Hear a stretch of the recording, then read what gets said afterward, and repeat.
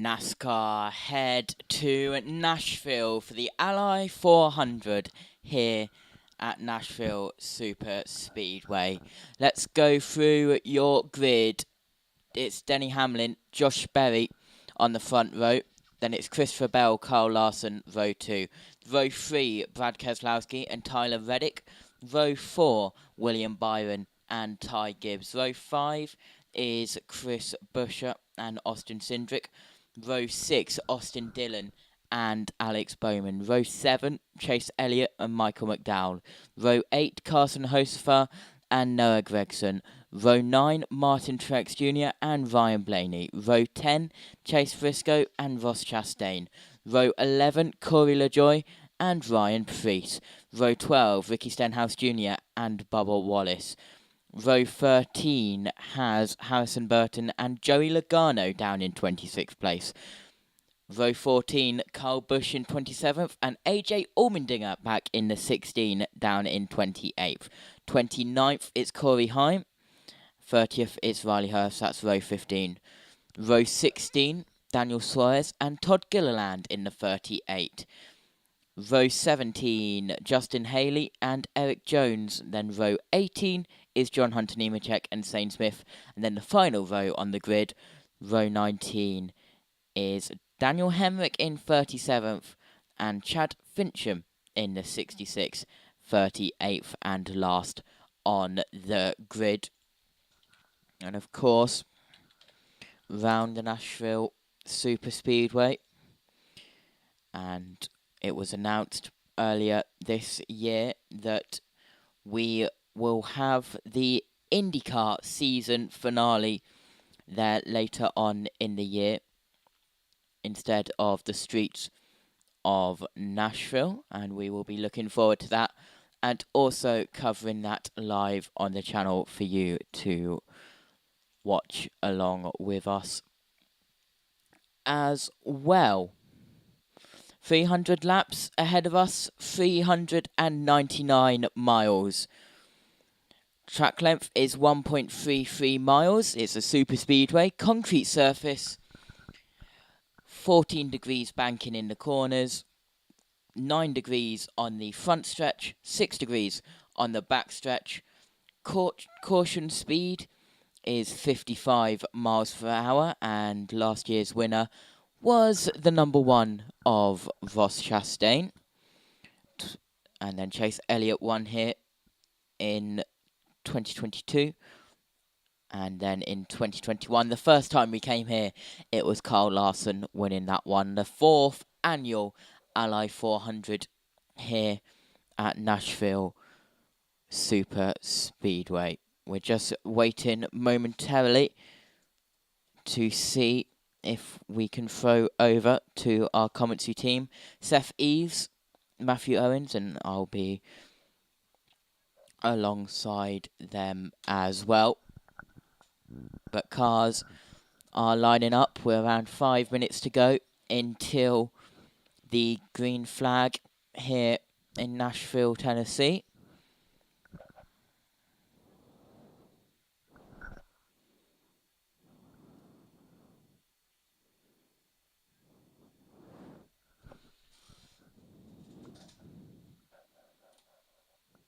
And I will throw over to USRN now.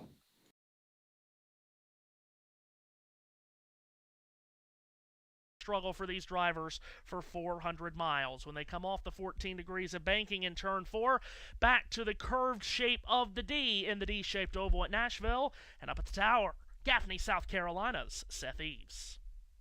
Thank you very much. We'd like to welcome those of you on JBMotorsports as well. Josh T. hanging out with us this afternoon.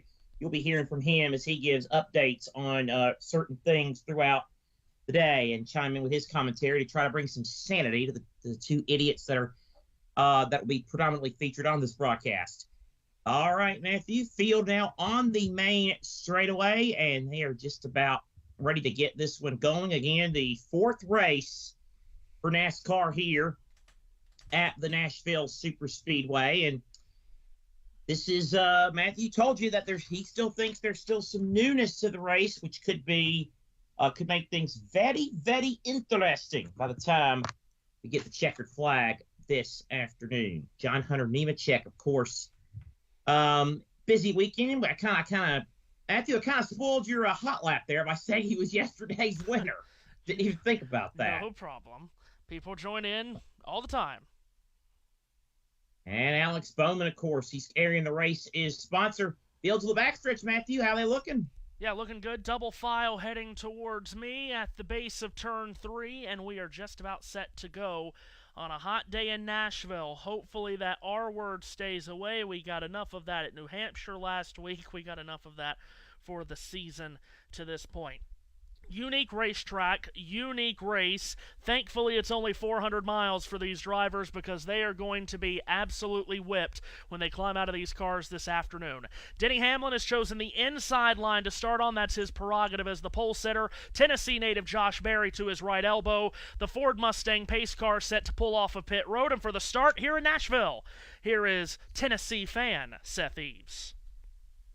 All right, crank up Rocky Top and more. Denny Hamlin and Josh Berry on the front row, and it's NASCAR time in Tennessee. Denny Hamlin and Josh Berry lead the field at turn 1 in front of a packed grandstand on a sun-drenched afternoon. Hamlin's going to lead the field at turn 1, but now Hamlin slides up the racetrack a little bit, side by side for second. Denny Hamlin leads them off too. Hamlin carefully walked his Toyota Camry up the banking. Josh Berry had to bail out of the throttle. It allows Christopher Bell to get up in line second. Now Bell will fade high as he goes for the race lead on his teammate as they exit turn 4.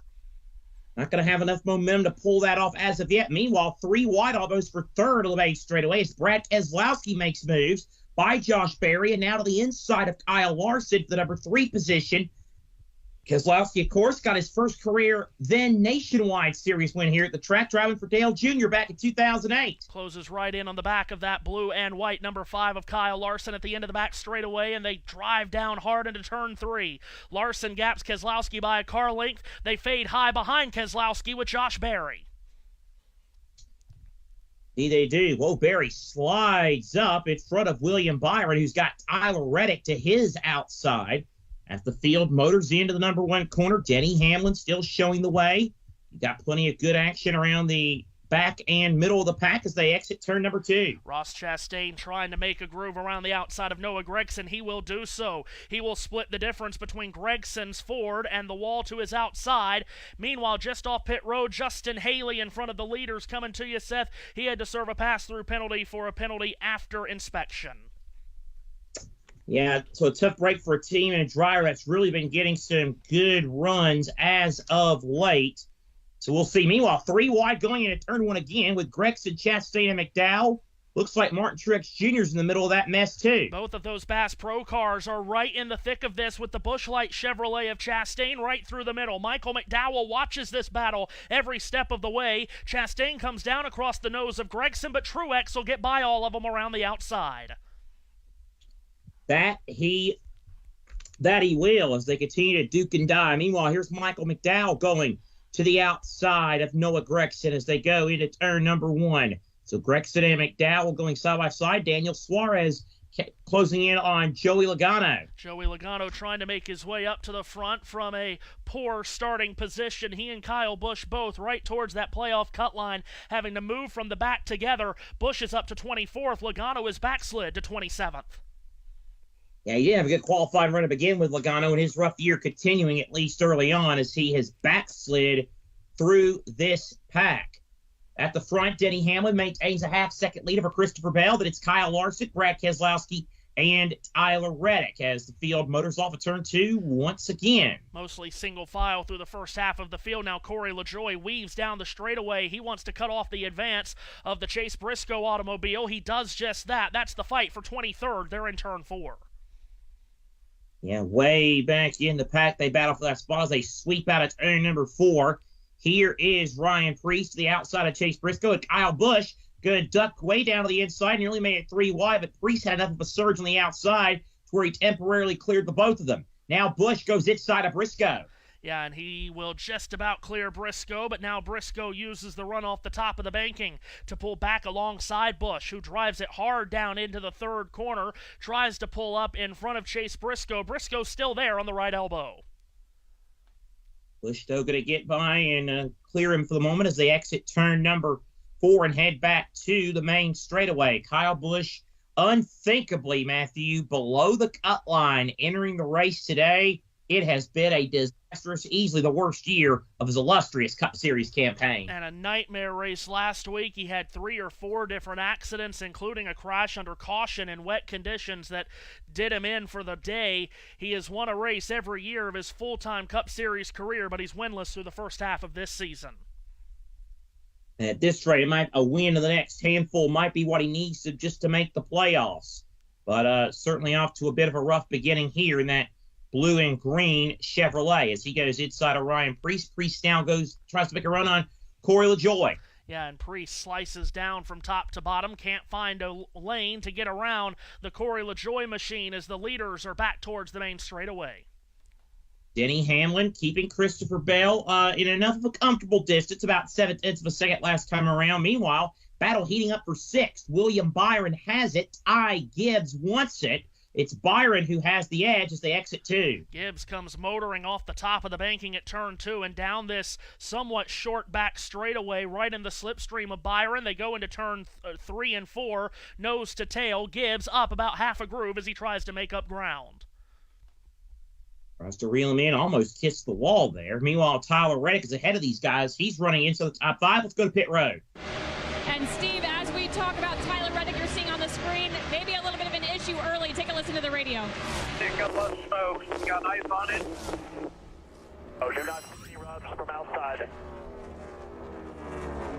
And so you heard that radio. Tyler came back on and said, I don't know what it was. It smelled like rubber. Crew Chief Billy Scott said, yeah, it might have been the rubber from the headers. So, Steve, explain that for somebody listening in.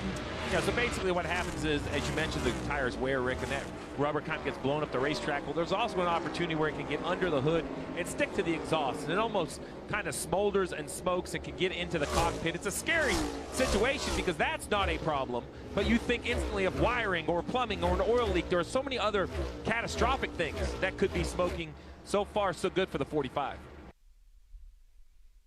Kim, I told you not to call me Steve in public. But anyway, as Denny Hamlin maintains lead by 0.8 of a second over Christopher Bell. Now, Matthew Cifattar explained that, but yet he broke an axle before a race started. That's right. Gentlemen are Jeff Stelling with that, telling Kim not to call me that in public. It's Hamlin, Bell, Larson, Keselowski, and Reddick. William Byron, Ty Gibbs, Josh Berry, Chris Buescher, Austin Cindric, Matthew, has worked his way up into the top 10. Yeah, and it's interesting. A lot of drivers do compare St. Louis and Nashville as being fairly similar. It's a bit of a wide racetrack with very lower banking. Maybe there are some comparisons to Gateway and Nashville, and if there is, of course, Austin Cindric started on the front row, ran up front all day, and ended up winning that race just a handful of weeks back in St. Louis. So he's running in the top 10. We've got a stopwatch on him here as he comes to turn 3, 7.5 seconds off the pace that's being set right now by the race leader, Denny Hamlin. All right, so Cindric in that 10th position. I thought you were going to say the similarities between St. Louis and Nashville included they're both hot as Hades in late June, but, you know. It's a lot of places that fit that category, isn't there? That's very, very true. It's very, very true. But we're not bad-mouthing Nashville right now. We don't want to bad-mouth Nashville right now because behind me is totally blue skies, which we're happy about right now. There I am on the Ally billboard. Hello.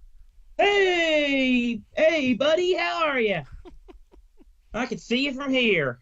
We're probably wearing that neon shirt you always do, but it's Denny Hamlin who. Christopher Bell has cut into his lead, by the way, 0.4 of a second now on the main straightaway. So the Gibbs car is running 1 and 2 at the present time. As we ride with Ross Chastain, the race's defending winner in the Busch Light colors this week. He currently resides in the, waiting for the timing to come up, timer, 17th position. So not the start of the race he was looking for. Yeah, he needs to get Chase forward too because I sent out a tweet today with my trifecta pick, and he's the one lacking. He's the one lacking right now. My trifecta pick was 1 Hamlin, 2 Bell, and 3 Chastain. So that one car needs to get going. Come on, Ross. We don't root for drivers. We root for storylines. 2, we don't condone illegal gambling. We don't condone gambling addictions. But anyway, Carson Hocevar, you mentioned him, Matthew. He's got developed quite a knack for qualifying. He's up in that 15th position right now. Yeah, right where he started. He's been qualifying extremely well in his rookie season in the Cup Series. So good on Carson Hocevar up in the top 15. A lot of these drivers like Hocevar and Zane Smith that have been very good in their first season. Now, Denny Hamlin just ran into an issue trying to get around the Justin Haley car set. That was on the exit of turn 2. Haley got loose in front of Hamlin. Hamlin had to bail out of the throttle, and we had a change for the lead. Christopher Bell is out in front. Job world feed. But yes, Haley was kind of wobbling, like he had a tire issue or something, or an issue as he was wobbling in front of Hamlin. But yep, Christopher Bell to the race lead. So Bell the lead, and C-Bell, I was thinking about this, Matthew, as I was, getting ready for this week and the ones to watch. Every year, and I know you can attest to this too, every year it seems like in NASCAR, especially since we've been watching it, there is that one driver that either 600 week or the week after the 600 starts to make a run and really starts to be the driver of the summer, starts to heat up. We saw Tony Stewart was a master at doing it for years upon years. Denny Hamlin's had some. Well, this year, the king of summer might just be Christopher Bell's who go to pit road. That traffic, his car was faster than his teammate Christopher Bell's every lap. So get back in it, you'll get back by him. Interesting conversation though this morning with Denny's spotter, Chris Lambert. I asked Chris about, does he help Denny block as well as know where to go for speed on the track? He said, yes, I do. But more importantly, sometimes in traffic, he just got to know what's going on around him. He was very aware that Haley was in the way. He could see that, but he was also getting help from Lambert. Jeff Burton, I guess my question to you is, do you want help as a driver sometimes to know where to go to block the cars behind you as well as speed on the track? No, that won't help. Anyway, Denny Hamlin runs in second position, 4 car lengths behind Christopher Bell. Matthew, finish up, elaborate on what I said about Bell before we had to go to the pits. Yeah, you mentioned Tony Stewart used to do it all the time. Maybe it's just a 20-car thing. But, I mean, yeah, there is always someone, and we always talk about at the start of the season, you just about have to wait until the Coca-Cola 600 comes around to make, to get a good feel on who is where, who's meshing the best. That's about a dozen races or so for the most part. That's normally a good barometer. And yeah, there's someone that can find a rhythm, because once you get into these summer months especially, we might go to a lot of different racetracks, but by the time you get through the month of May, you got what you got. And yeah, Christopher Bell is on an absolute roll. And he leads right now at lap 24 from Denny Hamlin by 7. Meanwhile, third place, Kyle Larson kind of stalking Brad Keselowski. Let's pick that up on the exit of 2. Keselowski's had a good start to this race. Larson is closing in, makes their way into turns 3 and 4. Keselowski will take it up against that yellow line at the bottom of the banking. Larson about a groove and a half higher than him, but not making up any ground. Keselowski is stuck in behind the lap machine of Justin Haley. Let's talk about our defending. Well, no, they went double box after all on us. So Haley is in front of Keselowski, and now Larson's going to try the inside, and he really closes in on him, Matthew. Yeah, Keselowski went down the middle of the road, right in the tire tracks of Haley, might have gotten in the wake of that 51 car. That allows Larson to close in. Now Keselowski, learning from the mistake a corner prior, takes it to the bottom in turn 4. He does take it a lot of it. Turn 4. He gaps Larson by about an extra car length or 2. However, he does not get around Haley. Haley continuing to be very stubborn as they go into turn number 1. Keselowski now go inside. Let's talk real quick, Matthew, about our defending series champion, Ryan Blaney. He just came by the start-finish line in the 15th position. Again, talk about any similarities between Nashville and St. Louis. Blaney, really good all weekend long in Gateway. Qualified at the front, stayed at the front all race long, and led at the white flag before running out of fuel. He rides in the 15th position, and he's only about 2 lengths in back of the Austin Dillon automobile. Yeah, so also another guy who's in desperate need of a good run at the moment and he runs in the 14th position. Chase Elliott, by the way, has gotten into the top 10. He won the second Nashville race back in 2022.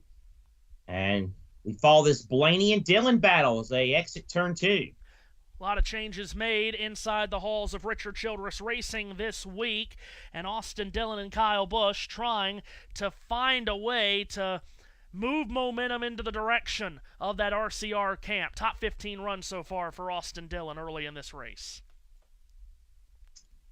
Indeed they are.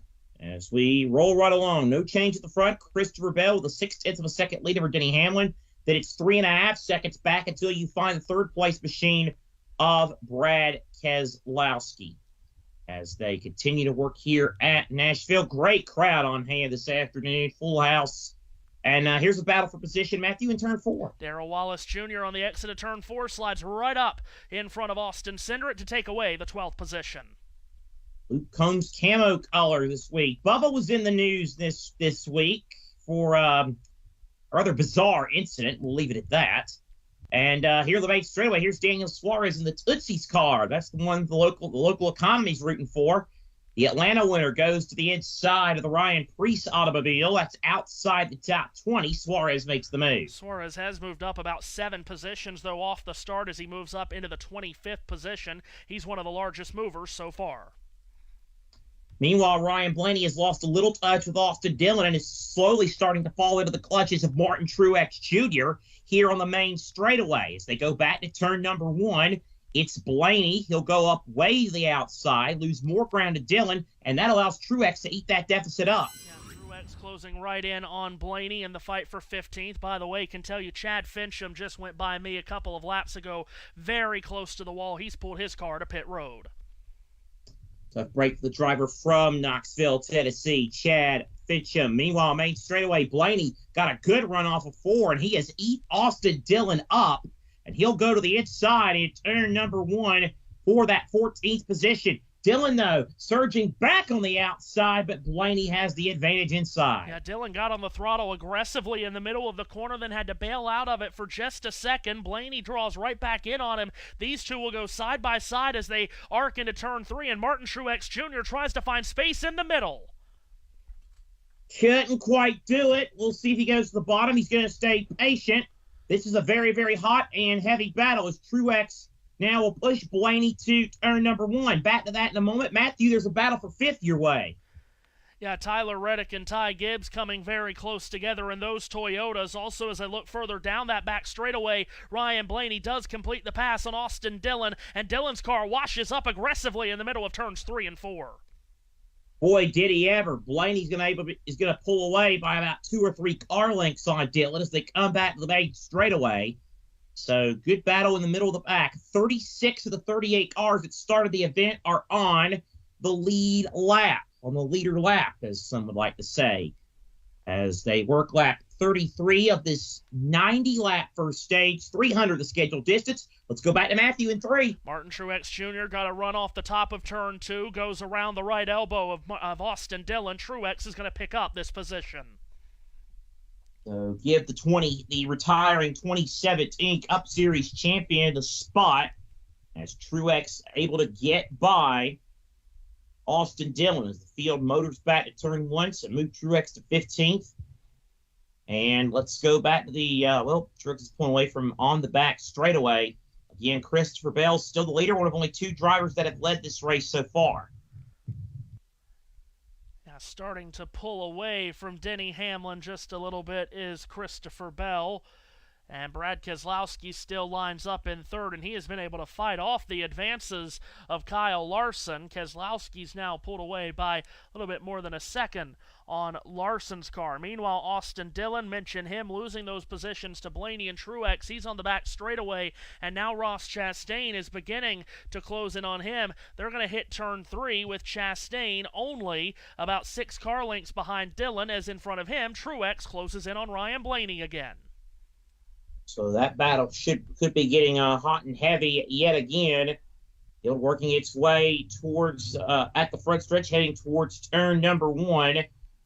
And here is Ross Chastain now to the inside of Austin Dillon, back for that 16th position. Meanwhile, out of turn 4, Matthew, Kyle Larson feeling the heat from Ty Gibbs, as Larson has the spot over Gibbs, and it is Larson with the spot into one, but Gibbs went back to the inside. Now we go back to the Chastain-Dillon battle for some reason. Got a couple cars coming down pit road. Got one car coming down pit road. Yeah, that was Martin Truex Jr. I saw veer off onto pit road. I think Alex Bowman might be in, too. Wouldn't be surprised if we saw Austin Dillon on pit road the way that car was starting to fade. So just about somewhat close to midway through this stage. Oh, Kyle Busch overshot his pit box. Kyle Busch here at the turn 4 into pit road overshot his pit bay. They had to reverse that car, and that's going to lose Kyle Busch a lot of track position. Josh. Matthew beat me to it. Okay. Kyle, there's a look at it again. Oh, my goodness, boy. From the what else can go wrong in 2024 department, I suppose, for Kyle Busch. And he is now exit pit road in that zone Chevrolet. Well, he's been in the danger zone all season long. As he now exits. Brad Keselowski's in. Let's slowing down much on old tires, Kim. And for Brad Keselowski, no major complaints, so no major changes. They're going to take 4 fresh Goodyear tires, Sunoco fuel on this green flag stop for Brad Keselowski. That's really why you don't see a busier pit. All right. Did I hear Josh raise his hand again? Let's see him raise his hand. Leaders are in, top 2 are in. All right. So that means Christopher Bell and Denny Hamlin are in. As others come in and out, looks like Kyle Larson also bringing that blue and white number 5 down pit road. So let's go to the pit road. Let's start with our leader. Are feeling very good. Christopher said, my only complaint is just a little bit free on entry. You see the right front tires going on 4 fresh Goodyear safe, Sunoco fuel. Teammate Denny Hamlin and former leader of this race is a little free on exit. He steps on the gas. The back end wants to come around on this Toyota Camry. So 4 tires here, air pressure adjustment, and full of fuel to get him back on the road. We'll see right here.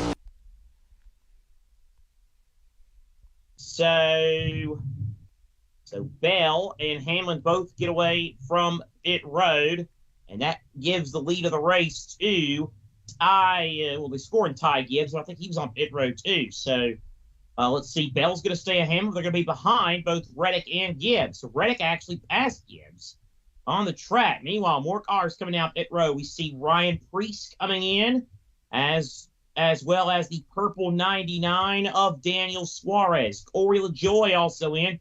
Here comes Ty Gibbs at car 54, that green Interstate Batteries Toyota at pit road speed, or at least you would hope at pit road speed. Let's go to the pits again. One into the box, and service will start for him, Dave, as Daniel Suarez making his stop.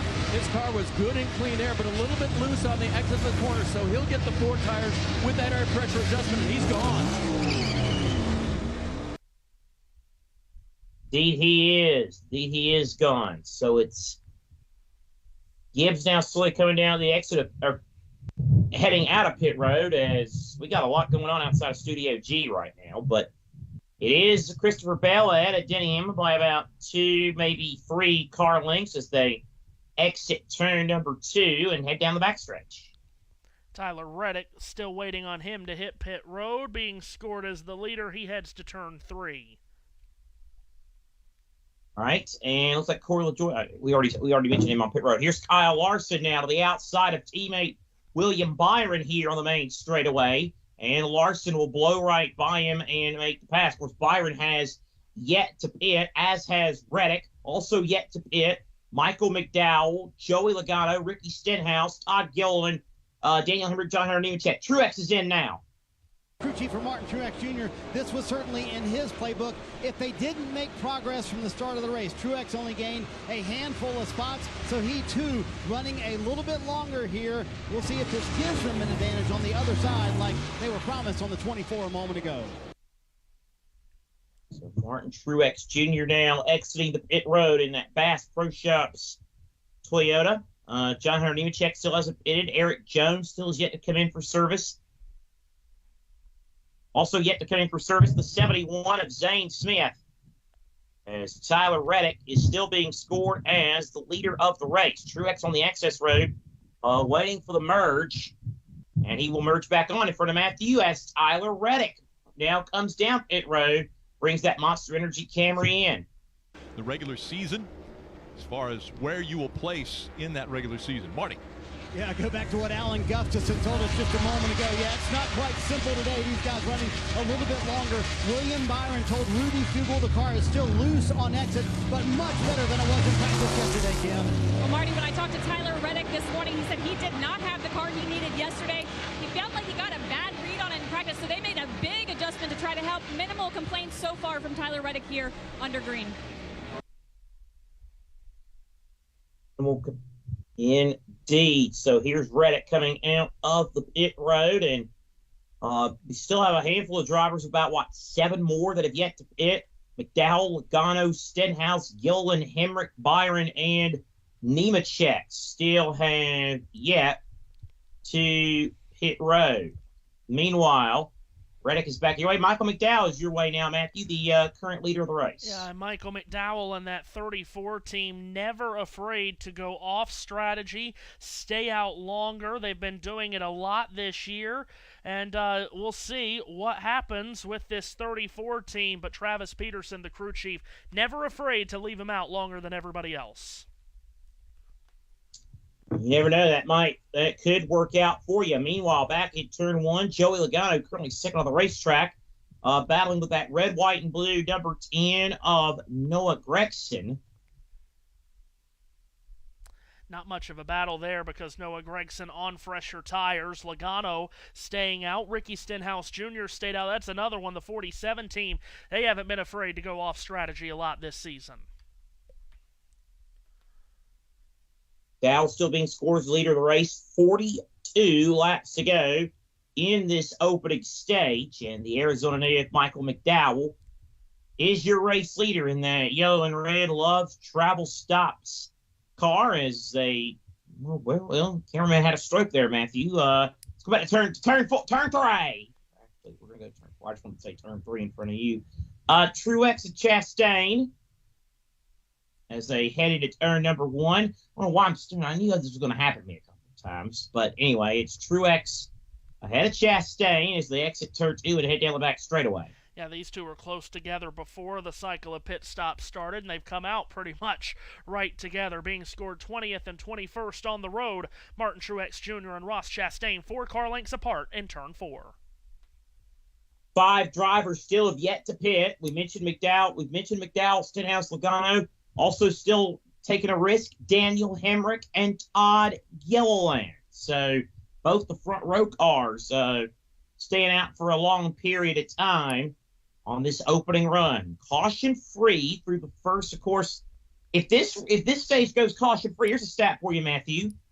If this race ends up going, rest of the stage ends up going caution free, that'll be the second straight stage, if you will, that will have gone caution free. Remember, we ran the last 108 laps of this race last year without a yellow. Yeah, and remember how many cautions were created in the first time we ran this race. Oh, back goodness. in 21. That was drag. a long day. I was coming home from the beach. I called and I joined you, and I had plenty of time to hop in before the race started and do all the madness with you. What a sicko I am. I love you guys. But anyway, it was just so great to be with you guys. Michael McDowell, still the leader of the race, is still yet to come down pit road. Looks like Todd Gilliland. Well, he's been passed by Denny Hamlin. That's what that is. Okay, so holding out for a caution. They're holding out for a caution. See, that's why Josh should be here. He could have heard me sing. Michael McDowell, still the leader of this race, the Ally 400 at the Nashville Super Speedway. Every lap of the NASCAR Cup Series season continues next Sunday at 4:30 Eastern Green Flag as the Cup Series makes its second trip to the street course downtown Chicago, Illinois. Shane Van Gisbergen took the NASCAR world by storm with his win in this race last year. What will happen this year? Just have to tune in to USRN next Sunday to find out as we go from Music City, Matthew, to the Windy City. Yeah, with hopefully better weather than last year in Chicago. We don't mind if it rains, just don't let it be a deluge next year. Of course, Josh, you were with us for that whole weekend. You were there for the Xfinity race and that fracas. And then for the Cup race, too. I mean, my gosh. Let's hope Yes, for he a was. better weather weekend. Josh is not here right now. Oh, Man, I took a message. Very. Let's hope for a better weather weekend than we had in Chicago last week. But can't wait to get back and see what year 2 of that experiment looks like. It should be a very interesting race. Of course, as you mentioned, SVG will be back to try to defend the trophy. You wouldn't bet against him now, would you? Michael McDowell still has not pitted, therefore he still has the lead of the race. However, these guys are coming on him on these fresher tires. Bell and Hamlin, they just got around Gilliland. They've got Hemrick in their slipstream next. McDowell, Logano, Stenhouse, Hemrick, Gilliland have yet to make their pit stops. Bell just passing Hemrick your way. Yeah, Bell trying to weave his way through some of this traffic. He has cleared Daniel Hemrick. He has. Meanwhile, the 3 wide in front of him, but Kyle Busch and Daniel Suarez, and splitting a slower car there. That's not a slower. That's Ricky Stenhouse. They split. Bell now going to go to the inside of Stenhouse, as will Suarez. So they move along. Of course, Suarez would like to get by, try to get his lap back. Yeah. So that's a big deal for him, Matthew. Yeah, of course, Stenhouse on these older tires, he is the stopper in the bottle as Bell has gotten around him. Now Hamlin's going to have to try to find a way to get around him, Briscoe, and Hemrick. He's in a schmonozzle right now. Shouts out to Matt White, who isn't with us this weekend. I had to bring at least one of his terms onto the broadcast here. Meanwhile, Chase Briscoe slides up. Hamlin's looking for a hole that might not be there. Yeah, Hamlin's going to fade up on the exit of 2. He'll get right underneath the spoiler of the Ricky Stenhouse Jr. machine. Hamlin losing ground in the battle for what basically is the lead of the race with Christopher Bell in all of this traffic. Yeah, and I can only imagine that Denny is being very sane and reasonable over the radio about this as Chase Briscoe continues to make a move a little further back in that silver 14 this week. Here is the 16 car of A.J. Allmendinger on you outside of John Hunter Nemechek. Field to the backstretch again. A lot of these drivers on older tires like a Ricky Stenhouse Jr. being swallowed up. He is at the top of 3 wide. Below him, a very fast closing John Hunter Nemechek and A.J. Allmendinger, who nearly made contact. Tyler Reddick make that. Riley Herbst closes right in. Indeed, he does close right in on the A.J. Allmendinger machine. Kyle Larson now outside of Brad Keselowski. Maybe trying to use Allmendinger's. They're going to go 3 wide with it. It turns 1 and 2. And Larson's going to have the slim edge, but Keselowski fights back. Larson doesn't have the side force to use because Allmendinger was to his outside. Allmendinger has stayed ahead of the 5 and 6, but now Larson powers into the 3rd corner, gets ahead of Keselowski, goes to the outside of Allmendinger to the inside of Stenhouse. They nearly squeeze into one another. Boy, that was tight, close quarters racing as they are on the main straightaway. Larson now tucked in behind Stenhouse. Going to the outside of Allmendinger, now going to go to the outside of Stenhouse. Kyle Larson trying to make moves. He'll clear Stenhouse on the exit of 2. Behind him, Brad Keselowski jumped the cushion, if you will, in the middle of turns 1 and 2. Pays it no matter. Slices down to the inside of Ricky Stenhouse Jr. in turn 3, and Keselowski will take that spot. Ty Gibbs will try to as well.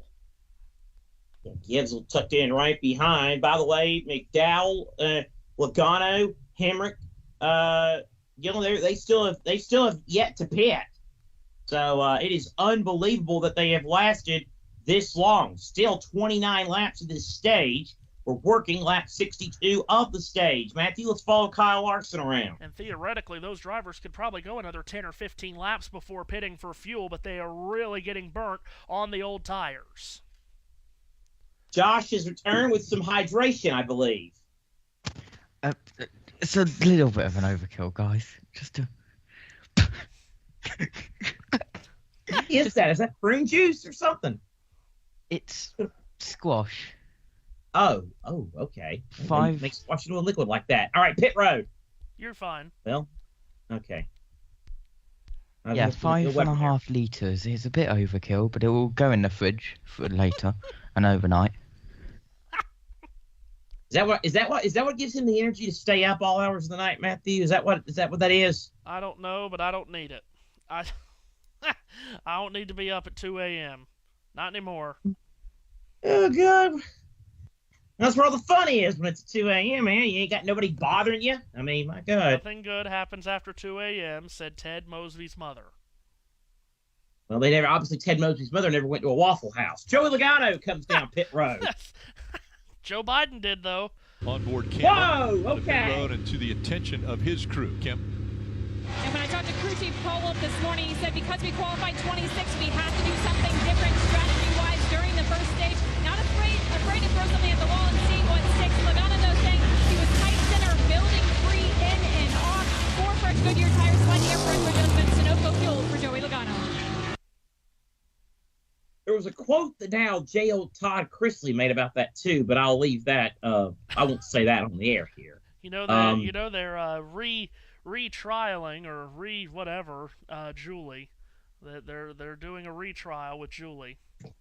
Are they now? Are they really now? Yeah, they are.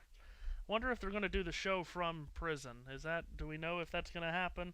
What about Faye? We need a 3 wide. We need 3 wide somewhere. Where's Mama Faye? They were at this race a couple of years ago, you might remember. They had a time. Did you see those? Yeah. Did you see that family at a NASCAR race? I bet they did. They knew their freedom was ending soon. So, for the foreseeable future. Denny Hamlin, 3 straight finishes of 24th or worse, but currently 3rd at the moment.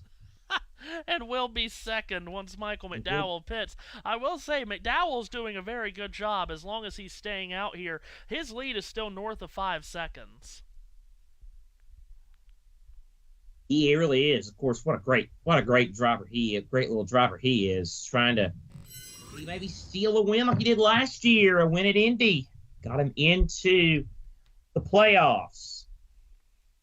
With Josh the Squash and Matthew Owens, I'm Seth Eves here at the Nashville Super Speedway for the Ally 400. Josh's reaction's getting me. I'm sorry. NASCAR Cup Series, a caution-free first stage. Michael McDowell is the leader, but is yet to make a pit stop. When he does, Christopher Bell will be the leader of the race. And, well, I was going to give you a battle in turn 3, Matthew, and they cut away with it because they were being stupid. Let's follow Brad Keselowski. He'll be up to 5th in a matter of moments, and what will soon be battle 6 between Reddick and Gibb. I thought only Fox did this. I thought only Fox did this.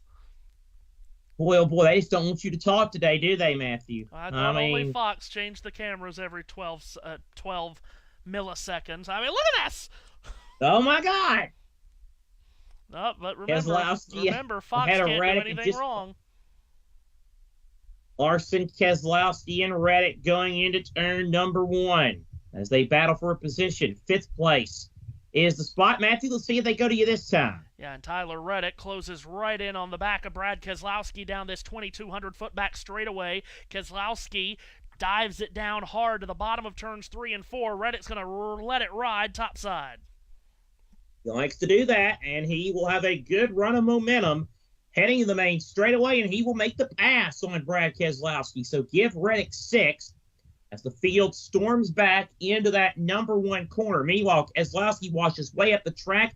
That could allow Ty Gibbs to close in on him. So Reddick completes that pass for what will be the 4th position once the pit stop cycle. 20 laps to go in the stage. You have to start wondering, wow, as Daniel Hemrick is going very slowly in the middle of the corner as he peels to pit road.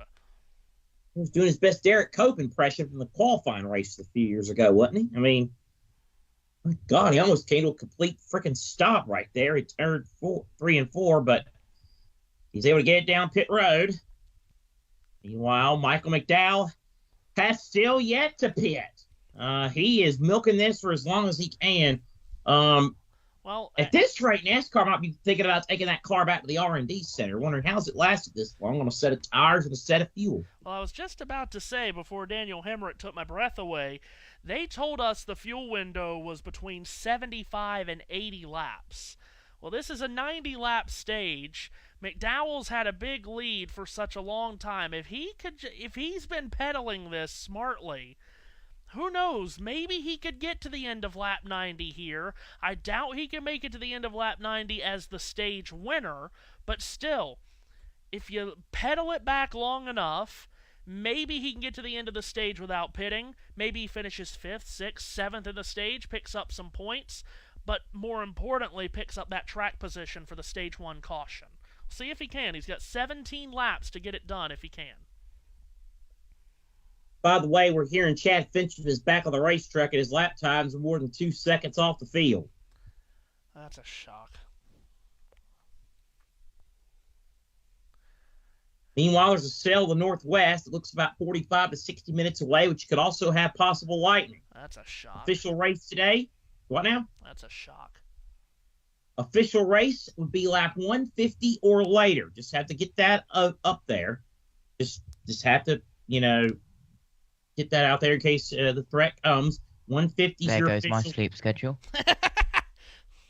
I didn't know he had a sleep schedule, to be honest. But Parker says he thinks the track would dry in 60 minutes or maybe just a little bit quicker. Rain tires. Unfortunately, none this week. Stenhouse just came down the pit road. Here's a tweet from retired NASCAR DFS. Kyle Busch has officially entered the championship provisional stage of his career. McDowell's his hand out the window, Matthew. Yeah, he weaved down out of turn 2 IndyCar style down the straightaway with his hand out the window. Probably going to pit either this time or next. All right, probably going to be next because he's out of turn 4 and he's coming to the start-finish line. But what do you think about Kyle Busch here at the past championship provisional stage of his career? Let's not go that far. Everybody except Jeff Gordon reached that stage. Still top 20 in points. Let's not go that far. But yeah, everybody but Jeff Gordon reached that stage. As Michael McDowell works his way your way, Matthew. And looks like he might be peeling off this time. He once again had a hand out the window as he came down the back straightaway, and indeed, here he comes. So this will cycle out green flag pit stops late in Stage 1. See if he takes 4 tires here. He's only got 13 laps to make. Maybe just take 2, limit time on pit road. We'll see what they do. Probably the smart thing to do there. That was the reboot indeed. He had his hand out the window. He was coming, and they said the 51 is going to be on and off of pit road. So we need you to go one more. The car started loose on the race. It stayed loose throughout the run for Michael McDowell, but not terrible. 4 tires full of fuel here. His teammate also in, Todd Gilliland. He was on the same plan. All right, so after a full fuel run before pitting after 77 laps. So Michael McDowell down and away. That means Christopher Bell has reassumed the lead of the race. So let's get you caught on who's running where at the moment here as we near the end. Well, I was about to do a full field leaderboard, but Matthew, there's not time for that because Hamlin's there. Hamlin closing in on the race leader in the exit of turn 4. On the main straightaway, Denny Hamlin closing in on Christopher Bell. They have the lap car of Ryan Preece to deal with in front of them. Bell will go to the inside. Hamlin will go about a half a groove higher, but it is going to be Bell with the slim edge over Hamlin. Justin Haley on fresh shoes should pass both of them. Yeah, some of these drivers that they're going to roll up on does have fresher tires than them. So Justin Haley on the fresher tires pulls to the inside of Denny Hamlin and challenges that 11 car. He would like to get one of his laps back. Yeah, he would. Bell, though, gaps Hamlin by about 3 car lengths on the main straightaway as Christopher Bell goes into turn number 1.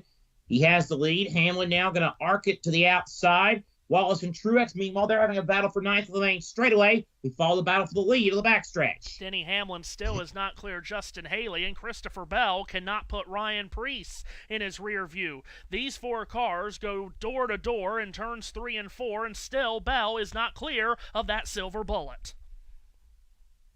No, not quite. Oh, they make contact here at the main straightaway, do Bell and Preece. And Hamlin still battling with Haley. But Bell having his hands full with Ryan Preece. Bell's still the leader, though. These two crowding each other down the back straightaway. Bell pulling over to the left rear of the Preece Ford, trying to side draft him, pull him back on the straightaway. He's unsuccessful in that bid. Bell still battling with Preece, trying to stay on the lead lap. Head down the main straightaway, and again, the top 2 cars are side by side with a lap car. Bell now has a half wheel for Preece. He washes up into Preece. They nearly make contact again in turn number 2. Yeah, Bell lost the nose, had to walk it up the banking. They stayed off each other, but still this battle carries on. Priest is fighting tooth and nail here because he wants to stay on the lead lap, doesn't want to have to take the free pass when this stage ends. And Bell has to tuck in line behind Priest with the main straightaway. 7 laps to go in the opening stage. Christopher Bell now with a car buffer between he and Denny Hamlin. Hamlin, though, still can't get around the Justin Haley automobile. Bell attacks Priest again. Yeah, Bell would like to get away from Priest to get clean air scooped onto the nose of that Toyota, but I'm not sure if it's a necessity right now because, as you mentioned, the fresh tires of Justin Haley is not allowing Denny Hamlin to get through.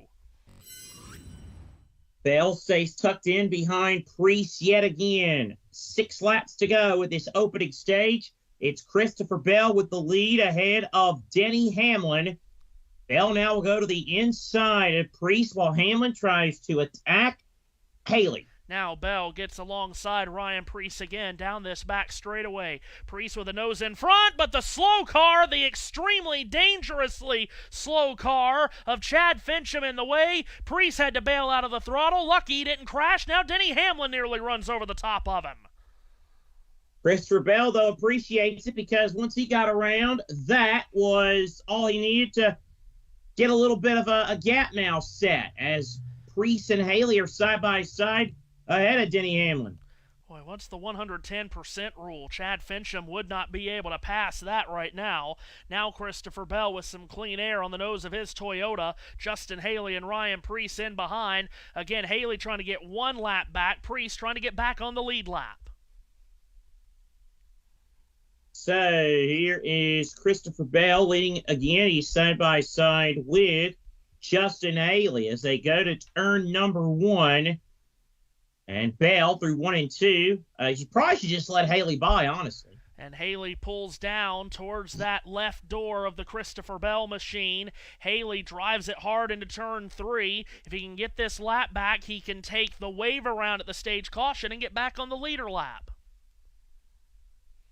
Haley stays in front of Bell. And straightaway, 3 to go on the stage. It is Christopher Bell who has the lead. Now he washes way up the racetrack at turns 1 and 2. And he'll see if he gets a run off Bell off too. Yeah, Ryan Priest. Now this position would get him back on that lead lap, keep him from having to use the free pass, which is important. When you take the free pass, you have to restart at the tail end of the field on a restart. Priest would like to not have to deal with that, but he's got Denny Hamlin at the back door charging. Yeah, Hamlin smothering the back of that Ryan Priest automobile. Penultimate lap of the stage. It's Hamlin now inside of Priest. Bell goes to the outside trying to get Haley. Hamlin might finally pass Priest, and he might have a shot at getting to Bell. Haley shuts the door on Bell, but Hamlin can't get around Ryan Priest. Priest putting up a heck of a fight right here as the leaders soar down into turn 3 again. Hamlin pinched to the bottom, washes up a little bit, and here comes Priest motoring around the outside. He will motor around the outside. Final lap of the stage. It's all Christopher Bell. He's got the lead over Denny Hamlin. Hamlin now has the lap car of Ryan Priest sandwiched in between Bell and himself. Bell leads off 2. Let's see what Ryan Priest wants to do here, how aggressive he might get driving down into turn 3. This is a really big pass if he can make it on Christopher Bell, but he's not close enough in turn 4. He's 3 lengths back. And he will not be able to make the move. Christopher Bell continuing his hot streak. He takes stage number 1 at Nashville. When Denny Hamlin second, Tyler Reddick gets by Kyle Larson to finish in 3rd. Brad Keselowski 5th. Rest of the top 10. Ty Gibbs, William Byron, and the stupid caution graphic came up. Chris Buescher, Martin Truex Jr., and Darrell Wallace Jr. So a caution-free first stage and a very familiar refrain for the summer. The man who won was Christopher Bell. And he looks to be the strong car on the racetrack once again. A win today would put him at the top of the playoff grid, remember. Now, not top of the regular season standings, but he would be top of the playoff grid with a win today. And that regular season championship is not all sewn up like it may have been at times past this time of the year. Dead heat between Elliott and Larson coming in, and Bell certainly starting to get closer in that battle. All right, Matthew, as the first stage comes to an end, it's now time. Get ready to learn double duty, buddy. You get to do double the work today of our usual stage thing. As we are first at the end of the first stage, it's now time, Matthew, for you to tell us who has a birthday and what happened on this day in racing history, June the 30th. Lyndon Amick, born on this day in 1977, along with Johnny Borneman III, a USRN favorite. Ralph Schumacher, born on this day in 1975, Formula One Grand Prix winner, of course. Sterling Marlin, born on this day in 1957. Oh. Dave Mader III, 1955, born on this day. L.C. Rigsby, born on this day in 1925. Kevin Burton in 1939. Raffaele Sangiolo in 1949. We love Italians around here. All right. Now, races on this day on June the 30th. Here we go. On this day in 2019, the Salem 6 Hours of the Glen for the WeatherTech Sports Car IMSA Championship. Jonathan Bomarito, Olivier Pla, and Harry Tinknell, the overall winners. Also on that day in Chicagoland, or in Joliet, Illinois, at Chicagoland Speedway, Alex Bowman scored his first career NASCAR Cup Series win by winning the Camping World 400. Also on this day in 2019, Max Verstappen a win at the Red Bull Ring in the My World Austrian Grand Prix. On this day in 2018, Andrew Ranger won a NASCAR Canada Series race, the Bumper to Bumper 300 at the Autodrome Chaudière. On this day in 2018, a NASCAR Xfinity Series race at Chicagoland was won by Kyle Larson. 2013, NASCAR Cup Series at Kentucky, Quaker State 400, won by Matt Kenseth, one of his many wins in that 2013 season. Also on that day, Frank Kimmel won the Hers Chase the Taste 200 for the ARCA Series at the Winchester Speedway. Also on that day in 2013, Daniel Suarez won a NASCAR Mexico race at the Autodromo de Monterrey in the Rahia 200. Also on this day in 2013, Nico Rosberg won the British Grand Prix. And also in 2013, João Barbosa and Christian Fittipaldi combined to win a Grand Am Rolex Sports Car Series race, the Salem 6 Hours at the Glen. On this day in 2012, Brad Keselowski, a Cup Series win at Kentucky in the Quaker State 400. 2007, a Busch Series race in Loudon, New Hampshire was won by Kevin Harvick. The Camping World 200 presented by RVs.com. On this day, also in 2007, at Memphis Motorsports Park, oh how we miss thee. Travis Quaffle won in the NASCAR Craftsman Truck Series, the O'Reilly 200. Here's a name. Oh, here is a name. On this day in 2007, the Bi-Mart Firecracker 150 at Douglas County Speedway in the NASCAR West Series was won by Brian Eichler. Oh, wow. Also in 2007, again, how we miss thee. The Indy Cars at Richmond. Dario Franchitti won the SunTrust Indy Challenge. Busy day in 2007 because another race, the New England 100 for the NASCAR Whelen Modified Tour at their big track, New Hampshire. Donnie Leah scored the win. Donnie Leah will get the win! On this day in 2006... On this day in 2006, Dale Earnhardt Jr. won a NASCAR Busch Series race, the Winn-Dixie 250, presented by PepsiCo at Daytona. A legendary race to some. It was one of the most boring races you'll ever see in your life. Holy bad word. What was it, 2003? 2006. 2006. Yeah, it wasn't great. Wasn't great, better. Bob. On this day in 2005, another Oh How We Miss Thee race. Grand Am Rolex Sports Car Series at Daytona, the Brumos Porsche 250 was won by Butch Leitinger along with Forbes Robinson. On this day in 2002, the Kart Series ran the Grand Prix of Chicago at Chicago Motor Speedway, won by Cristiano D'Amata. Oh my God, on this day in 2002 at Cayuga International Speedway in the NASCAR Super Series, Matt Kenseth won the Canada Day Shootout. What the hell was he doing there?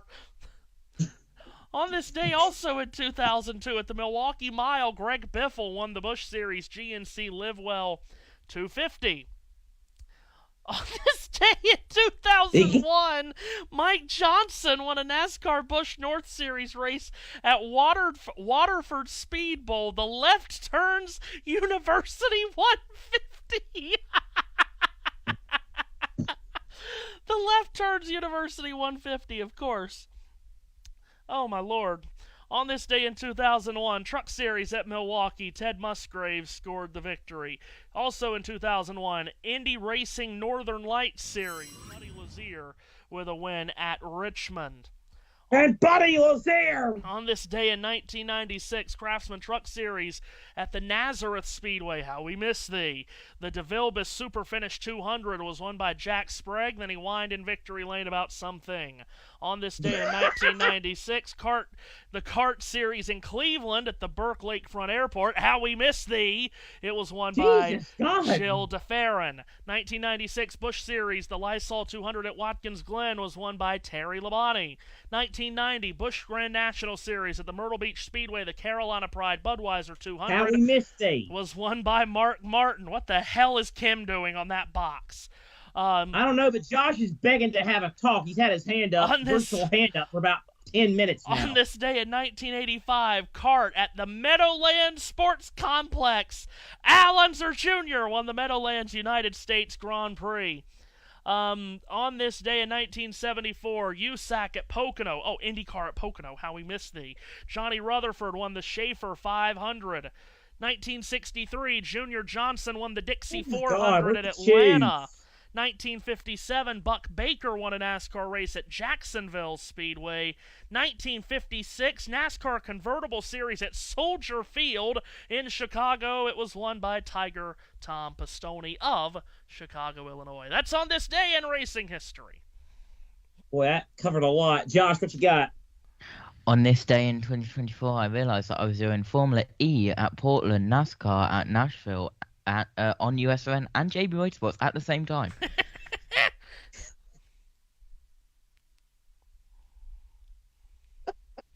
And that rain's getting closer. We have created a monster. We have pulled a Mark Rick that have lost complete control of this broadcast, and it was just the end of the first stage. Holy crap!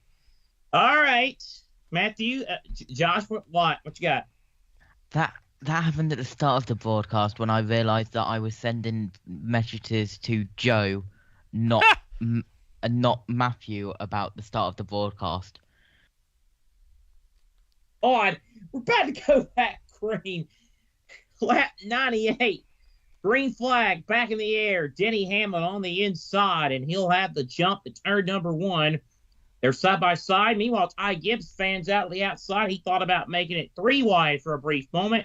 It's Denny Hamlin, though, who has the lead over Christopher Bell as they'll exit turn number 2 at full speed. They sweep down the back straightaway. Most of these drivers passing all their courses at Left Turns University. Into turn 3, Denny Hamlin wins the race into the corner. Christopher Bell fades topside as he tries to make up ground. Denny Hamlin with the lead. Christopher Bell, I think it was a big mistake giving you on this day in racing history. We might not need to do that again. Denny Hamlin has the lead as they go into turn number 1. Kyle Larson and Tyler Reddick battle for third. Larson on the outside, Reddick on the inside. Meanwhile, for 5th, teammates Ty Gibbs and Martin Truex Jr. Don't blame the playa, blame the game. The fight for third is still on. Kyle Larson and Tyler Reddick door to door. Ty Gibbs joins this battle. Just about went 3 wide. Does go 3 wide at the top of turn 4. He'll go to the out. Oh, great run by Gibbs to the outside of Larson. He's there, and he's going to make a pass on the main straightaway ahead of Larson. Ty Gibbs has made a pass up into 4th. Martin Truex Jr. might follow suit. He will battle for 5th as we turned into the Eli, Buddy, and Dick Bergeron of USRN. Truex bobbles on the exit of turn 2, and here comes the Brad down the straightaway, closing right in. He'll go to the top of the banking in turns 3 and 4. Here comes Keselowski going after Truex. Yeah, with the Martin right in front of him as he goes to the main straightaway. Side by side, it's Keselowski over the Truex and the Hoda as they go into turn 1. Brad Keselowski to 6th. And Keselowski sweeps up out of turn 2 across the bow of Truex, who then gives him a playful shove down the straightaway. Back to turn 3. Keselowski has that 6th position. Now he's going after car number 5 in position number 5. Josh, what's your line about me? At some point in every single broadcast, Seth loses it. He lost it around, well, when did we start this broadcast? An hour and 20 ago. God, I didn't think it was that bad. I thought I was conceding that I only lost it just now. But all right, going to turn number 3, Matthew. Chris Buescher. Cars racing at this racetrack. Chris Buescher trying to close in on Darrell Wallace Jr. Meanwhile, Josh Berry and Austin Dillon nearly have it coming together on the main straightaway. Berry on the outside in that very, very maroon or crimson-looking number 4, cherry red. Let's go cherry red. Crimson don't fly well in this state. Austin Dillon to the inside of Berry. Will he get the spot? Survey says. But that Crimson Tide have won a bunch of races in this state here the past few years, don't you know? Josh Berry cut his mic off. Down into turn 3, completes that pass. Back at the front, Denny Hamlin. Cut his mic up. Cut your own mic off, please. Go to pit road. If a cool suit that's turned off is as bad as a failed cool shirt, and he said, no, it depends. Listen to the radio he said to Denny. All right, Denny, I'm good with you flipping your cool suit back on. Just if you get rolling again and you see the same issue, just go ahead and turn it off and let me know when you do. So it can be situational for Denny. Remember, he doesn't wear one all the time, but he can turn it on and off as he wishes, circulating the cooler water on his torso. Kim? And Dave, we're talking about the importance of cool suits here today because it is the summer and it is hot. And what does that mean? It means pop-up showers. Teams already talking about the possibility of incoming weather. Listen to what Booty Barker told his driver, Bubba Wallace. Plenty of people saw that, and rain's coming, or are going to go to the rain. In order to not get a lap down, trap the lap down, I'm thinking that's what we're going to do right. And they were not the only team talking about the incoming rain. At least half a dozen other teams on the radios on my end of pit road also talking about it. So, Steve, what did you think about that strategy kind of preview we heard from Booty Barker? Thank you, Kimberly, for that amplifying report. Josh. Seth, may I make you aware of a message which I sent to a certain Matthew Owens at 20:59 my time, so around an hour ago. Seth has already lost it. Did you send that to him? Yes. Okay. Maybe somebody else thought I had that losing, which I don't care. I mean, listen, I like to be known for something, and if I'm that guy, I might as well be that guy for having fun, I suppose. The Bulldogs are out of the Euros. Spain beat Georgia 4-1. Turn 3, Matthew. Well, and that might, of course, be enough to put Spain into the playoff, even though they don't deserve it. Josh Berry clears Austin Dillon. Oh my God! You trying to redeem yourself from that crimson comment you made earlier? Oh, Berry, like he had his hand out the window at Austin Dillon there. He's got his hand out the window at Austin Dillon. Orla Joy in hot pursuit of the exit of turn number 2. This is a fight at the tail end of the top 15 between Josh Berry, Austin Dillon, and Moore. As they drive down into turn 3, Dillon has 2 links. Make it 3 links on Josh Berry. So Dillon will clear Berry. Top 10, Denny Hamlin leads from Christopher Bell, Tyler Reddick, Ty Gibbs, Kyle Larson, 6 through 10, Brad Keselowski, Martin Truex Jr., William Byron, Chase Elliott, and Darrell Wallace Jr. Fields on the back straightaway. Austin Dillon pulling away from Josh Berry at the 15th position. He's put now 6 car lengths on that number 4, driving back into turns 3 and 4, lap 20 of stage 2. So, meanwhile, turns 1 and 2, Christopher Bell is pulled within 2.5 car lengths of Denny Hamlin. Making their way down the back straightaway, Bell is 4 lengths back. NBC doesn't feel as if that's important to talk about. Austin Cindric running outside the top 10 at the 19th position. He's got Corey Heim closing in on him. Heim time in the Cup Series. Corey Heim drives into turn 3. He's 2 car lengths in back of the St. Louis winner. I don't approve of that pun.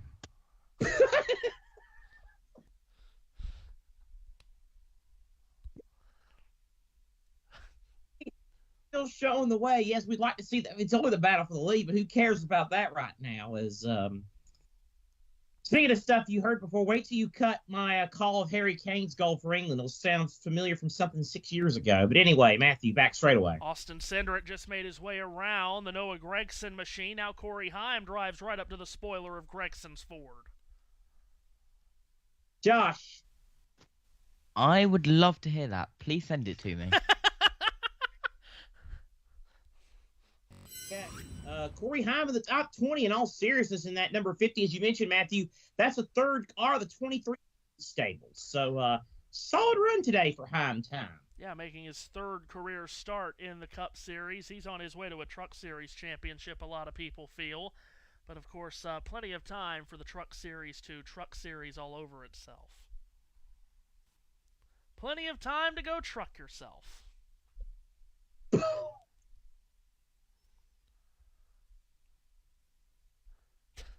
This is where I want to say so badly. We'll take a commercial break and be back after these messages and a word from your local USRN stations.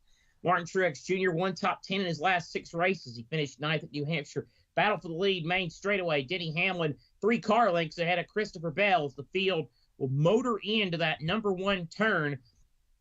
Meanwhile, 10th place, Darrell Wallace feeling the heat from Chris Buescher and Ryan Blaney, both of the approach to turn 1. Here's Blaney now to the inside of Buescher. Buescher, though, has the edge on that outside line as they go down the back stretch. Buescher gets a good drive out of the corner, closes right in on the spoiler of the Darrell Wallace Jr. automobile. They drive into turns 3 and 4. This is 10th, 11th, and 12th, and Buescher has opened up the door to Wallace's inside.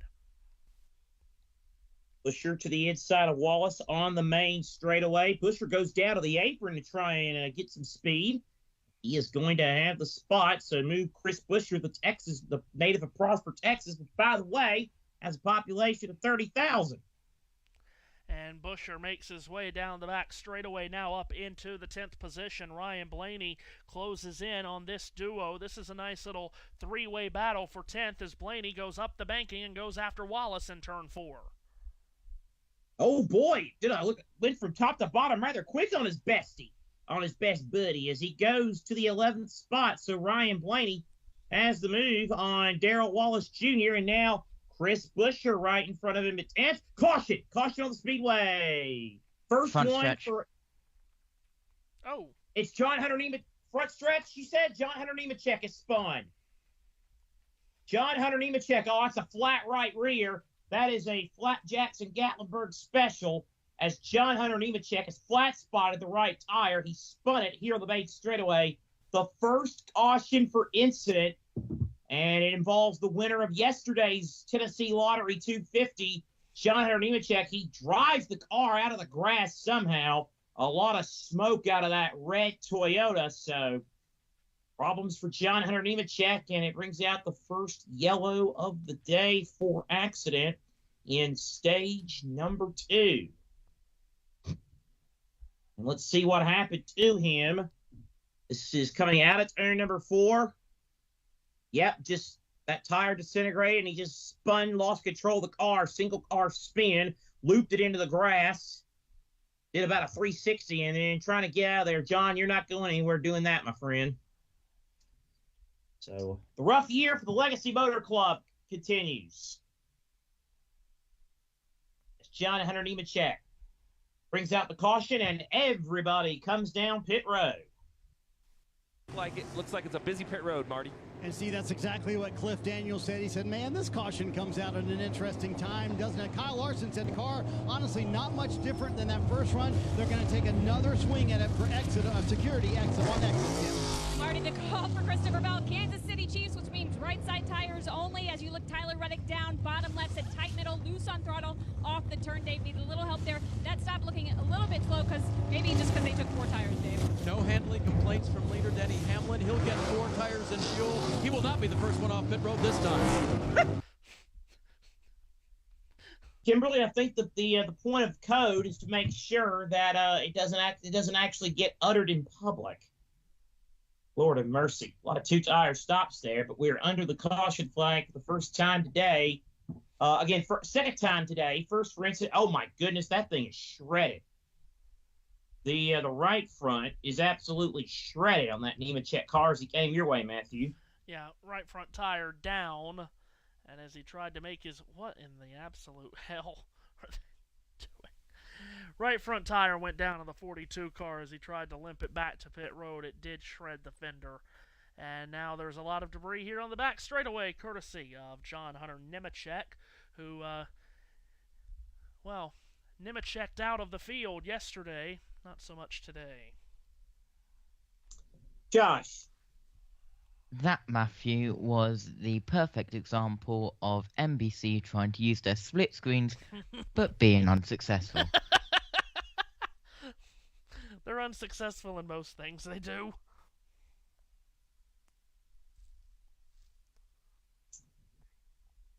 Yellow out. We're working lap 119, and this caution's out. And what you got, Josh? The only thing that NBC are successful in is running commercials. I mean, they well, we do have. Well, if we can actually be serious for a minute, Denny Hamlin says he's got a possible alternator issue. Yeah, that's what they were talking about earlier with the cool suit. And Chris Gabehart told him to turn the cool suit down. Well, let me tell you one thing, Mr. Gabehart. What you wouldn't be telling my ass when it's 120 degrees inside that car is to turn the cool suit off. Well, my response would be, do you want to win? I've got 3, I'm good. Oh, man. I'm not going in that 120-degree car without a cool suit. You know what that means, right? That means that you wouldn't be driving for me with that attitude. Ain't gonna happen. But, ain't gonna happen. Oh, my Lord.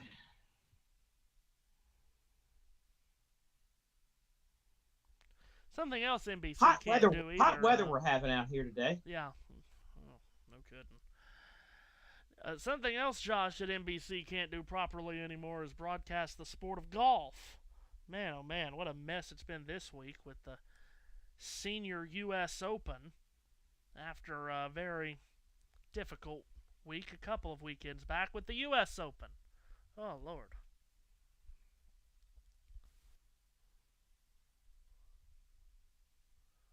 Anyway, carry on. Yeah. Christopher Bell being scored as the leader of the race. We got Keselowski, Buescher, Logano, Chastain, Hamlin, Gragson, Reddick, Larson, and Bowman.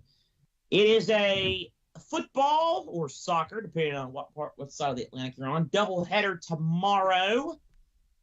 It starts at noon Eastern with the Euro 2024 round of 16 between France and Belgium. And then at 8 o'clock in prime time tomorrow night, these United States against Uruguay. They actually have to win. And maybe win by a couple if they are to advance into the knockout stages of Copa America. What a depressing sentence that is. Best and Matthew, are you still on for... Best of luck with that.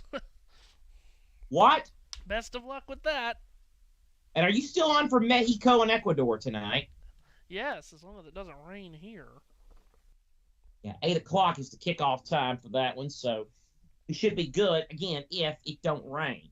But you know it also starts tomorrow, right? Oh, yeah. I can't play it because we're on JBM, but... Oh, man. Yeah, I know. Yeah, I know. And Josh is pointing at me and laughing for some reason. But yes, the championships, Wimbledon, get off and running tomorrow. As usual, match of the day coverage on our networks throughout the championships. Tomorrow, our match of the day is the opening match on center court, which of course Tradition dictates that the defending gentleman's champion opens up day one on center court. So that's Carlos Alcaraz coming off a French Open title, playing Marc Layal of Estonia, ranked 269th in the world, 7:30 a.m. Eastern Time tomorrow morning. Estonia, huh? Where's John Cox? He gonna help you out with that? Raducanu in action tomorrow on center court against Ekaterina Alexandrova, and Coco Gauff's on center court tomorrow too in an All-American battle against Caroline Dolehide. On court one, we've got Medvedev, Sabalenka, and Sinner.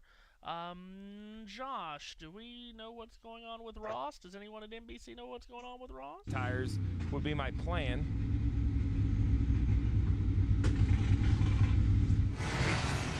We've shown how difficult it is to pass. This is a big mistake by this team.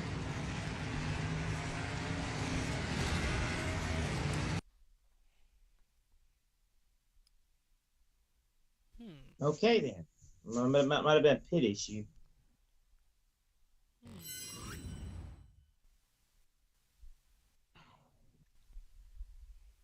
Anyway, so no response to the John Cox thing, Matthew? Still trying to figure out what happened with Ross. God. That one hurts the ball club. It was a penalty of some kind, not sure for what. You know what that was not, Matthew? That was not a Carney's Cohen. Anyway. Whatever that means. A beautiful 3. Yeah, I'm sure. That's what you told me he said. Equipment interference for Ross Chastain. All right, quit trying to play dumb. We're going back to the green flag. We do good enough without having to play it. Christopher Bell leads the field. Green flag back in the air. Ty Gibbs goes way down to the inside. He was almost shoved there by Noah Gregson. But it's Christopher Bell in the field. And whoa, up the track go 2 cars. Joey Logano and Denny Hamlin. Bell scooting away with the lead. Rain closing in on the racetrack, and everyone trying to get all they can here on this restart. They are 3 wide in the middle of the pack 3 times over. Alex Bowman drifts up. Chase Elliott around his outside, going after another teammate in Kyle Larson. He'll have a good run to the inside. Be careful there. Carson Hocevar's there, but he gets by him. And Elliott gets by Larson too. So a great double move by Chase Elliott. Meanwhile, Tyler Reddick inside of Noah Gregson for 4th. He'll make that pass on the exit of turn number 2. Gregson taking just 2 tires under that caution pit stop. So Reddick charges around him. Chase Elliott would be next in the queue. Josh. Lightning is 13 miles away. Lap 125 of 300. I don't think we're going to get to 150. All right, field 3 wide. That means, hey, that means you better, Matthew. That means you better scurry for cover, fat boy. Martin Truex Jr. slices down the back straightaway to the inside of Alex Bowman. They engulfed the Carson Hocevar machine, who's on old tires. He drifts up. William Byron will get by him in turn 4. Byron by Hocevar, and Ty Gibbs spins. He spins the lane straightaway, slides it down to the grass. Single car spin. He'll get it refired. Caution out again, though, for a spin involving the 54 of Ty Gibbs.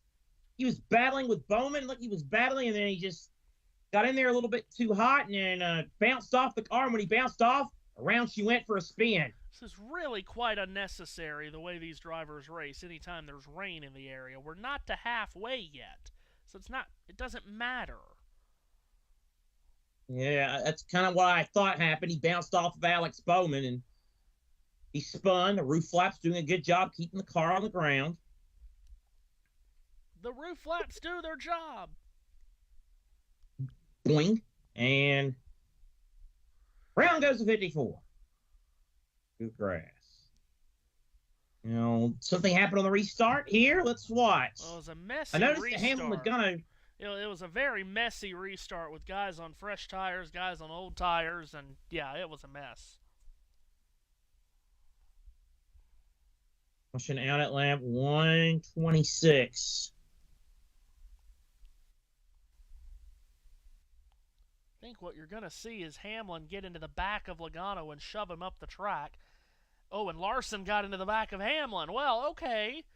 Okay, well, that was a conversation during the week about Larson and Hamlin and how those two run each other. That's a rare occurrence where the 5 roughed up the 11.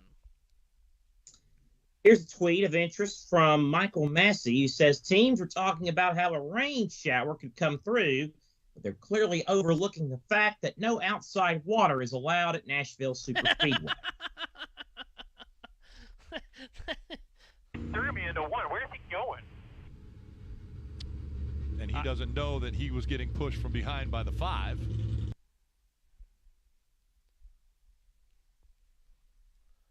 Okay, thanks, Rick. Thank you, Richard, for that amplifying report. Christopher Bell, still the race leader. As we work through, we're still 23 laps from halfway. So,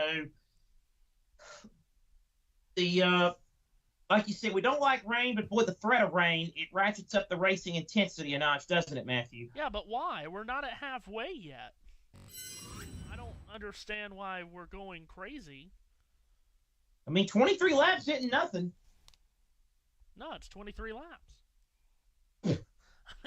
I mean, we don't have to. I mean, Ty Gibbs went from what, top 6, top 7 to now at the tail end of the field.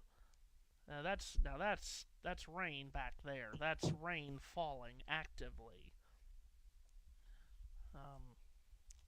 Final round of the Rocket Mortgage Championship for anybody that's interested. It's on the TV in the Studio G. I'll give you unneeded updates if warranted. Imagine me doing that with golf. Who thought? Christopher Bell still leads. NASCAR again, Chicago next week, then off to Pocono, Pennsylvania. And then, Matthew, what happens in just 21 days? Yeah, go back to Indianapolis. Can't wait to get there. As always, we love going to the Brickyard and the return of the Brickyard 400 this year. It's going to be a huge week on the network leading up to the Brickyard 400, which, of course, it is the 30-year anniversary of the inaugural running of that race. We're going to have plenty in the week build-up reflecting on that first-ever Brickyard 400 and plenty of reflections on races outside of 1994. But cannot wait to get back to Indianapolis.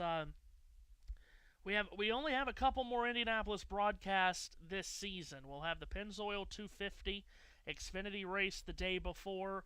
We'll have Cup qualifying, pole qualifying for the Brickyard 400 on that Saturday, the race on Sunday, and then the battle on the bricks for IMSA at Indianapolis in September. And that'll be our Indianapolis season done. Another year of racing at the Brickyard on USRN.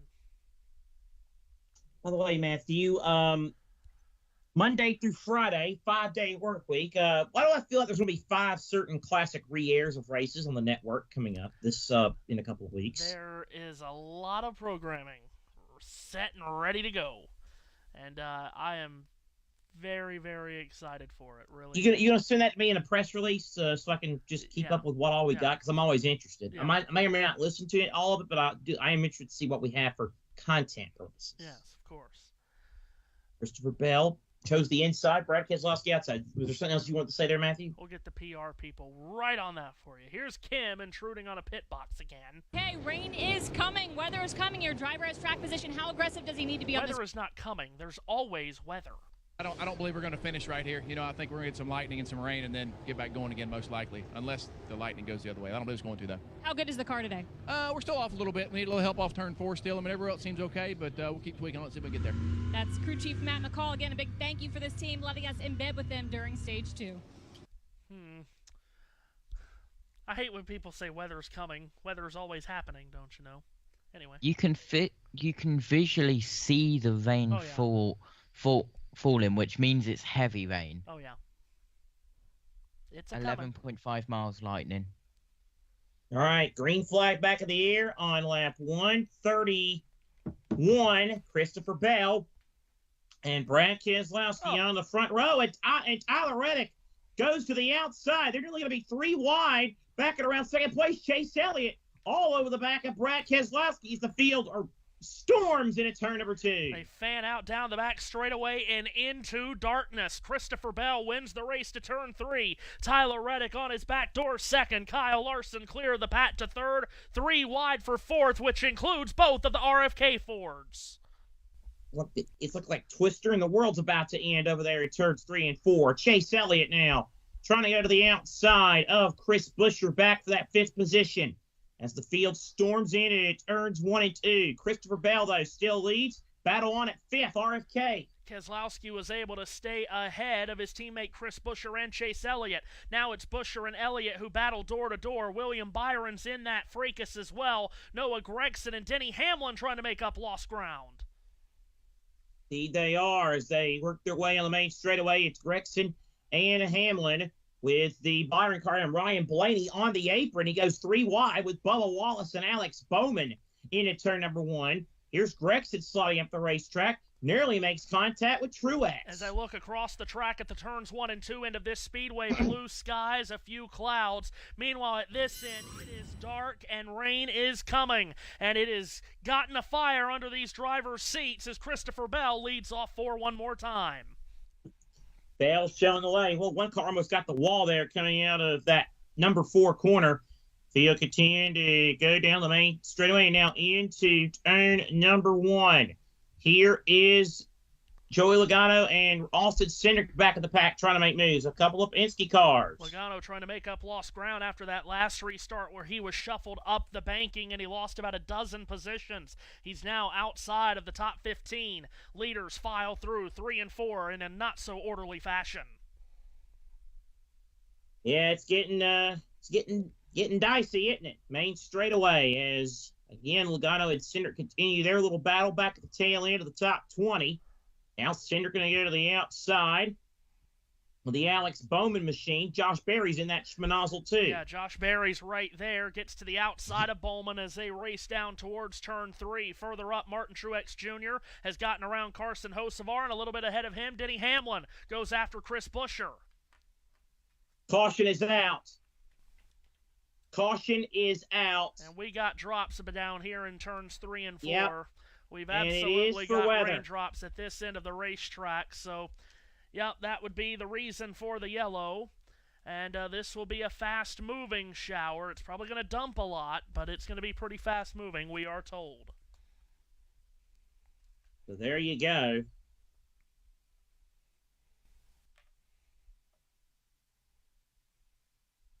So, yellow flag out again. And this time it is for some inclement weather. Christopher Bell, the leader, and we see the raindrops on the Brad Keselowski automobile. Just 15 laps shy of halfway. The rain comes with Bell leading from Reddick, Larson, Brad Keselowski, and Chase Elliott. Then 6 through 10, Denny Hamlin, Chris Buescher, William Byron, Martin Truex Jr., and Carson Hocevar. Now, Josh, you may have something that could negate this, but everything that I've been looking at is that this is going to be a very hard dose of rain. It's going to rain very hard, but it's only going to be for a short period of time, and we should be able to get back racing fairly soon, I would think. I don't think it's going to last very long, and then we can get to the track drying. Yeah, absolutely. And now this is where I become the legend that I am.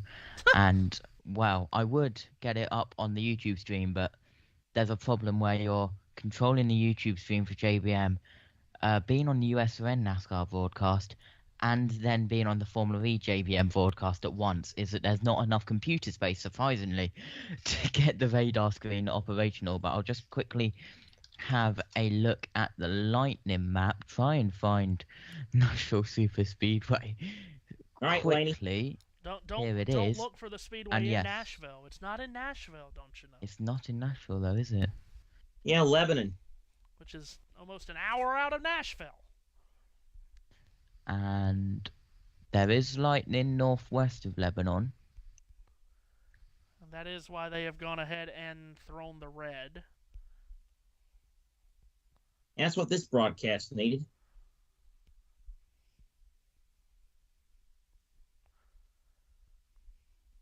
Am I blind? Whereabouts is Nashville Super Speedway? North, west, south, east? It's towards the closer west of the state than east. Because it's in the central time zone. Central time zone of these United States. These United States. Got it. Yeah, that's it's 8 miles, I think. Let's take this opportunity to chat with Alan Gustafson, who we've been embedded with God, here in here we Stage go. 2. So when we were planning all this week, we didn't plan a halftime break in Stage 2, did we? No, we didn't plan a halftime break. So, yeah, I guess when it's 90 degrees and the southeast, yeah, rain can come. So, little shower. All right, so how has the car been, and where are you guys right now? I think pretty solid. You know, it's so close for everybody. You know, it's just kind of a fight for track position. So super happy with Chase and how he's driven the car. He's done an amazing job on the restarts. The car's got some good pace. Pit stops have been good. So we've kind of clawed our way up there, you know, to 5th spot. So like where we're sitting with a couple guys with 2 in front of us, and yeah, see where it goes. I mean, you got to get up here and with a little better air on the nose and a little better track position to really see where you stack up. So we'll see when we run here how we are, and then adjust from there. How will you take advantage of this delay to maybe spend some time with Chase to go, you know, hey, what can we do to make you better?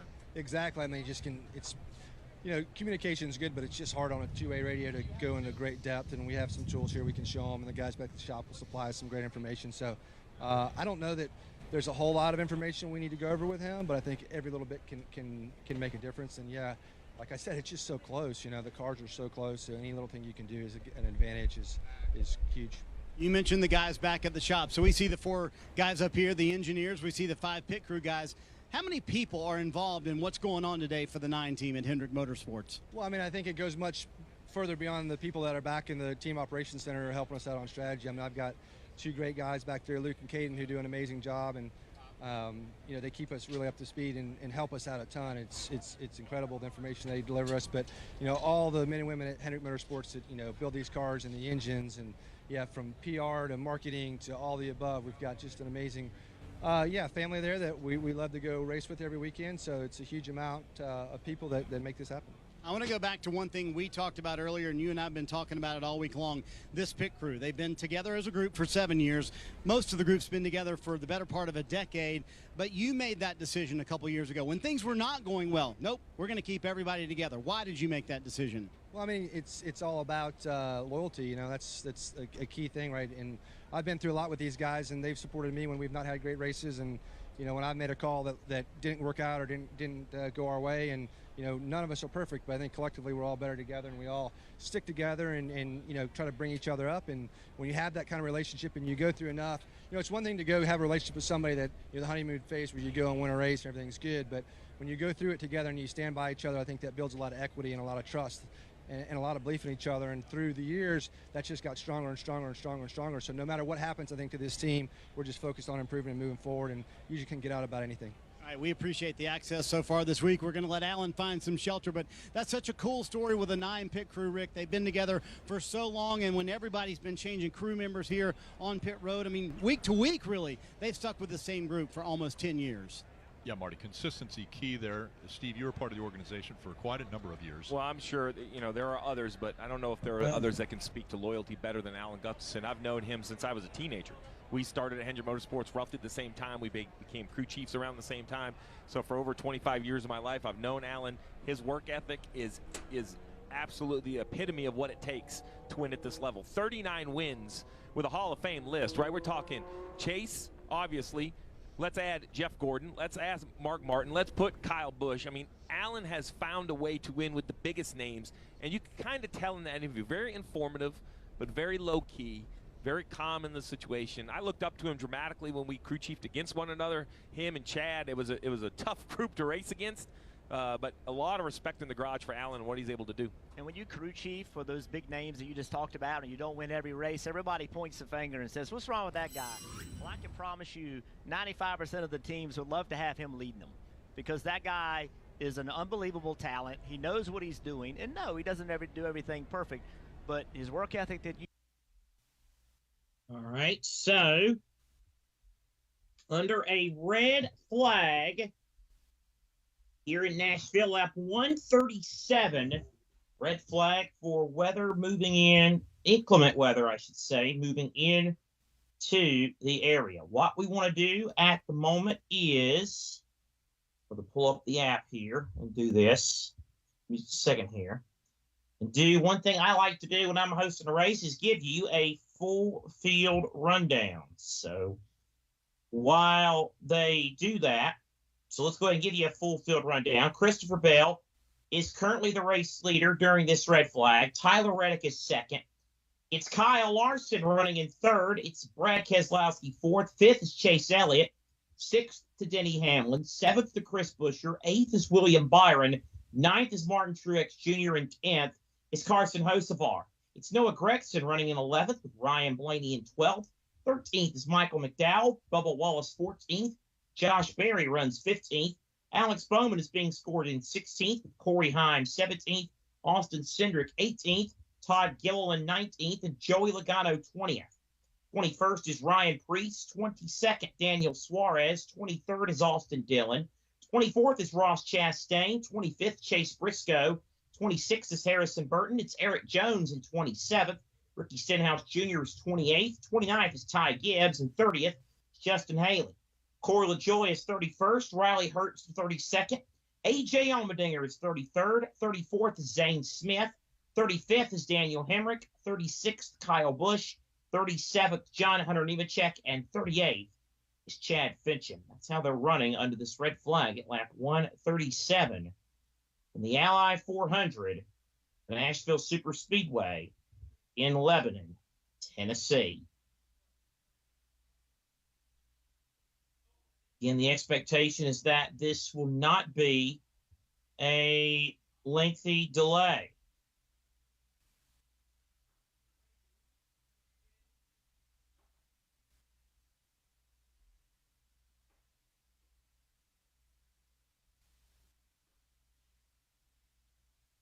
The hope of this will be this will get out of the way here soon. We can resume racing again.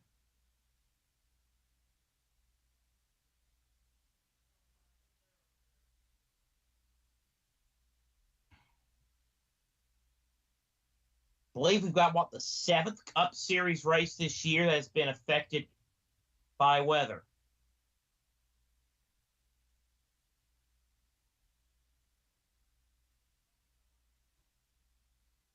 There's shower coming through.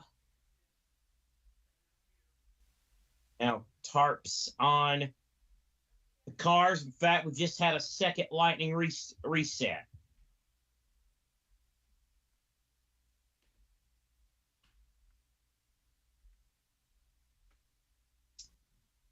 So we are under a red flag.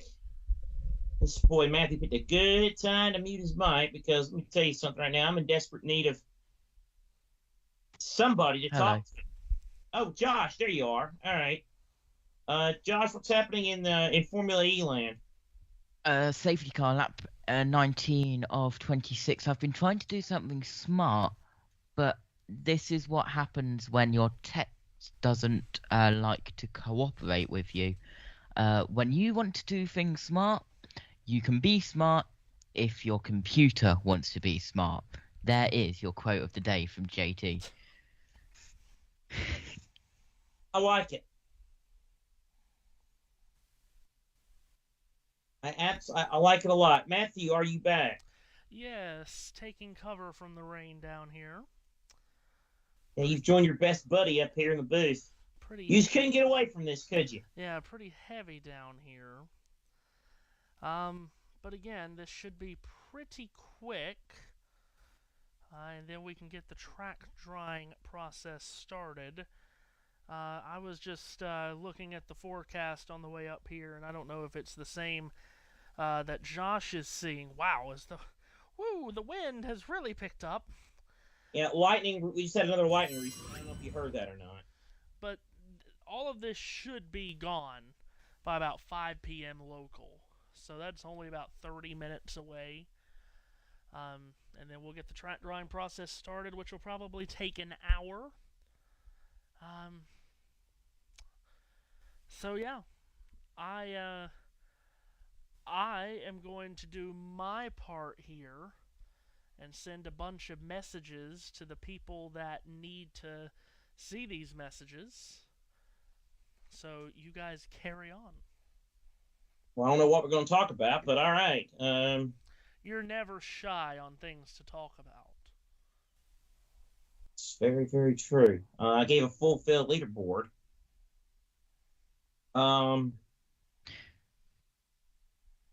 I am cooking on some stuff. You're cooking some stuff. So you're cooking. I'm cooking. I'm looking at the I've got this very smart tool. I don't know if you've heard about very smart tool or you've seen very smart tool, but I can assure you it's a very smart tool. Place a dot anywhere around the world, and you can make it so you can draw a radius circle around that point. So I've put the point on Nashville Super Speedway, and I've put the radius to 8 miles.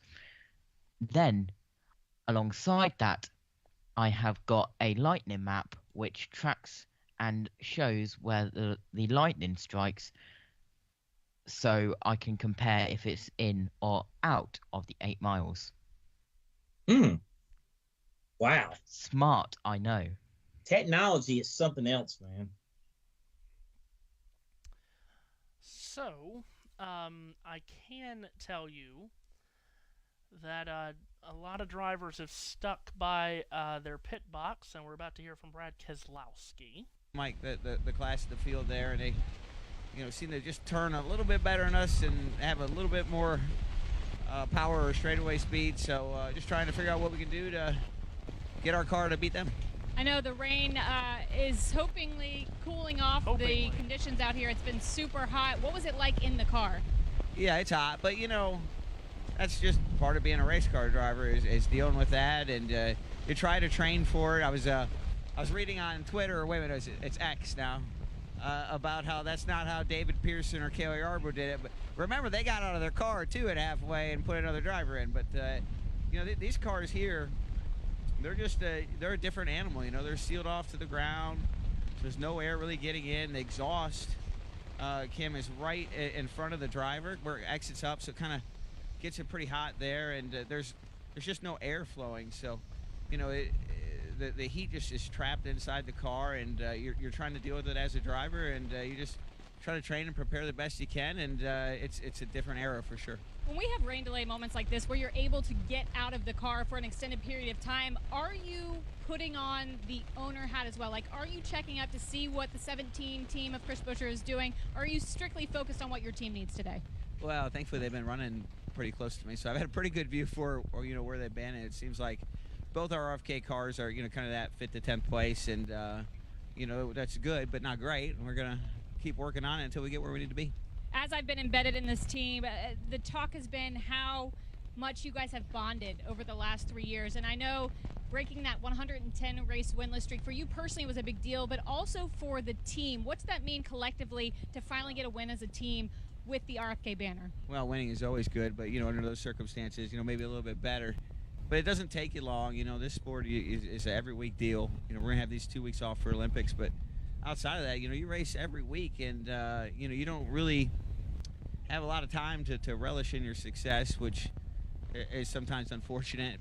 But then you also don't get a lot of time to loathe in your pain and your losses. So you keep your head down and you keep moving, and by Tuesday every week, what you did that last weekend doesn't matter. You've got the next week ahead of it, and so we certainly enjoyed the victory, but focused on getting more of them very quickly. Thank you so much for the time. No problem, Kim. Again, so fun, guys, to be embedded with this team here this afternoon, getting all the insight from Brad Keselowski and the number 6 team. Strike within 2 miles. You can hear the rain, and when you can hear the rain, that normally means it's very strong. Yes, indeed. as they run, Joey Logano has the last playoff spot by 6 points for Bubba Wallace, then 30 over Chase Briscoe, and then six. No, didn't really need bother Kyle Busch, Josh Berry. They're more than a full race back.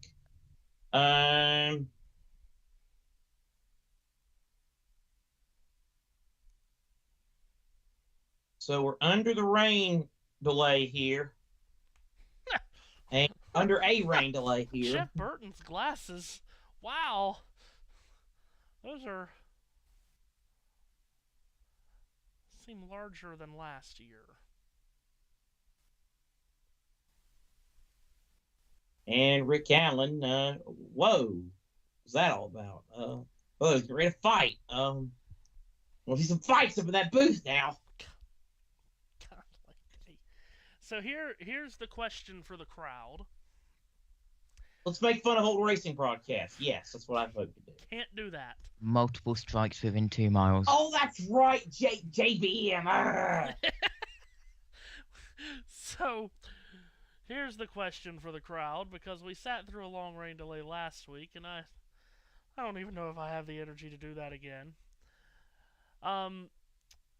What's an old race that we should put on, Seth? An old USRN race. It has to be a USRN race. Well, obviously. So here's basically what I'm asking. Should it be a race from earlier this year? Should it be a past Nashville race? Or should it just be something totally random? I gotta be honest with you. You know how much I love our broadcast of the 2020 elimination race from Daytona. Yeah. That's always one. Last year, Southern 500 had a good mixture of good racing and us being silly, so that's one you could look at.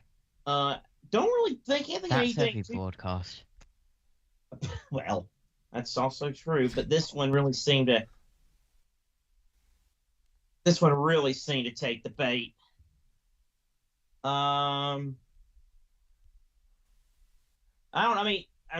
really don't know. You're the producer here. It's your call. Well, we can spend a little bit time searching through if we want to. Okay. I wish we had that old truck race from Las Vegas up on Ravel still. No. I got it. I got it. The 2021 truck race at Watkins Glen. Not that either. How about the Daytona truck race from this year? Here's Daytona 500 qualifying from 2023. That's Ben Schneider at the controls with yours truly. Now we could run the final stage of this Verizon 200 and show everybody why we're still not doing that experiment. Yeah, the 2021 one too with Pierre Moss. Now here's the Cabo Wabo 250 from last year. That included Josh T. Honest to God, I do not remember that. Honest to God, I do not give a bleep. I really don't. So Josh did. This was Josh's debut in turn announcing. Baton passing. Wait, actually, yes, I do remember that. That was Yeah. chaotic. But it actually went better than what I thought. Yeah, see, I know it's foreign to you folks over there, but it's really quite easy. I mean, if the two of us could do it. I mean, true, but you also have stuff which is thrown to us, like calling it soccer. Well, yes. Let's see. Here's last year's race at Dover. That was Josh and Josh. Josh and Josh. Now here's last year at Gateway. That's Seth on his own. Oh God. Oh, No, yes, we don't need to do that. We definitely have to do that one. Oh God. NASCAR Cup, was that? No, NASCAR Xfinity at Chicago. Yeah, that would have included you. Yeah. Now I'm surprised you got 2 hours. You were on the air for 2 hours, 41 minutes on that. Race only took 5 laps. I was on Xfinity and Cup for Chicago, wasn't I, last year? You were, yeah. Yes, because I was with you on the Cup Series. The three of us and a person who shall not be named. But anyway, God bless. Let's see here. What else do we have? We got a lot of options, as you can see. Look at that, the Cup race at Chicago last year, 5 hours and change. Oh, the Coke Zero Sugar 400, 6 hours, 46 minutes. I wonder that was when Josh Burge had to finish because I had to go to work because of that stupid rain sale. Yeah, that's right. That was a weekend. Good Lord. Hey, right there. Alabama 500. Blaney Harvick. Blaney Harvick. See, this is the deep dive, Josh, into our full library. Can you tell we've done a lot of races? Oh Lord, there's a revved up show. God bless America. That's a throwback. God, a preview show lasted 2.5 hours. What were we doing? I don't know. Nothing smart. Xfinity Series playoffs where Richard Childress Racing morphed into a dumbass operation. Would you look at this? How did an Xfinity race at Martinsville last 3.5 hours? We put a lot of minutes into this. Well, wasn't there a red flag at the end of that? There was a bunch of cautions. Wait, Matthew. Yeah. Is that the shortest NASCAR Cup Series race ever? The Federated Auto Parts 400 at Richmond, which the whole race was completed in 57 minutes. Definitely, the whole race. I gotta tell you, I have no memory of that race. Truly, I have no memory of that race whatsoever. I don't know what. Yeah, something happened that made it be like there was like an issue in the middle of that race. It was the super boot. That's people drinking vodka for 4 hours around Miami. Here's Road America. Also known as Saturday Night, but you know. Road America. Oh, how we missed thee. And here, that's a perfect picture for a truck race, a crash. Do I need to go through this broadcast and count how many how we missed thee? Yeah, that'd be the new Balto racing. There's that race at Texas, Matt White. There's a Canadian Pro race at Memphis. A Canadian Pro race. I know the story of that one, Matthew. Why you did that race? I remember that. Now you could say honestly here, Josh, that whole race was 43 minutes. And this is where you show yourself up by forgetting to add a thumbnail. That was 7 minutes ago. Yeah. So back in the day, here before Mixler did a whole bunch of updates. Some of these races do not have thumbnails to them. Like, well, there you go. Hey, go back up real quick. Go back up. Let's see. Okay. Brandon Crossland's debut, Truck Series at IRP. Yeah, that's right. That's right. From last year. Yeah. There's the 2022 Clash at the Coliseum. 5 hours and 5 minutes. Oh my God. And it's 2023, the 2024 Daytona 500. I'm not putting any races on from 2017. Those things sounded terrible. Oh my Lord. This is where you realise that your mic was probably like a captain's air traffic control mic. Did a Hall of Fame selection. Lord. Oh. But you can't guess what selection that was. Yeah, for. There's this year's Atlanta race. Yeah. That was really good. Okay, can I ask? This is a potentially stupid question. Is there any particular reason these are out of order? I don't have a clue how the logarithm or algorithm or whatever the hell it's called works. Logarithm. Look at this. Look at this. The Preakness and the Open.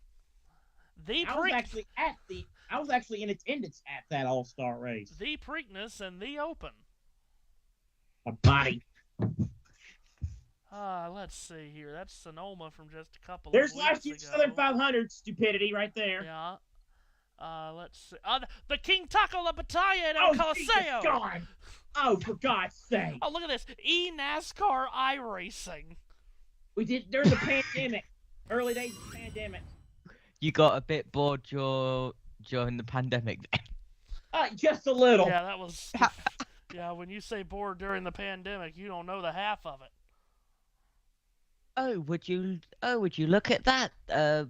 Premier Sports or the World Feed have gone to their favourite race that they absolutely love showing, that they've showed so many times in rain delays this year. This year's Daytona 500. Now, okay, hold the phone. Hold the phone. I wasn't going to sit here during another rain delay. But I think I might. Oh no! We might not. We might sit here and clown ourselves. Normally we clown other broadcasters. Oh God! We might clown ourselves. Oh Jesus! Oh, this was so bad.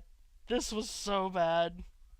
Okay. What was bad about it? The racing or the just all of it? Or... Just all of it. Let's see if I can find the sweet spot, because this went off the rails at some point. Looks like the... I think Alex Palau was involved too. I think Alex Palau. Alex Palau. Alex Palau. Alex Palau. You can tell we did our homework. Had no idea who he was back then. So we did our homework. Oh my goodness. It's one of the worst wrecks I've ever seen in my life. Certainly some of the worst production work.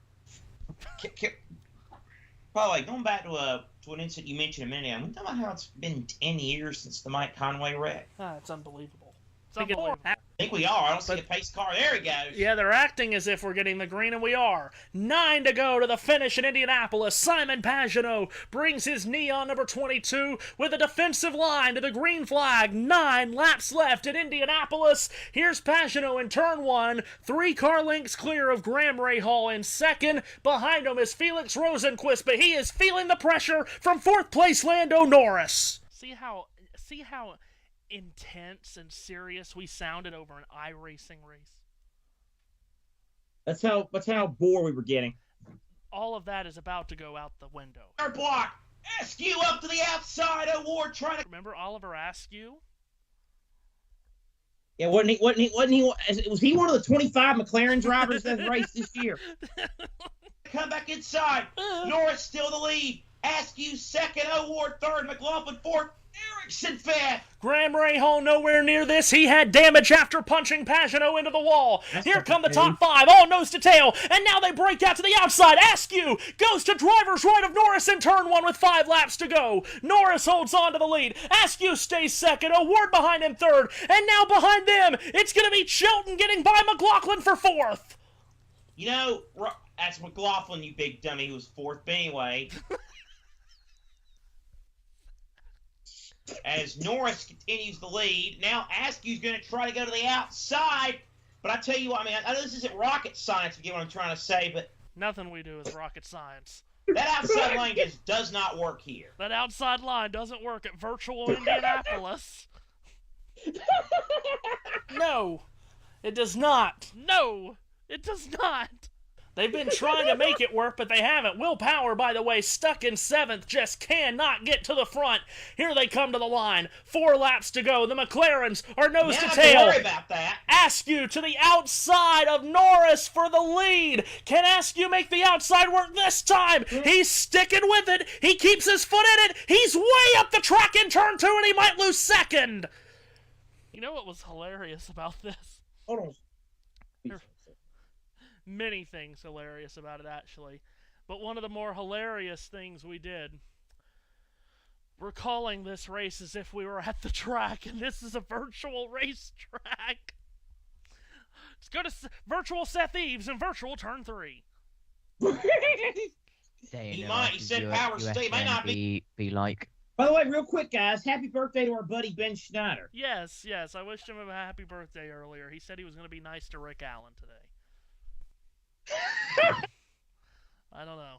Anyway, carry on. This is gonna get Josh, I promise you this gets really weird here in a couple of minutes. Me talking about the outside line wasn't weird enough? It's stuck at everybody. This mess continues. Erickson inside. 3 wide for second. Trying to grab second from Askew. Award now slips back to fourth. Lando Norris trying to be an oval master. Whoa, McLaughlin or Ericsson got loose. Ericsson is there. Marcus Ericsson from Sweden putting his nose into it, but all of this skirmishing is letting Norris get away. Askew stays second. Now Ericsson feels the heat from Award in turn one. Award takes him up the track. Ericsson had to breathe the throttle, and Award makes it 1-2-3 for McLaren once again. Lando Norris in an IndyCar race. His life's gotten a little bit better since then. Little bit better. Just a tiny bit. Just Yeah. like the tiniest bit better. Yeah, Trouble! Turn 2, one car hard into the wall, and we stay green. We stay green after a car went hard into the wall at Indianapolis. We stay green. Might have been, Impossible to tell who it was. That's virtual Jerry Baker.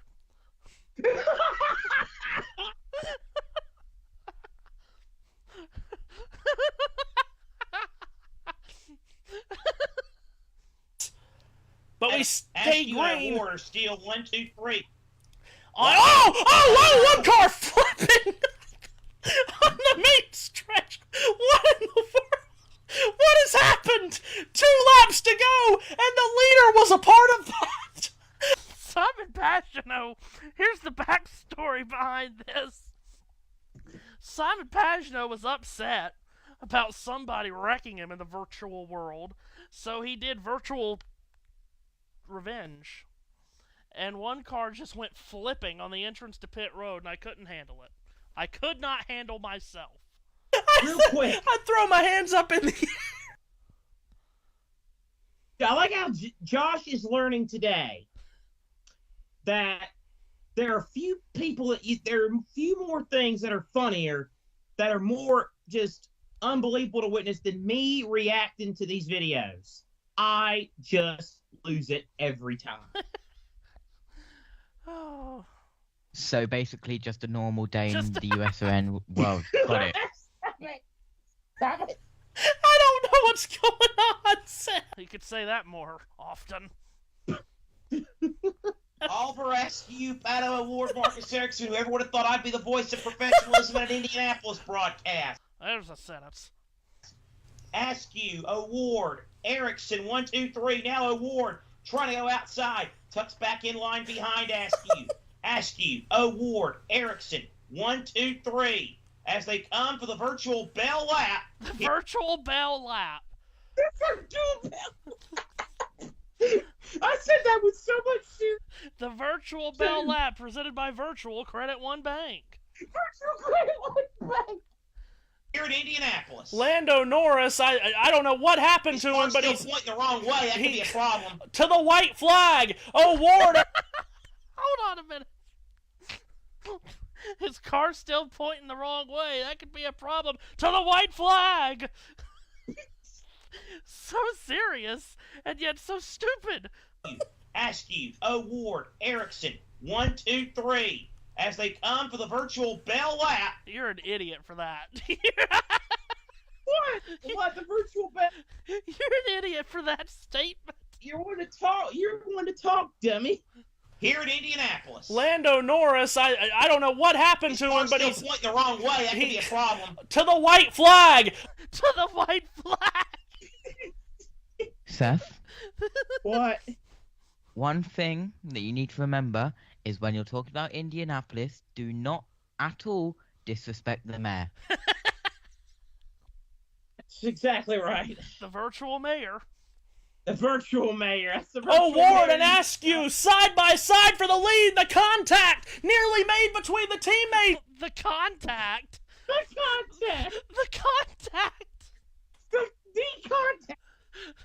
And it's going to be Askew taking the lead out of turn one. Award trying to counter back. And Marcus Ericsson watches this battle with Santino Ferrucci behind him. At the virtual north end of the Speedway. Now, Santino Ferrucci's about to do something real stupid here in a minute. Shocker. I'd lay off if I were those two. And now Erickson says that with that. Almost into the grass.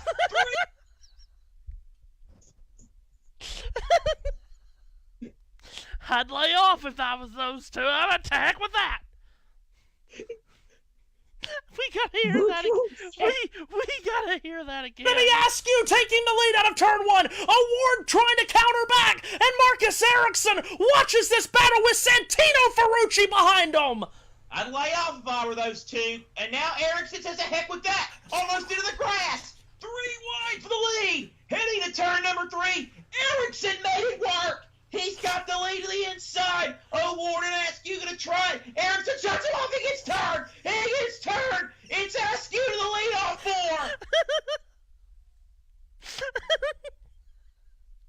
4. You can tell that we were having very boring lives at this point of our life. And then... It's a good thing this wasn't seriously happening, because this call on radio of this finish made 0 sense in the world. Seth comes in with who actually won the race, as if anyone at that point cared. Oliver Askew, the leader, Santino Ferrucci in his slipstream, coming to the line. Ferrucci wrecked him.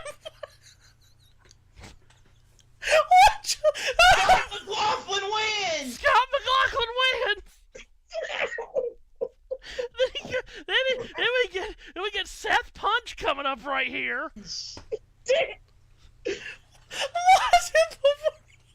I'm not even making English-speaking words. Scott McLaughlin gets the win. There's contact. Ferrucci dumped Askew.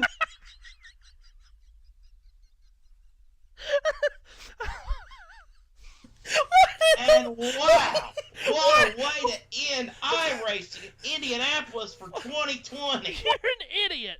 What in the wide world of sports was that?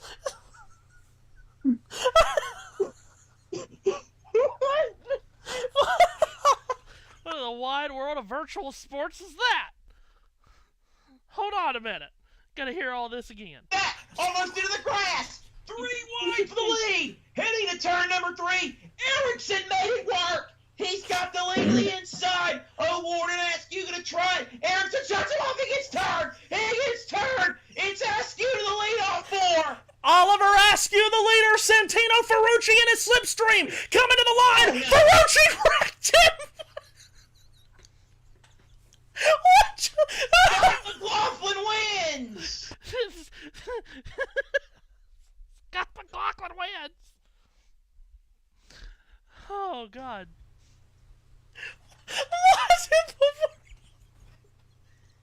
Scott McLaughlin gets the win. There's contact. Ferrucci dumped Askew. And wow, what a way to end iRacing in Indianapolis for 2020. What in the wide world of sports was that?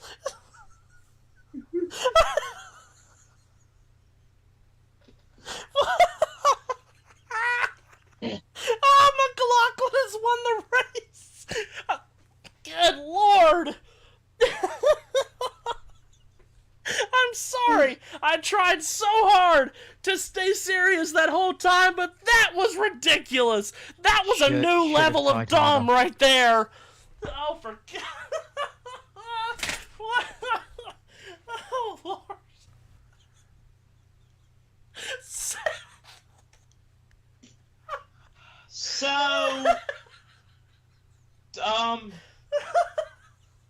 you had what? 2 times where the leaders got flat dumped. 3 times the leader got flat dumped in the last 3 laps. Oh, God. I think this could have huge implications. This could have virtual bans. God, buddy. Virtual what? Virtual bans. Oh, Lord. Oh, gosh. I remember that so vividly because I remember just how stupid it looked on the television screen. I mean, we had cars flying everywhere. I mean, it was quite ridiculous. Oh no! Here we go. Because I mean, I couldn't hold my laughter when I mean, look at this. Jesus. I mean, McLaughlin turns left. God. I mean, we were a few months. We were about 6 months away from that being a thing. I mean, McLaughlin just killed Askew. Just killed Askew. And even going beyond that stupidity, what happened to the leader the lap before had me dying laughing. He just it's like me on a video game. Oh gosh. And remember, Seth, when they ran one of these races at Virtual Michigan, and Dale Earnhardt Jr. nearly won the damn thing because he was saving fuel. Remember when you said that this actually got into the U.S. end of the year montage when you said we've had a U.S. Open 500 start, U.S. 500 start. That's right, I do remember that. Oh my God Lord. Almighty! Oh, this was just... In case you haven't noticed, we are still under a weather delay here for the NASCAR Cup Series. I feel like I should go ahead and this is just remind so listeners. dumb. Look at this. I could just be listening.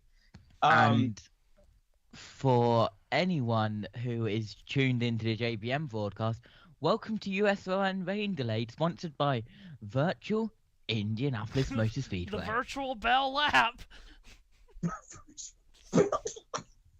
And to heck with that right now. Here comes Erickson almost in the grass. I mean, Matthew, I can afford to not be serious, Matthew. This was a virtual broadcast. I mean, we were just bored at this rate. Clearly, I wasn't too serious about it. I mean, look at this driving from Pato. God. Oh. Yes, that's what I should have. And Pato Award just killed Marcus Erickson. He's committed television. Oh, Lord. Scott Hey, McLaughlin wins. Oh. Wait a minute. Racing. And, oh, you can't play it on here. But you know what we ought to do, man? What would have been cool? Introduce Josh to the Moon Car announcer. Oh, Lord. Dale Jr.'s a Moon Now Car that you winner. said that, I want to find out. Tell me more. Tell me more, please. Oh please. my God! So there's this iRacing division called Moon Cars, and they got Moon this. gravity by any chance? You want now? You want now? Do they race with moon gravity? So when they crash, they Not quite. But apparently the broadcasts are uncensored. No apparently because about they it. got this redneck ass announcer. It's so bad. And what now? It's so bad. And it's so bad, but it's so funny at the same time. So Dale Jr. was guest racing in one of these races one time, and they come to the checkered flag, and they're intentionally wrecking each other. And Dale Jr.'s upside down and one. Oh, there, Dale Jr.'s upside down, by God, but he did it. White flag. So the first time that they did this, oh God, Timmy Hill. This was brilliant, because the world is starved for sports and starved for racing. Let's do something fantastical. Let's go to Texas. Okay. for once, I wasn't starved for sleep, while everyone was starved for sport. I wasn't starved for sleep. See what kind of idiotic things we said about this. I can only imagine.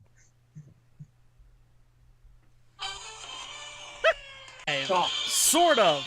From the virtual Texas Motor Speedway. Sort of. USRN proudly presents God.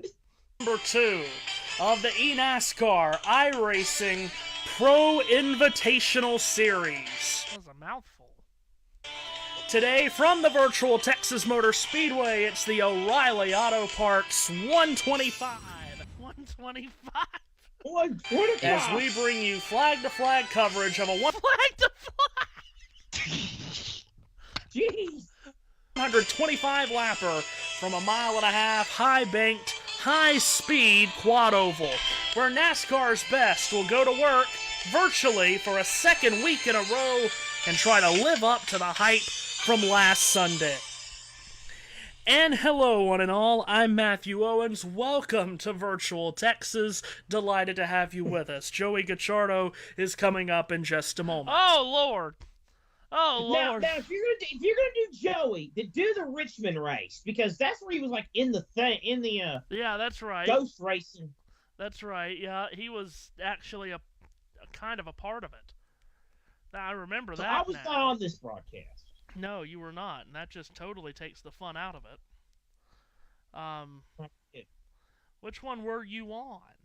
Were you on Bristol? I was on Richmond, Talladega. Talladega was stupid. Because I didn't like the idea of with a iRacing capital stock S. car. But then I got bored. I was like, F it. What the heck else am I gonna do? I can't go to the movies. I can't go to a minor league baseball game. Oh, God. What the hell are we starting with that for? Because Jeff Gordon was in the race. Oh. Jeff Gordon was in the race. Oh, that's right. 2007, the last time Jeff Gordon went to victory lane at the Talladega Superspeedway. But today, thanks to iRacing, he has another chance to claim a checkered flag at this 2.66 mile Superspeedway. Today, it's the NASCAR iRacing Pro Invitational Series, the Geico 70. The Geico 70. At the virtual Talladega Superspeedway, where Jeff Gordon comes out of retirement, kind of, to run at Talladega in his Pepsi number 24. And hello, one and all. I'm Matthew Owens. Welcome to the eNASCAR iRacing Pro Invitational Series. Why did you say it twice, dummy? You already said it once and it was enough of a mouthful. Delighted to have you with us. Seth Eves comes up in just a moment. Oh, a much-awaited day. iRacing... A much-awaited day. Yeah, sure it was. Idiot. At Talladega, it was already going to be wild. It was going to be fantastic. Much-awaited day. I said I forgot how much you were selling this. Trying to... Oh, I was all over it. But... guess what we found out earlier this week? We found out that Jeff Gordon would be making his iRacing debut. Was Richard Petty there for his iRacing last race? And, he kind of received a provisional because, he's Jeff Gordon. Why wouldn't you give him a provisional? So even though he might not be in the series today, the Cup Series that is, he is in the race today in the Pepsi number 24, and he will be going up against all of these guys here in the Geico 70 at the virtual Talladega Superspeedway. And with a Pepsi by my side, I am ready to go. Oh! Ah, yes. Oh! That was... that was good. That was actually a good moment. Oh, Lord of mercy. Oh, I wouldn't mind seeing in front, see how close they are to the cars in front, World Feed. Now Elliott drifts to the high lane. Now tucks back in line behind Gordon. As Gordon Oh boy, that got close. Eric Jones and Denny Hamlin. Woo, Lordy. I think Jones got to the grass. Apparently was really good in practice. So Ty Dillon takes the lead. He won a stage here. Was it last year that he won a stage here? You're right, it was. 2 stages. That's how you know it was a virtual race. Ty Dillon was in the lead. He had that stupid Geico LaJoy push gecko in his house racing. way towards the outside. He'll come up in front of Alex Bowman, and now the pole sitter Corey LaJoy is looking for the lead in turn 1. He's gonna have it. Now LaJoy goes to the middle of the racetrack. Bowman didn't go with him. LaJoy tries to block Bowman, who goes up, and he's got Chris Buescher behind him, and they'll stack him up 3 wide from second on back. Man, we were on this, weren't we? We were just... Gordon, brand new to iRacing. He's been putting in a lot of practice laps this entire week at Talladega to get ready, but this is his first iRacing race at a track where he won at 6 times. Redbox is with us. Glad to have you with us. He says they... Redbox. Oh, Lord. This is not my intentions. This was not my intentions, but here we are. Now, Seth. That's some track drying, by the way. Yeah, track is drying. Thank God. This is the 2022 Indianapolis. Yeah, where all hell broke loose. Let's see. This is where Ross Chastain decided to racing into this race, and it's not oval. Hmm. Play on words. I don't know what. Here, if you look, with Truex, so he hit Truex. He got the. Eric Jones. Green flag waves, back underway. Reddick gets off to a good start. He kind of crowded Elliott. There goes Truex to the inside. Briscoe's there. Suarez fans down. Kyle Busch tries to thread the needle. They're 5 wide at about 15th. They're 5 wide at about 15th. But up front, it's Reddick. Blaney gets in hot. No. He puts William Byron over the curb. Kyle Busch gets turned around by Briscoe, and up front, Byron gets turned by Elliott. Elliott off and into his teammate Byron. Those two are parked in the grass. Further up, it's Reddick away with the lead. Eric Jones into the dirt in turn 4. Martin Truex Jr.'s got a left front down. He's turned Ty Dillon around in trying to get out of the way. It's That'll all be a happening yellow. on this restart. That will be a hell yellow. Indeed. I was just doing what you had done the previous year in that situation. It's here at Indianapolis, There it for is. sure. Yellow is now out. Yeah, I mean, oh. What a shame for Tyler Reddick, because he nailed that restart. He may have nailed Chase Elliott in the corner. We never saw it. We'll get a replay, I'm sure. What But that was absolute expected. mess. Time. Have to ask. Do we? I guess Gil would depend on where he's at because on fire. Cole Custer has spun 20 times and is in his 14th. I tell you what, if Chris Buescher Ty Gibbs is 16th. He's kept his nose clean. We'll give him that. Yeah, he's might be the only one. Darrell Wallace was 2 in the grass trying to all of that incident there on that restart. He's 10th. Bianchi. Him and Jordan. Yeah. And a spot in the playoffs. AJ Allmendinger alongside. And someone goes flying off that chest Oh, start, takes go. the green flag. Oh, here we go. Here we go. Here's the Real quick, restart. did you get that message from Josh? I don't have a message. Josh said apparently you got Josh just said you sent in your Twitter DMs apparently. Okay, hold on. I'll get to that. Here's the restart of our lives. Daniel Suarez and Michael McDowell in row 3.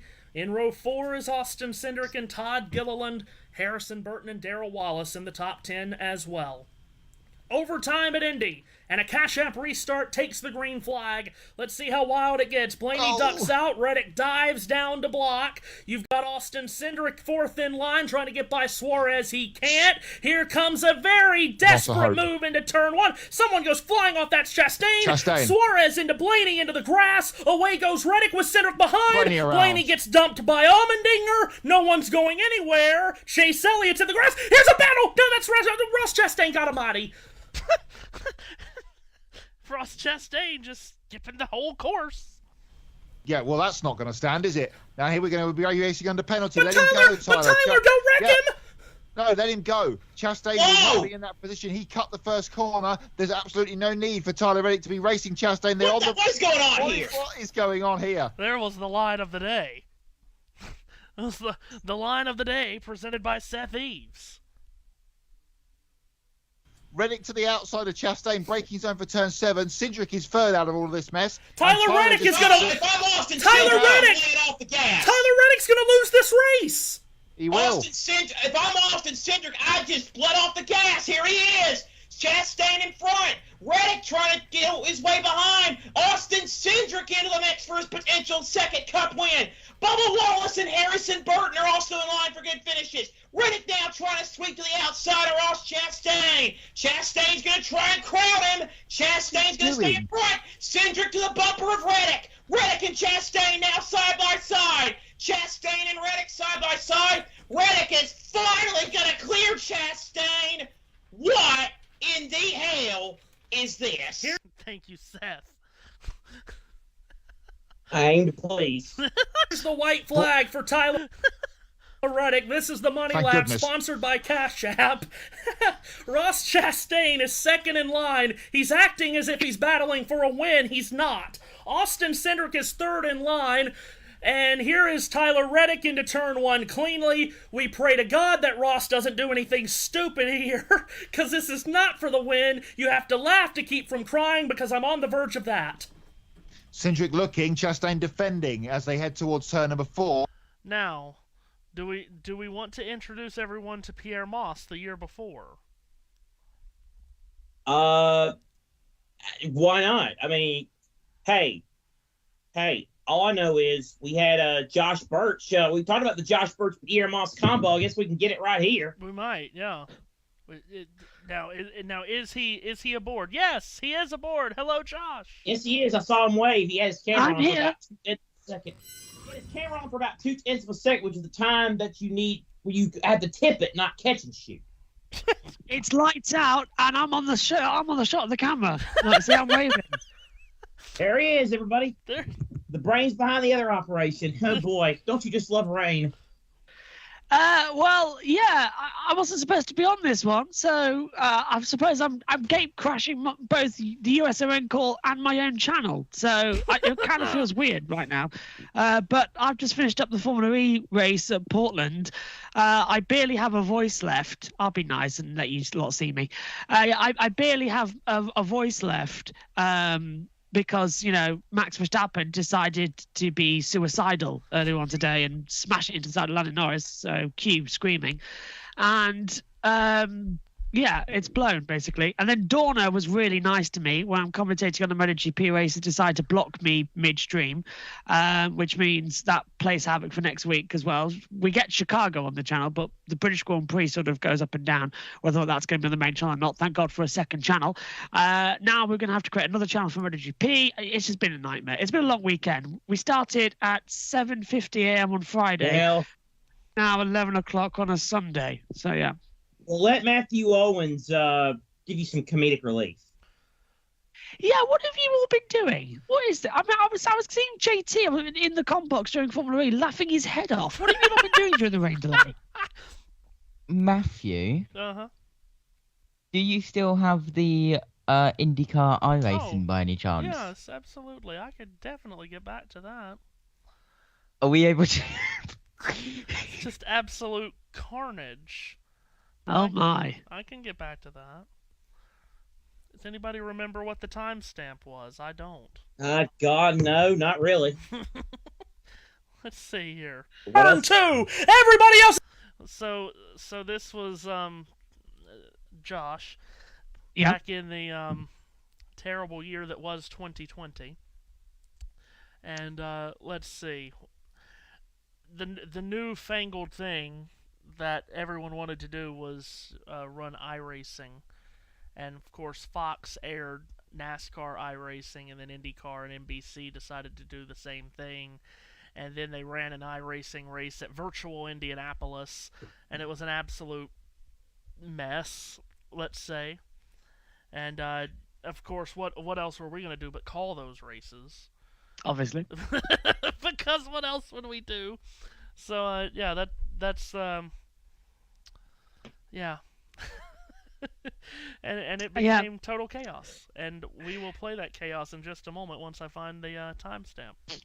Well, I do remember the Judge of 2020. That was the brilliant year where we all got months and months off, and the human race decided, you know what, we can actually work from home and also keep our sanity. Yeah, how about but also, you mentioned about how it was all these esport races, it really put esports on the map and it grew it massively. But it was also weird because basically things like Sky Sports F1, Fox Sports, NBC, SN, when we had it then, they all basically just became Twitch.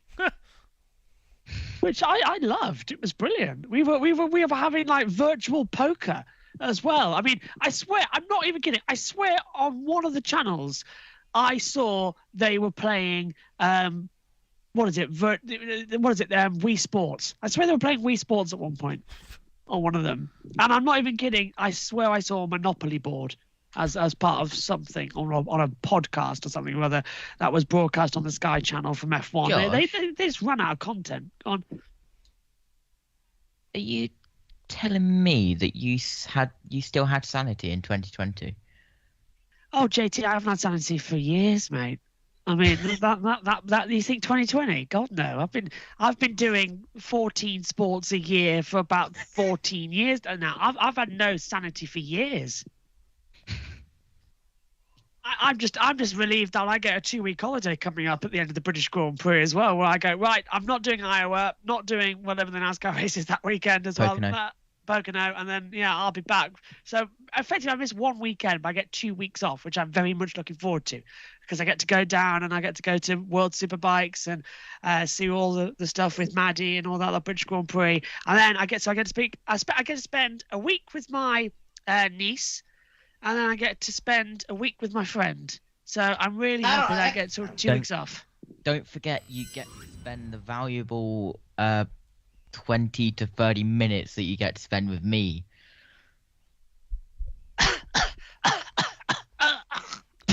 God.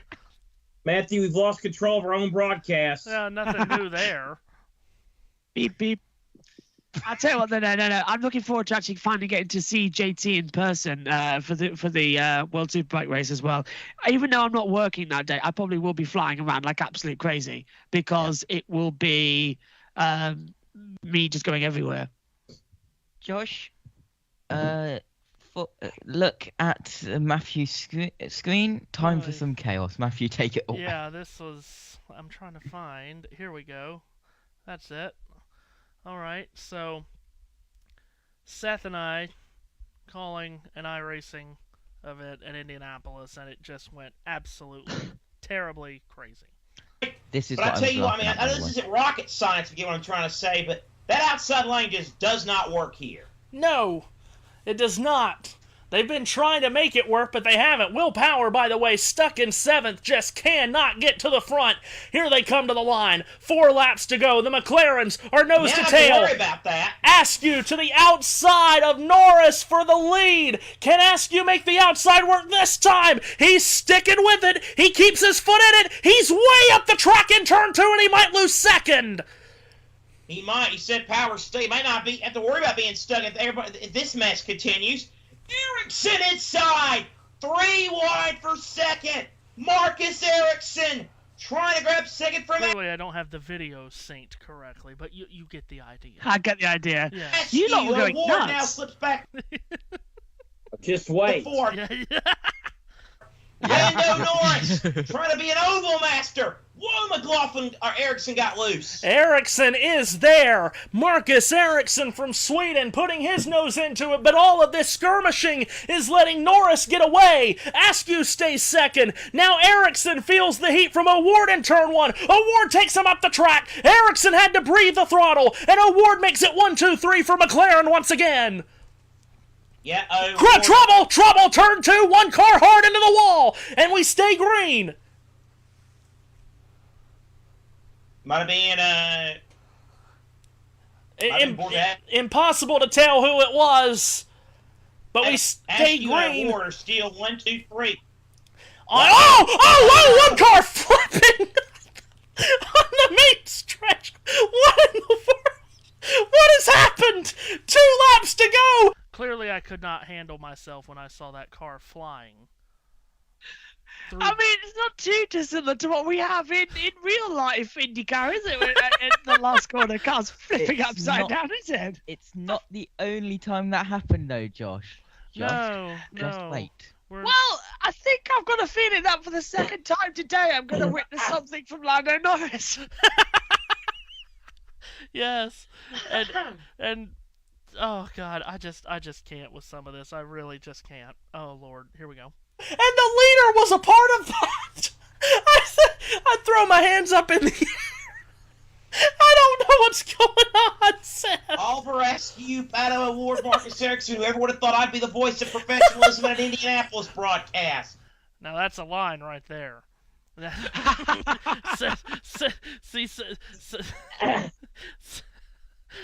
Yeah, especially considering this line I come up with here in about 20 seconds.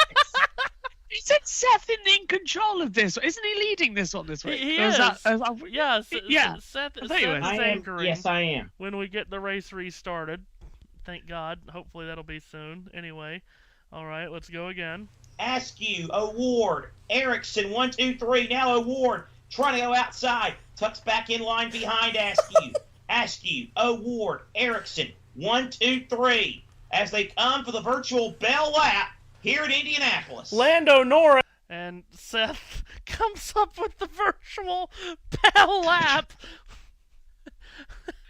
For God's sake, drivers have been told to get to their cars apparently as well. So we might be ready to go in the next few minutes. I won't keep you long, so you can get back to the actual We need to broadcast hurry stuff. this up here. Yes, I don't know what happened to him, but he's pointing the wrong way. That could be a problem. To the white flag. Ward and Askew side by side for the lead. The contact nearly made between the teammates, and it's going to be Askew taking the lead out of turn 1. Ward trying to counter back, and Marcus Erickson watches this battle with Santino Ferrucci behind him. I'd lay off if I were those two. And now Erickson says, "The heck with that." Almost into the grass. 3 wide for the lead. Heading to turn number 3.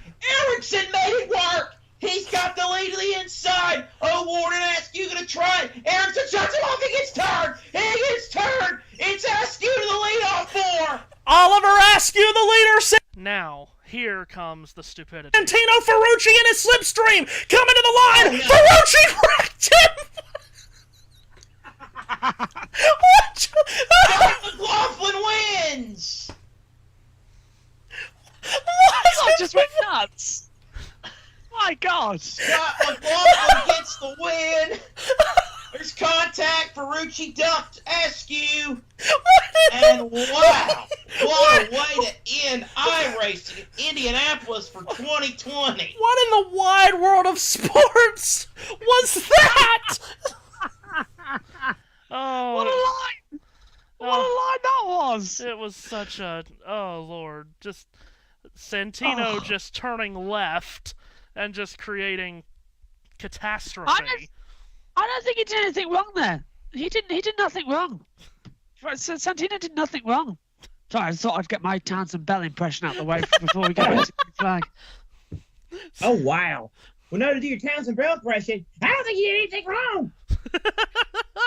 I know he does it because it winds up Hinchcliffe, but honestly, every time I hear that from him, I just want to sort of take him into a dark room with a baseball bat and shoot and show him. They've been called to their cars, by the way. Wow. Oh, Lord. So, yeah, now you've got a little bit of an idea of why I was laughing so much. Tell you what, though, guys, we haven't had a chance all together on the same stream this year, so this is quite rare. I mean, me and Matthew have done things, but me and Seth, we haven't been on a call together for a while, so it's nice and little opportunity like rain delays to come in and you know, I'm not on weekends. I feel like I tell you exactly what I feel like. It's a bit weird what I'm about to say, but go with me here. I feel like Susie Perry, because in 2009, she went on the BBC F1 pre-show to talk MotoGP. And it was weird because now looking back on that, Susie 4 years later went on to host on BBC F1. So I feel like that. I feel like Susie, I'm in somewhere I'm not supposed to be, but I will be eventually, like in a week's time, at Chicago. So yeah. Well, now okay, I have a question because apparently we're getting closer to this race restarting, and before Josh heads out, I want to ask both of you this question, and I know Seth has an opinion on this. We all have an opinion on it. And I know how much racing you guys do. I don't know how much time you guys actually get to sit and watch football. But the thoughts of ITV just throwing away Clive Tilsley. I hate it. I was watching the England game. Obviously, I was doing qualifying for Formula E at the time as well. But Sam, he's a good podcast, but he's not Clive. Clive Tilsley. That was the only redeeming feature of ITV's coverage, was having Clive Tilsley. It was always for me. It was BBC was Motti, ITV was Clive, and to throw him away as like that was ridiculous. And I really hope that the BBC see sense and pick him up. I want him over there. And I know he does a lot over there in the States, doesn't he, on CBS with the Premier League matches. But come on. We've got TNT over here. We've got Sky. We've got BT. Somebody pick him up and somebody give him that microphone, because Clive Tilsley is fantastic. I know, Seth, you really love Sam Matterface, don't you? You really. Yeah. Yeah, I look forward to hearing his voice about as much as I look forward to my next dentist appointment. Well, speaking as a Brit, we don't have that. We don't have it. We don't have any dentist appointments as well. I'll tell you what, though, that's a big thing about the next general election. The Labour Party are promising about 700,000 more dental appointments, which is great, because I've got a problem with I've got an abscess under my tooth, and I haven't been able to have an operation on it for 3 years. No, so hold on a minute. Hopefully I'll have it soon. Now, hold on a minute. You want to talk about elections? I mean, Seth and I, we can give you a play-by-play from the debate from last week, if you wanted to. Oh, dear God. Well, I heard it was... How long was it in total? How long did the debate go on for? Is it 2 hours? 2 hours. So, and how long was it after the old men's pauses got edited out? 3-4 minutes? Somewhere around there? It was so bad. It was so bad. And yeah. So who won the? So the question is, who is the one? So who was the winner of the debate? Everybody asks. I say our enemies. Not America. Russia won, probably going on that basis as well. In all honesty, you guys give your views in a minute on British politics. From a Brit's point of view on American politics, I don't know why Biden hasn't given the lead over to Kamala, who is, I think, in my opinion, would be a wonderful first female president ever in the United States. I think that's quite up there. Donald Trump. If that happens again, it's proof that humanity deserves extinction level events, because you can't make the same mistake twice and claim foul, can you? You just can't. I mean, the political opinions of Josh Brooks do not necessarily reflect those for any political opinions we have at USRN. No, no, they do not. I must, and also considering we're on JBMotorsports as well, we can't go too far into political. I've mistaken that a bit. All I will say is, actually, if you're a UK resident listening or watching in tonight as well, please do vote in the election on July the 4th, because it is super, super important. No matter which party you vote for, you've got the right to vote. Please do go and vote. That's all I say on that. Now, Seth, did you know I got my handicap down to a 6? I've seen your swing. That's ridiculous. I've seen your swing. They talked about golf so much. I've seen you swing. You're not a 6-handed. It was just the stupidest moment ever.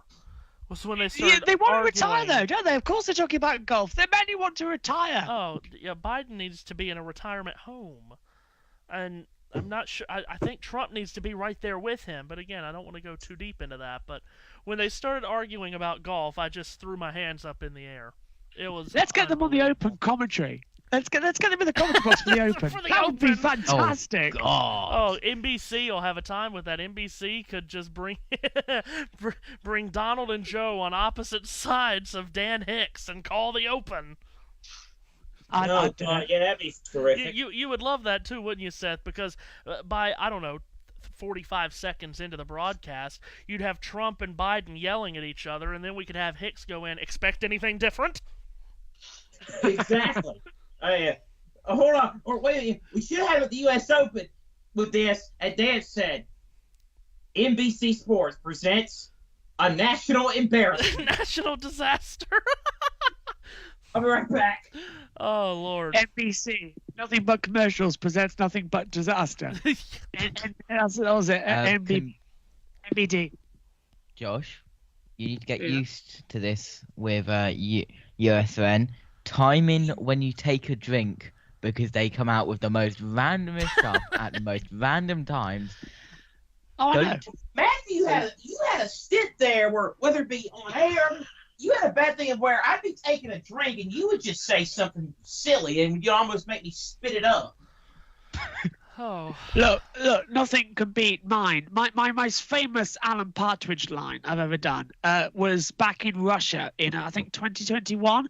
And it was during a qualifying session. And Sergio Perez got blocked by Lewis Hamilton. And he put his arm above the halo and started shaking his fist.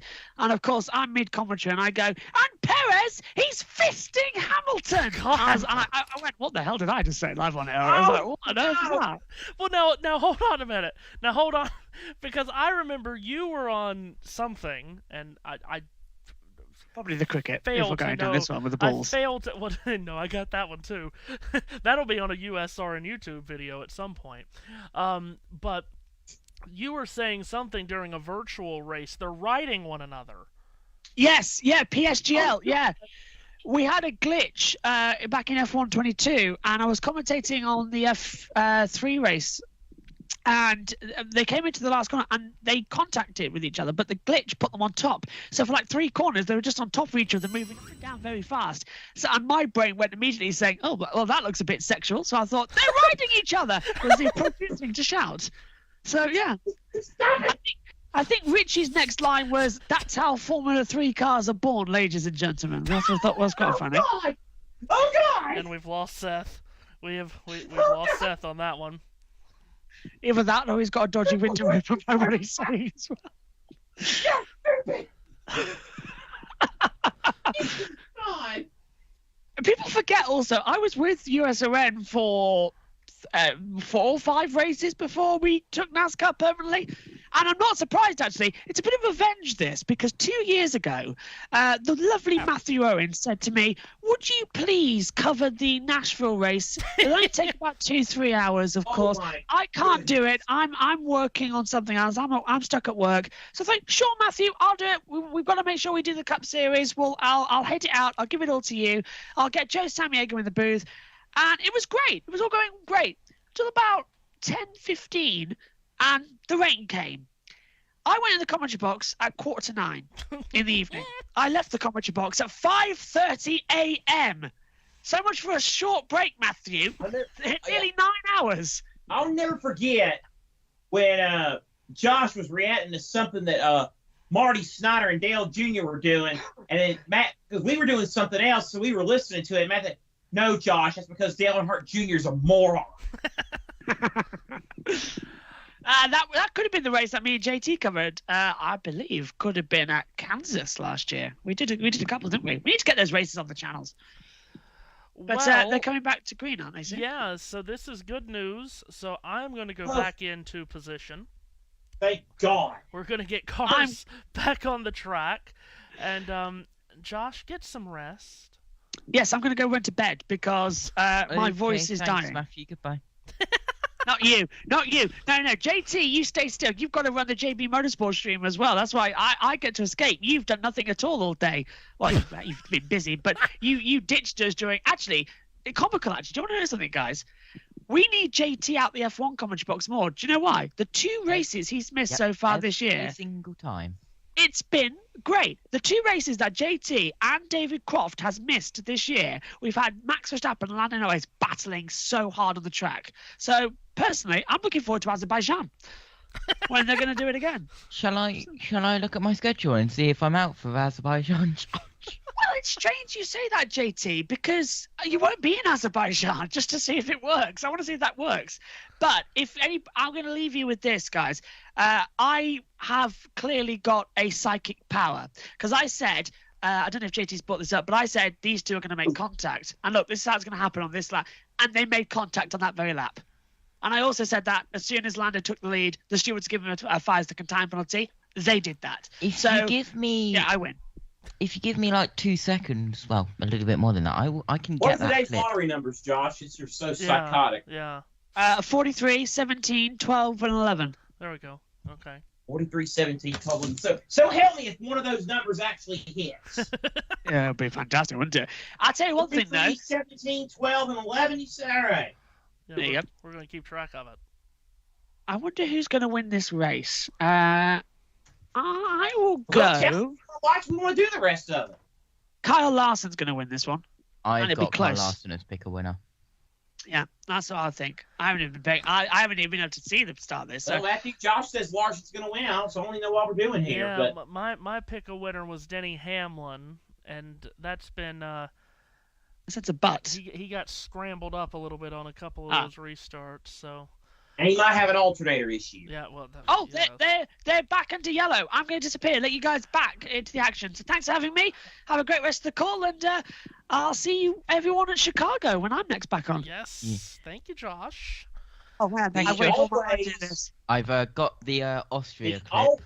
I've waited all my life to do this because it's actually genuine, and I've got to stop because I've got a lump in my throat. Believe you me when I say there's only one, Joshua Birch. That was him, ladies and gentlemen, in living audio, living sound. I was about to say living color, but we have no. Well, he's in living color to us. We could see him, but you out there listening. Oh, Seth, that's where I am. Sorry, I'm in line at Hattie B's. I haven't made it to turn position yet. You'll have to rely on someone else. I've gone to Hattie B's. I want some hot chicken. Well, you know, that's not surprising that one of us would find the food line. Guys. Yeah. Benny Parsons asked. Do you want a quick flashback to where Josh predicted what happened in the Austrian Grand Prix? I'm here for anything. We're still under yellow. We're still under yellow, so why the heck not? Alright. Hopefully it's good volume. Down in turn 3. That's where this is going. They're going to make contact. They are, and that's going to give Russell the race win. Watch. Well, he said it. Oh dear. All right. So now, this what? So we gotta follow the Powerball is what we got. I guess it's what we're gonna follow these lottery numbers on the Powerball. Yeah, yes, probably. Of course, coming up this September, Seth, is the NASCAR Powerball playoffs. Have you heard that that's the sponsor of the playoffs? You are pulling my leg, I am right? not. I am not. They're already running. Get out of my turn booth. They're already. NASCAR. They're already running ad spots for it. They're running ad spots, and Powerball balls are going around the Phoenix Raceway. It's the NASCAR Powerball playoffs. You're a God. I'm not even kidding. No, surely you are. Oh Nope. my God. All right. Now that we've made it through another rain delay, I'm in turn position, and I send it back to Seth. What's the word? Ooh. What's the word that up in the tower? Well, yes, but what's the word that subservient? We are now all subservient. If you're all being subservient to me, that means I have undeservedly gotten a scotch of power. We've got a penalty, guys. Uh-oh. Austin Cindric to the tail of the field for not following NASCAR directives under the red flag.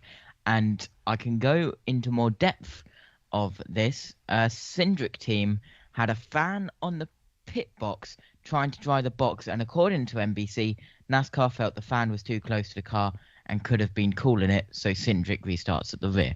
Okay. Wow, I've never heard of that one before. There you go, Seth. It's in your inbox. All right.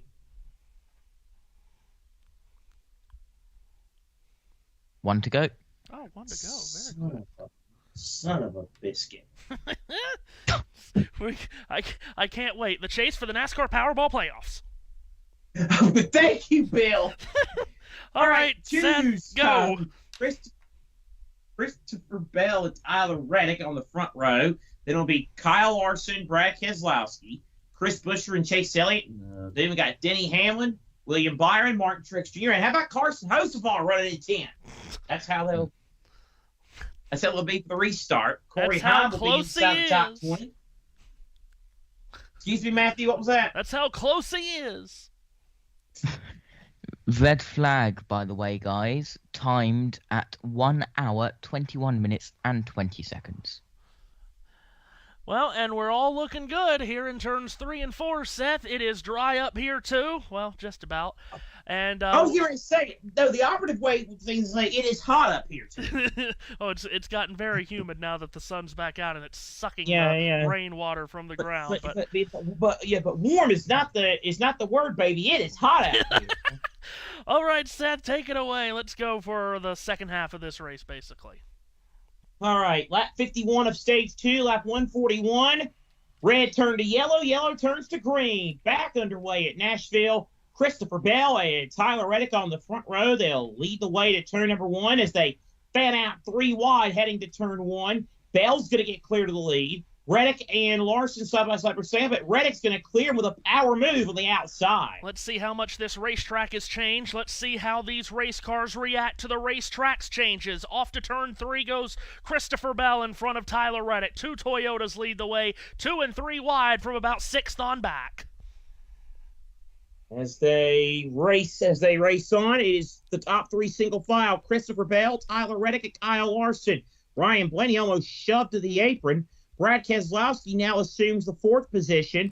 5th, a good battle. That's Chase Elliott and Chris Buescher. Sellout crowd here at Nashville watching some really good racing on this restart. Buescher and Elliott still door handle to door handle as they drive to turn 3. In the fight for this 5th position behind those two, it's Denny Hamlin and William Byron going at it. Hamlin and Byron going at it with Martin Truex Jr. right in behind in that 9th position. Now, yes, there's 2 Bass Pro Shop cars real quick, Matthew. I mentioned there, but at least they're painted differently. That helps a little bit. Truex now looking to find the middle, trying to split it between Byron and Hamlin. And interestingly enough, one is a Toyota and another is a Ford. Not sure if that happens very often with 2 sponsors, but here is Truex sucking up right to the back of this 4-car battle between Elliott, Buescher, and Byron. Byron goes high, gets loose, chases it up to the wall, stays off of it somehow. He'll lose half a dozen positions as he makes his way back to the line. He's still awfully slow. There might be a problem with the William Byron car. He just continues to lose spots. Now he gets it refired, but a disaster for William Byron. Let's go back to turn 3. Well, you used to be able to go high. At the start of this race, you could go that high because the rubber was there to stand on it and go. Some of that rubber in this groove has been washed away, and Byron has jumped the cushion. He lost 9 spots. Big blow for the Valvoline number 24 car of William Byron. He falls outside the top 10 because of this, and he's feeling the heat from Ty Gibbs back at the 13th position. Gibbs now will go to the outside. Also in that mix is Michael McDowell in that yellow car 34 as the field works their way out of turn number 2. So William Byron tries to recoil now from 13th and make his way back towards the front where he was running just a couple of moments ago. He has Ty Gibbs squared up in the rearview mirror. Michael McDowell's there too. Meanwhile, Ryan Preece all over the back of Corey LaJoie back in the top. Also, Eric Jones, Daniel Suarez, Joey Logano in this mess. Suarez thinking about going 3 wide. Nearly made contact with his former teammate Jones. He'll try to get Preece, too, in one fell swoop. Suarez makes the move around Eric Jones. Now he's side by side, and here comes Jones, changing lanes abruptly. He goes from top to bottom, takes the elevator to the bottom of the banking in turn 3. He now goes to the inside of those 2 cars, Suarez and Preece. So a daring move by car 43 as Eric Jones works his way and tries to get him some positions. This is just at the tail end of the top 20, around 20th through 22nd is where this battle is. Christopher Bell has a 4/10 of a second lead over Tyler Reddick at the front. Battle for the World Championship at 20th place continues in front of Matthews. Joey Logano's in the back of that battle, too. Remember, he came in holding the last spot in the provisional playoffs. He's got A.J. Allmendinger to his inside as he tries to make a move towards Suarez and Preece. Are you sure, Matthew, that's not the virtual playoffs? I don't think so. Joey Logano gets clear of A.J. Allmendinger going into turn number 1. Meanwhile, at the front, they've all calmed down. They're all single file. It is the Powerball playoffs in which these drivers chase as they make their way back to turn 3. William Byron did lose another spot to Ty Gibbs, but Byron, I think, has gotten his legs back underneath him from 14th. Indeed he has. So for those of you William Byron fans, your driver has new hope. By the way, one spot outside the top 10 up to 11th is car 50 of Corey Heim. Meanwhile, Ty Gibbs on the move trying to get Carson Hocevar. Heim, who has had such a terrific last couple of seasons in the NASCAR Craftsman Truck Series ranks, having a good run here this afternoon. Meanwhile, the Tootsie's machine, that lavender-colored 99 of Daniel Suarez, is still on the move. He's going to clear Darrell Wallace Jr. on the exit of turn 4. He does, as meanwhile, Bubba Wallace and Ryan Preece battle further back at 21st. 12th place, a good battle. Ty Gibbs clearing Carson Hocevar for that position. Bell still leads by half a second. And Wallace is still backing up here in the middle of this pack. Out of turn 2, he got out of the groove. Joey Logano has gotten to his inside. So Wallace has now fallen outside the top 20 just like that, losing a couple of positions on this lap. Edie has lost a couple of positions. It is Bell at the front, though, by half a second as they continue. Wallace down feeling the heat from A.J. Allmendinger. Let's go. Getting a replay here. Let's go back to turn 3, Matthew. What you see? Yeah, I don't know why they're showing this again, but it was just of Darrell Wallace Jr. getting up out of the groove in turns 3 and 4. That's how he lost those 3 positions we were communicating it about. All right, then. So basically they're showing something that we already saw and noticed. That's good work from the World Feed. Meanwhile, Riley Herbst and Austin Cindric, that's a warp speed battle, it looked like, for a little bit there. Back at 28. Cindric, of course, as Josh mentioned, had that penalty during the red flag, so he's back with the squirrels, as it were. Trying to make his way back towards the front. He has passed Kyle Busch, who still can't get his car towards the front. Remember, Busch fell off the lead lap towards the end of stage 1. He is back on the lead lap, but still struggling in that number 8. Yeah, Corey LaJoy to the inside of him on the exit of turn number 4 as they continue to battle. Meanwhile, Herbst and Cindric almost making contact as they go back to turn number 1. Here's LaJoy to the inside of Kyle Busch. Meanwhile, Justin Haley back on the lead lap is also in that battle. And Austin Dillon, who was towards the top 15 earlier, is now mired back in 35th. So it's more of the same, unfortunately, for the RCR Chevrolets here, both ranking outside the top 20 just past the halfway point. Absolutely. And how about Josh Berry, Matthew? He's back there in 27th. Yeah, he's been backing up the last few laps, too, as we look in on the leaders coming to turn 3. Christopher Bell's tenuous lead on Tyler Reddick is, we'll call it, 5 car lengths as he sweeps through turn 4. Maybe through turn 4, that black and yellow Toyota Christopher Bell. He'll complete yet another lap here at the Nashville Super Speedway, leading Tyler Reddick, Kyle Larson, Brad Keselowski, and Chase Elliott. Rest of the top 10, Denny Hamlin, Martin Truex, Chris Buescher, Ryan Blaney, and Noah Gragson into the top 10. Leaders straighten out of turn 2 and down this back stretch one more time with Bell's lead beginning to shrink just a little bit. Tyler Reddick has found a groove. He's gotten into it, and he is cutting into the lead of that fellow Toyota driver, Christopher Bell, as the field flies into turn 3. Joey Logano trying to make up ground in turn 3. He's to the inside of fellow Yankee Ryan Preece. Yeah, we could say Yankee this week. Last week, we got in trouble for that. But here is Priest now feeling the heat from Darrell Wallace Jr., one of the Southern drivers in the field from Alabama. Then the West Coast guy, A.J. Allmendinger, in the mixer as well. Wallace down the back straightaway to the left elbow of Ryan Preece, who had a good run up off the corner. Wallace will have the inside line to drive it hard into 3. Preece keeps him pinched down there, and A.J. Allmendinger watches this battle every step of the way. Good battle between Preece and Wallace. Meanwhile, Allmendinger and Bowen make some contact on the main straightaway. Back at 24th place, Alex Bowen had to make a pit stop once we went back to caution, so he's kind of mired back in traffic too in that purple and pink 48. That looks like a pack. That car looks like a pack of Nerds candy. And he's trying to make up ground on A.J. Allmendinger as they drive back down into turn 3. Harrison Burton is now in back of this as Bowman keeps it downstairs, walks up, and nearly makes contact with the A.J. Allmendinger automobile. And they nearly touch again on the main straightaway. Priest and Wallace continue the side-by-side. So there is action in the back at 22nd and 24th. It's just not happening at the front of the field. Here's Wallace inside of Priest. Will he get the spot out of turn 2? Matthew Owens' survey says. No, Priest keeps it wound up top side, and he stays with the nose in front of Wallace coming back to turn 3, and they are really losing a lot of time to the group in front of them. They've dropped well off the pace now, 13 seconds off the lead.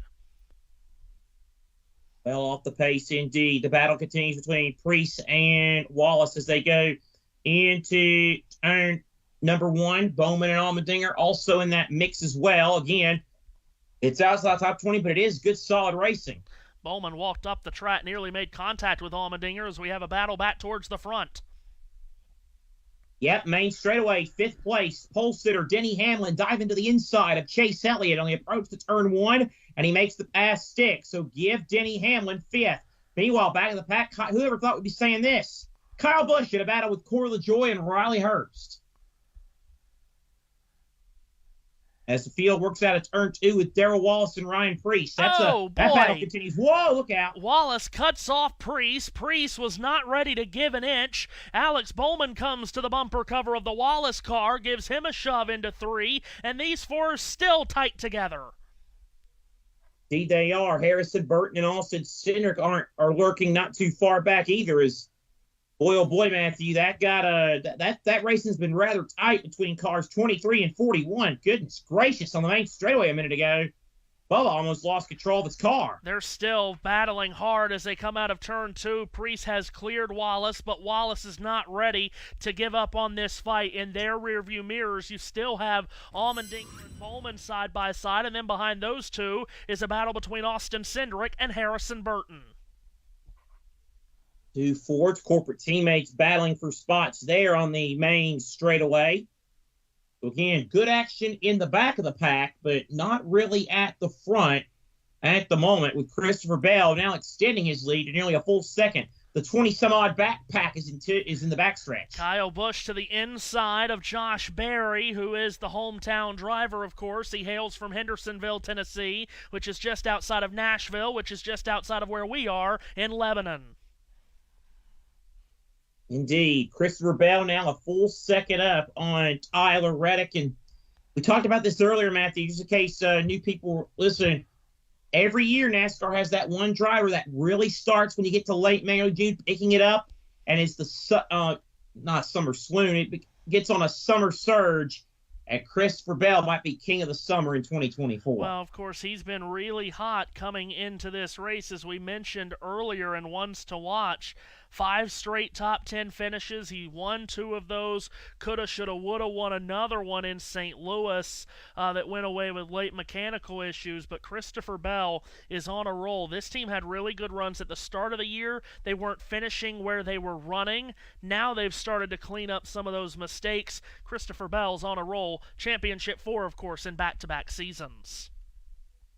Trying to make that 3 successive years of doing so, as we are currently hit a bit of a lull this green flag run.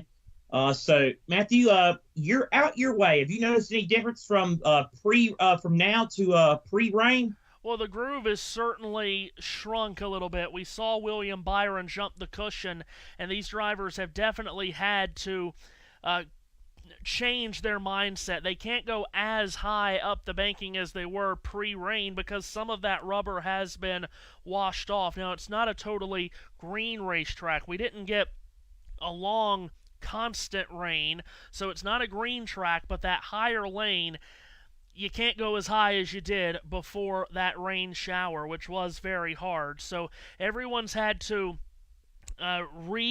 condition themselves for that. William Byron, I've seen a couple of times, still getting a little high in 3 and 4, and he's doing it now to try to get around Carson Hocevar, so Byron isn't wanting to give up on that second or third lane. Indeed, as he tries to, and it's working for him. He might get the pass to complete it on Hocevar. That is for 13th place. William Byron and Carson Hocevar battling here at Nashville. We're inside of 20 to go in this second stage. Christopher Bell's lead on Tyler Reddick still 1.2 seconds now, as Byron did complete that pass on Carson Hocevar. Now Hocevar starts to feel the pressure from Michael McDowell. Michael McDowell, who's been solid at the top 15 and 20 most of the day. Of course, led some laps when he was off sequence on a pit cycle earlier in the race. Went, 70 laps it was on a fuel run. Let's talk real quick about Chase Briscoe. Mentioned at the start of Ones to Watch, a very interesting week for him. Of course, Christopher Bell had that little brief, that hiccup last week, as it were. Well, it was officially announced early in the week, Chase Briscoe heading to Joe Gibbs Racing next year to fill the seat Martin Truex Jr. is vacating.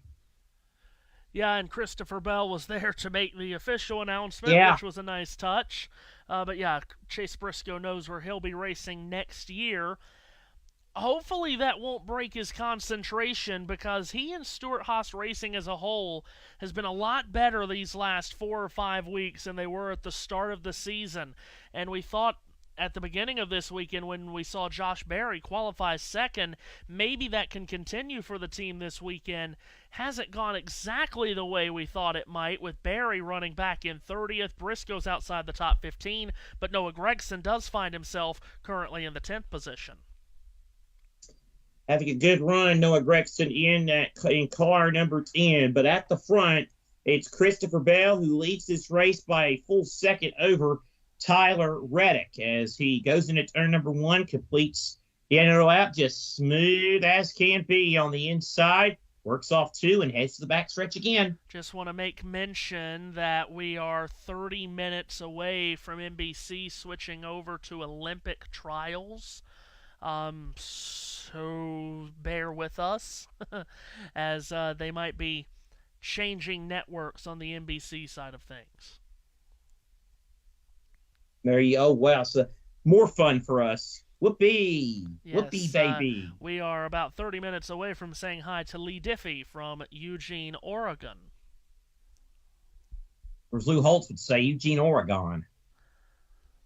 Meanwhile, Ty Gibbs, coming out of turn 2, has opened up a door to the inside of Noah Gragson, and as they motor down the back straightaway, Gibbs pulls alongside that Bass Pro Shops Winchester Ford, decked in red, white, and blue. He's got the green Interstate Batteries colors to his left elbow out of turn 4.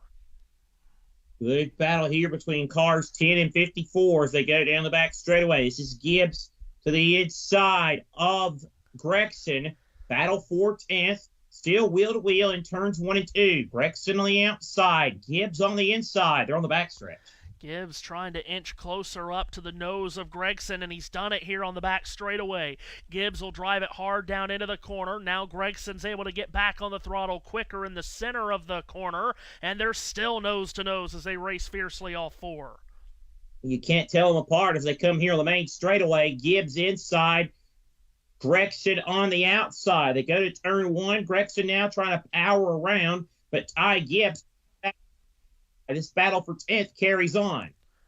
Yep, still neither driver giving way here. Gragson with a nose in front down the stretch, but now Gibbs again pulls him back with that side drafting maneuver, and they go into the corner side by side. Gibbs struggling with the back end of that car, twitching in the center of the corner. Great battle there, and I tell you, Tyler Reddick's watching this with that's not Tyler Reddick. That's who is that in that monster Corey Heim. car? Corey Heim. Okay, yeah, he's got the best seat in the house for this battle. Yeah. As they continue going down the back straightaway. See what I know, but anyway. Corey Heim, 4-time winner in the NASCAR Craftsman Truck Series this year, watching this battle. Again, Gibbs getting pitched to the inside as Seth take it away.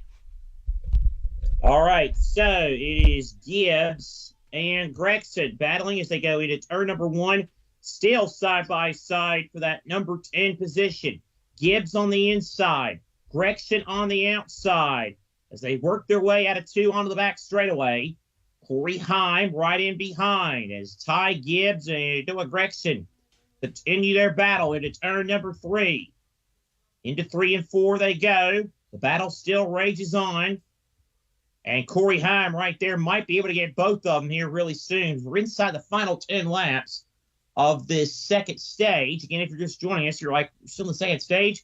Had an hour and 21-minute rain delay, that weather delay that halted us. We are back going here in Music City, or just outside of Music City here tonight. This battle for 10th continues. Noah Gregson on the outside. Ty Gibbs on the inside. Corey Heim right behind him with the best seat in the house. Oh, my goodness. Gregson clears Gibbs. How there wasn't contact there, I will never know. But it is Gregson who has the spot. So he's 10th, Gibbs 11th, Heim 12th. So that's what's happening in that battle at 10th, 11th, and 12th as they motor on down the back straightaway. Here is Noah Gregson. Again, showing a lot of improvement this year, driving in that number 10 car. He's kept his nose clean on and off the racetrack, so good stuff from the Las Vegas driver, although Ty Gibbs is reeling him in into turn number 1. Christopher Bell's lead is still at a second over Tyler Reddick. Then it's Kyle Larson, Denny Hamlin. Brad Keselowski has got around Chase Elliott for 5th. Then it's Truex, Ryan Blaney, Chris Buescher, and then Gregson. So that's the battle on the old racetrack as they work their way, as they get close to completing this penultimate stage. 6 laps to go in the stage. That battle for 10th, Gibbs is not going to let Gregson get away with it that easily. While Chase Briscoe tries to grab the 16th position away from Michael McDowell on the back straightaway. So that's a good battle, albeit outside the top 10. Gregson knows that last stage point, has it on Gibbs. And Gregson stays in front of Gibbs. They come back onto the main straightaway. Main straightaway, Gregson has it. Gibbs wants it. Then you've got McDowell and Briscoe back at that 16th position, continuing the battle. 5 laps to go with the second stage. As the racing continues on, the battle on for 10th at turns 3 and 4. Gregson washes up just a little bit, could allow Gibbs to go inside. Gibbs, though, can't quite capitalize, so Gregson will stay in front of him. As they go to turn 1, 10th place. Boy, this is good action. Gibbs gets close, but he can't get close enough to make a pass on Gregson. Oh, Gibbs wobbling a little bit there. Wow. Big wobble on the back straightaway for Ty Gibbs. Not sure what that was all about. Doesn't seem to be anything too wrong with it, though. He continues his pursuit of Noah Gregson. Didn't lose that much ground either. So a big wobble for Ty Gibbs, but nothing too major at the end of the day. As they go back to turn 1, Gibbs inside of Gregson again. Oh, good run. Center of the corner. He might be able to pull alongside of the back straightaway. He's there. Side by side, Gregson and Gibbs continue their battle. Gregson outside, Gibbs on the inside. As the battle rages on. At the front, though, it's all Christopher Bell, and now he's having a little bit of trouble being held up by Austin Dillon. Of course, Matthew Dillon doesn't want to go a lap down. Yeah, and with less than 2 laps to go in the stage, he would like to keep from having to use the free pass. Here's Dillon trying to keep Bell behind him, but unsuccessful off turn 4. Well, nearly contact. You know, that battle for 10th rages on your way, Matthew. That's the battle for the last point position in this stage. It continues between Gregson and Gibbs. This has been about a 15 or 20 lap battle now. It's been a really good battle between these two young hot shots. Meanwhile, leader on the back straightaway will follow him. I think Bell just let Dillon go. So, battle for 10th. Gregson's got on the outside, Matthew. Yep, Gregson with the nose in front as Bell comes towards the flag. Out of turn 4, and stage number 2 goes to Christopher Bell. He'll take it over Tyler Reddick. Meanwhile, the battle for the last stage point, it's going to be tight. Gibbs inside. Really? Oh. Denny Hamlin bumps into Kyle Larson at the end of the stage. Can we look at what happened for 10th? Yeah, Gregson got him. Gregson got him. Okay, thank you. Boy, that's not the first time that Larson and Hamlin have been close together today. So Bell, Reddick, Larson, Hamlin, Keselowski, the top 5 of the stage. Here's what happened. It was kind of horrible. Hamlin got loose, and Larson just passed him. I don't understand why Denny's so upset. Oh my! Larson ran Hamlin up the road. Oh, Larson. Okay, so I thought that was coming to the checkered state, green and white checker. Well, evidently that was not the case. So, wow, this rivalry continues. Elliott Truex, Blaney, Butcher, Gibbs, your top 10. Go ahead, Matthew. Anytime they're close together, NBC's going to get the cameras on them. Very, very true. All right. Second stage has officially concluded, so that means, Matthew Owens, you're back to work with our USRN Hot Lap feature. Can tell you, too, that this race will switch over to USA in 20 minutes, so NBC can air U.S. Olympic trials. Might want to start some races sooner. Just saying. Anyway, busy weekend. Well, to be fair, we had an hour, 20-minute weather delay, too. Yes, that's why you start that sooner. Avoid the rain. Anyway, busy weekend in motorsports. And this morning, the Formula One Austrian Grand Prix at the always entertaining Red Bull Ring. George Russell scored the victory after late race contact between the two leaders, Max Verstappen and Lando Norris. Russell went on to win by 2 seconds from the other McLaren, Oscar Piastri. Carlos Sainz for Ferrari also ended up on the podium. That is going to continue to happen, I think, between Verstappen and Norris, because those two cars are getting closer and closer in race pace, and that's just going to keep happening, I think. 31 points, the lead for Verstappen in the Drivers' Championship on Charles Leclerc. Norris is quickly closing on Leclerc. Norris now third in the championship standings, still well back, 56 points of Verstappen. Carlos Sainz moves 1 point ahead of Sergio Perez in the championship standings. The Constructors' title, it's all Red Bull. 24 points the lead on Ferrari. You'd think it'd be a little bit wider than that, but it is just 24. Red Bull to Ferrari, McLaren third, Mercedes fourth, Aston Martin fifth. It's been a full weekend of NASCAR here in Nashville. The Craftsman Truck Series was here on Friday night in a race that was aired originally on FS2. That had race fans in great spirits. The Rackley Roofing 200 was won by Christian Eckes. He scored the victory after starting third on the grid. Daniel Dye came home a career-best second. Corey Heim, Rajah Caruth, and Tyler Ankrum rounded out the top five in the Rackley Roofing 200. Now, real quick, Matthew, I have to interrupt. You missed an important note of that. Eckes led every lap. He did, yeah, you're right. He did lead every lap. He was dominant. He picked up his third win of the season. He now has a 40-point lead on Corey Heim for the regular season championship lead. The Xfinity race was here, of course, yesterday, too. John Hunter Nemechek picked up the victory in the Tennessee Lottery 250 from Chandler Smith, Jesse Love, Austin Hill, and Noah Gregson. Plenty of drivers in this Cup race today. In that race yesterday, Xfinity Series moves to Chicago next week. Cole Custer, the winner of that race last year, is now the regular season championship leader. And if you thought Chandler Smith might just have to learn for a season, maybe not. Second in the championship standings now is Chandler Smith. Justin Allgaier is third. Austin Hill is fourth. And Riley Herbst is in fifth. IndyCar was off this weekend. They'll return next week in Mid-Ohio. And nothing else to report as we had a full weekend in Nashville and along with Formula One in Austria. IMSA, by the way, next in action in 2 weeks' time at the Canadian Tire Motorsports Park. NASCAR to Chicago next weekend for Xfinity action next Saturday and the Cup race on Sunday, both races on NBC and the Motor Racing Network. You can still try to get tickets if you want to. It will be, of course, a huge crowd and a very spectacle and carnival-like weekend. From there, NASCAR in the month of July, Pocono, all three series will run at Pocono. Indianapolis weekend, of course, on July 20th and 21st. The Truck Series are also in Indianapolis at the Lucas Oil Indianapolis Raceway Park, as it is now known. Very good.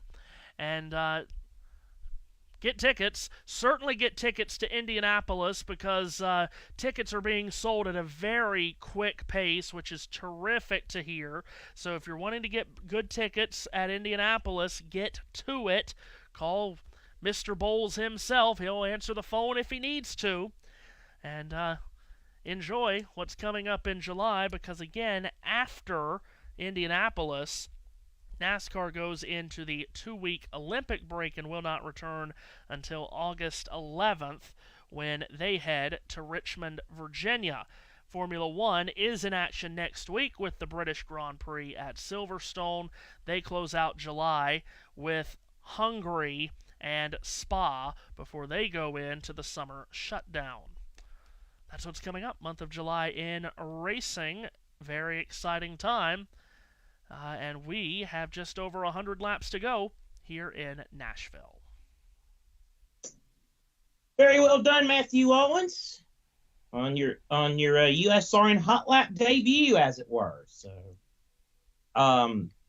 very well done. I think you passed the test to be the number 2 in an emergency situation. But the NFL has that number 3 emergency backup to the number 2 emergency backup.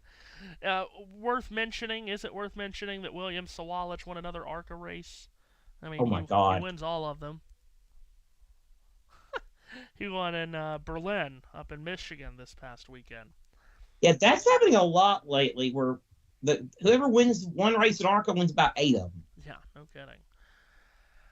Let's see. Of course, every time we do the hot laps, we tell you to buy tickets, whether on the website or call the racetrack itself.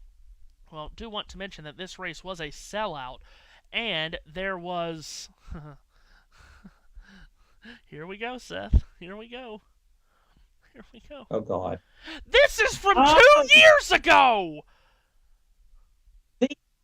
Idiots. Oh, my Lord. Oh, for goodness sakes.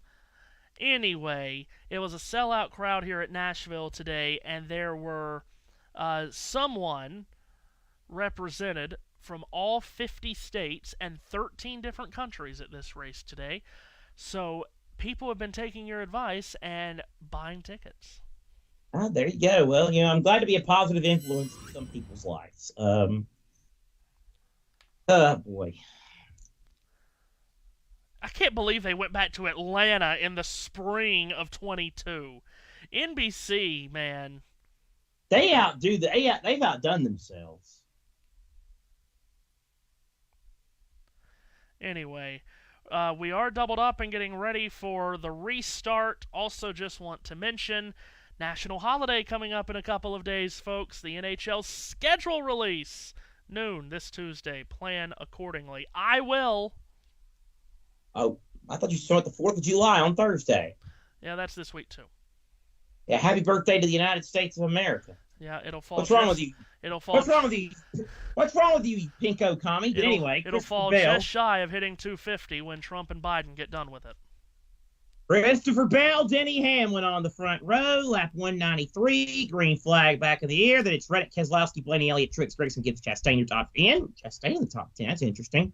Bell takes the lead into turn number 1. Boy, that inside line is the preferred line on these restarts. You start there, you rock it, and you are hard to catch. Back straight away. Bell hits the accelerator hard out of turn number 2. He leaves a couple of more Toyotas to battle for second. That's Tyler Reddick on the inside of boss and co-owner of his car, Denny Hamlin. They fight for second on the exit of 4.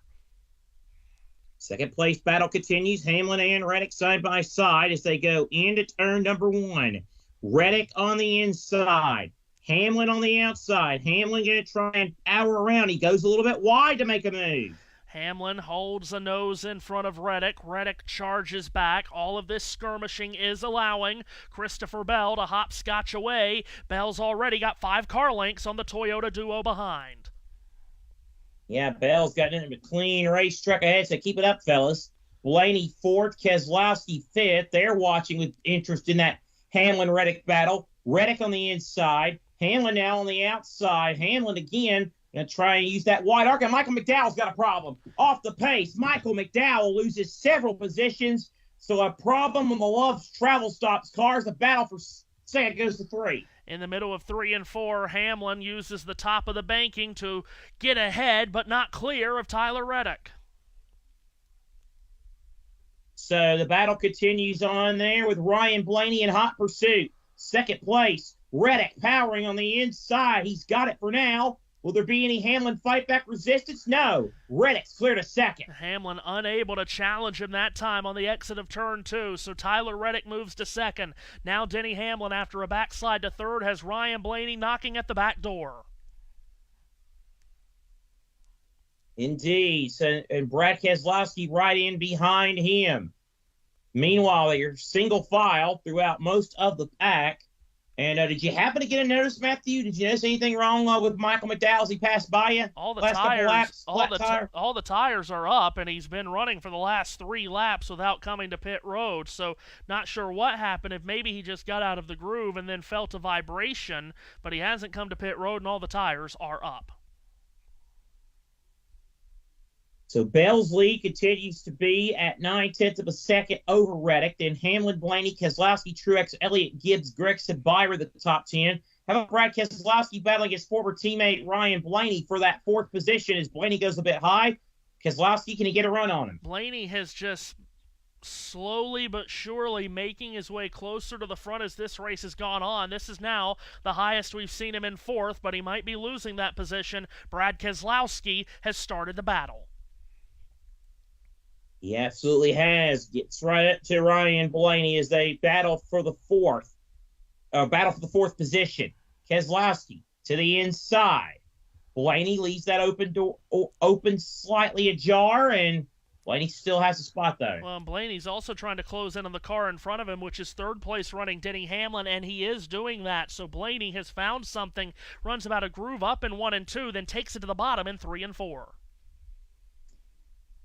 All right, so we'll see if that is if that makes a big difference a little bit later on, perhaps later on here in the races. The 4th place battle continues between Ryan Blaney and Brad Keselowski, 4th and 5th. Keselowski might have a run on him on the backstretch. Yep, used it off the top of turn 2 in the slipstream of Blaney down the back straightaway, and he closes in to within a car length. Keselowski will let it fade towards the top of the banking in 3 and 4, but actually loses ground by doing that.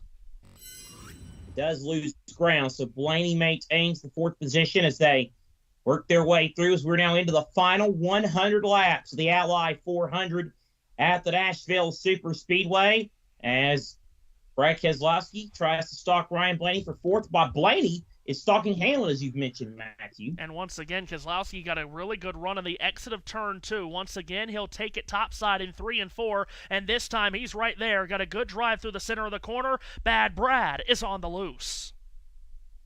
Indeed he is. He pulls right to the bumper now. He'll go to the inside. A great run. He'll look to grab that number 4 position from Ryan Blaney as they go to turn 1. Brad Keselowski to the inside of Ryan Blaney. They battle for the number 4 position. Yeah, Keselowski's got a good piece underneath him tonight. He is still alongside Blaney down the back stretch. This is allowing Hamlin to creep away just a bit. We got a car in the wall at the top of turn 2. It's Riley Herbst. He's hit it. He's slow, and the caution is out at the flag stand. So caution out for Riley Herbst, and that thing's in yaw. It's just looks like it's sitting on its backside with its feet kicked up in the air. Best way I can describe how that car looks. The toe being bent in and whatnot. So tough break for Riley Herbst in that Monster Energy car, and he'll bring it to pit road. Get a bit of damage to the right side of that car too, Matthew. Limps to pit road at the turn 4 end of pit road is where his box is. Comes to a stop. His team will go to work. Right side damage on the Monster Energy Ford, and they've taken the right rear tire off, and they are looking at the toe link on the right rear. So caution out yet again for an incident involving Riley Herbst. Again, must out of tire. Something broke, and he hit the wall up in turn number 2. And into the wall, and now into the pits goes Herbst as the yellow flag is out again. A reminder, tomorrow, it's France against Belgium at Euro 2024, USA, Uruguay in Copa America. That is tomorrow right here on USRN, as our Summer of Soccer is Matthew, I hate to say it, it's starting to wind down a little bit. Yep, sure is. And now, this is what happened with Riley Herbst. He was racing hard on the main straightaway with Corey LaJoy. And there was a little bit of contact. LaJoy washes up into Herbst, and then Herbst catches the wall. Yeah, he got sideways, and then he yanked the wall. That's why the damage was on that side like that. And he's going to the garage, so tough break for the... I don't like this. I don't like that such small amount of contact with the wall forces this team to basically be done for the day. We still got to work on the toe link on these next-gen cars because that amount of contact, that was not a crash. That was a brush with the wall, and that should not be taking anyone out of the race. I would concur. I mean, we've seen, in cars and years past, we've seen a lot of drivers come back from an incident like that and have a really good run, heck, if not win the thing. During the caution, Matt McCall asked Brad Keselowski, Hank Jr. or Broadway here? And Brad said, I've always liked Hank Jr. I guess it's a pit road code. There I go being like Kim Coon, because guess what? Kim will surely, tell everybody what that means, which clearly is stay out. Chris Buescher on the pit road. As we watch this again, free pass goes to John Hunter Nemechek, but he is still one lap down.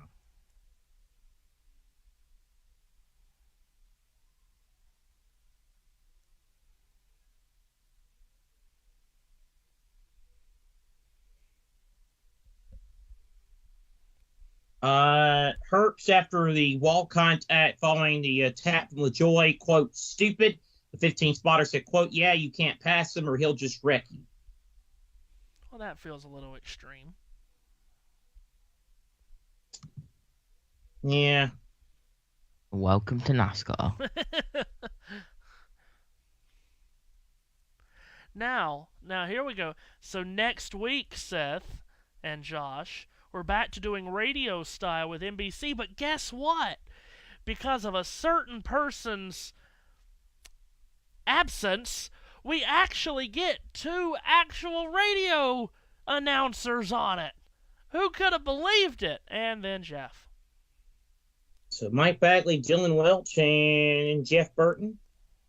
Rick and Steve up in the booth. For the grandstands. There aren't any. Now, here's a question. Josh, are you on for Chicago again this year? I need to look at my schedule, but I think Xfinity, yes.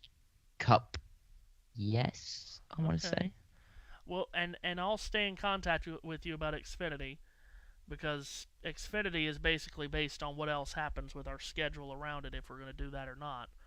But yeah, would love to have you on for the Cup race, because if we can get 3 people in, we can do our... I will be good for next Sunday. I will be good. Yeah, Seth's on with us. So if we can get 3 people on, we can have our own radio style, of course, which we didn't have at Chicago last year. You may have to fight with a certain Joshua Birch on Who Gets Me. Hey, he gets you all the time. In all seriousness, and you don't have nearly as much fun with him as you do with us, but anyway. This is gonna be USN versus JBMotorsports, the debate live. Well, my colleague is too exuberant. He does too much everything. He does this, and he has this weird fascination with the word as well. But anyway.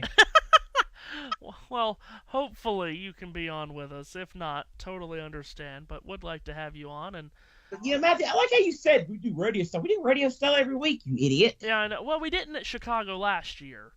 We did. We kind of turned it around because it was so chaotic at times. last year with all the mess that went on with that race a year ago. Yeah, So, and I thought I was going to miss it for work, and it turns out it was good to be with you. So Matthew, yeah. how many times will Noah Gregson end up in the barrier this year? Good question. Hey, did Wendy's get a deal to sponsor that thing? Because he was in the Wendy's car. I mean, that was just that was a rough watch last year. Not gonna lie. We'll put Josh on DeSabo Drive, and we got to learn street names next week, boys. Oh God. The Mike Ditka corner. That's a turn 85. But now, anyway. Here becomes the very interesting point of today's show. We hit 7:30. Are we going to stay here? I hope we do, because the field just got one to go. Or are we going to get Olympic trials? We might be good. Well, here it comes. We're about to find out one way or the other. I think we might be good, because my TV just showed Laney Pope. So we might have hit the merge, and we're good. I'm Laney Pope. I need to talk about the weather right now. I was going to say, you can't hear pictures, silly. The picture. Yeah. Speaking of which, did you like that thing I tagged you in about Ross and Carroll? Oh, yes. One of the most underrated lines of the show. So, Toyota's at the front. Bell choosing that inside line again. Reddick flanks him to the outside. Hamlin and Blaney is row 2. Keselowski and Truex similarly colored cars in row 3. Coming to you, Seth Eves, for the restart, which I think we're going to be good for. Yep, indeed, on lap 209. Oh, Bell doesn't quite get going there. Reddick kind of jams him a little bit. We'll see if Bell finally gets the exit turn 1 this time as Gregson flanks to the outside. Josh Berry goes to the apron. Tyler Reddick staying with Christopher Bell. Bell didn't get the whole shot this time. Here comes Hamlin. Thinks about 3-1. Gets into the back of his teammate. And there's trouble in turn 1. There's trouble in turn 1. Up against the wall goes Eric Jones. Eric Jones up against the walls. He makes it to the back straightaway. We only go half a lap and the yellow's out again. Ooh, boy. It might be good that the yellow did come out, because those two teammates, Bell and Hamlin, were about to run over the top of each other now. Oh, boy. Joe Gibbs with his heart in his throat.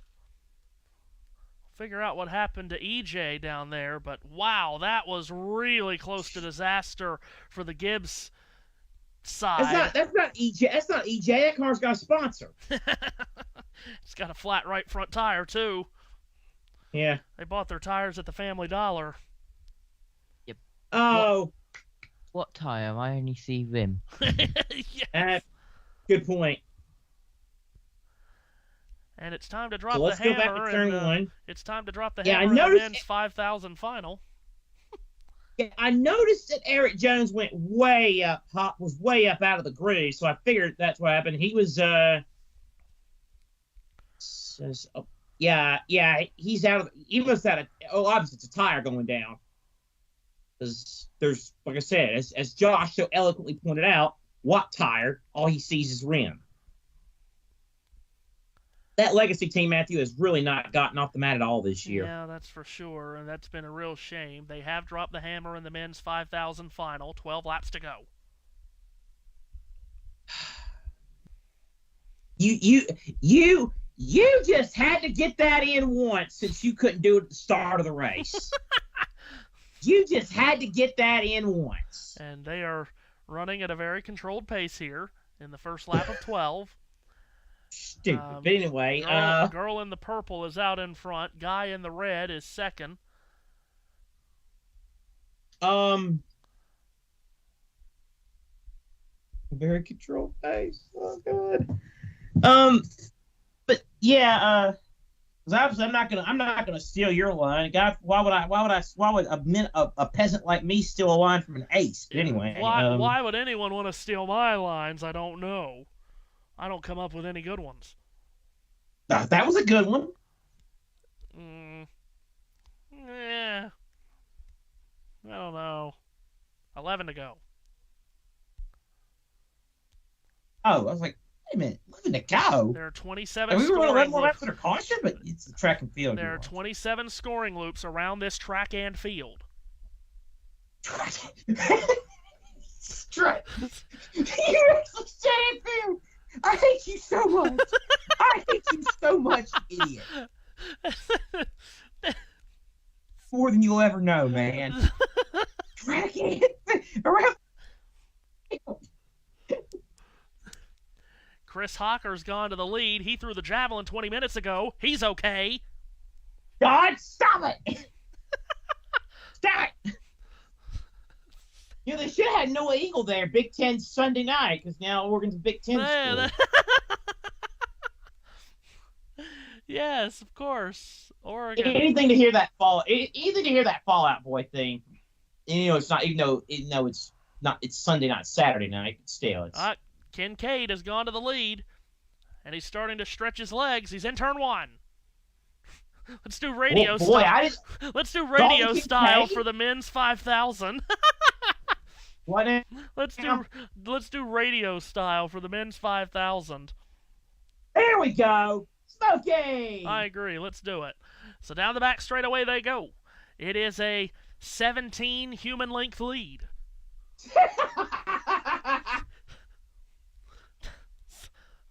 17 human length. That's what we call foot length, dummy.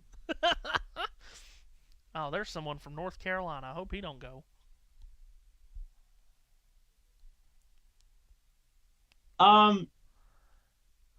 Yeah, they showed those all the different sports teams in there, and they showed Will Levis against the Colts for some stupid reason. Now this guy. I know what happened. Now what? I gotta say, this guy at the front, Kincaid, he's gone out and he's been the rabbit. He's out to a big lead, and he's just gonna try to hold on to it here. Dalton Kincaid? I don't know who he is, but his last name is Kincaid, and he's in the far turn. He must be from Utah, then. And he is pulled away from the rest of the pack. I'm sure Lee Diffie is having a heck of a time. They've gone to commercial. They've gone to commercial during the race, and they're doing side-by-side of the men's 5,000. Well, it's a 5,000-meter race. You know, when I did track last year. Remember, I had that one seat where I did track high school here in South Carolina. Remember,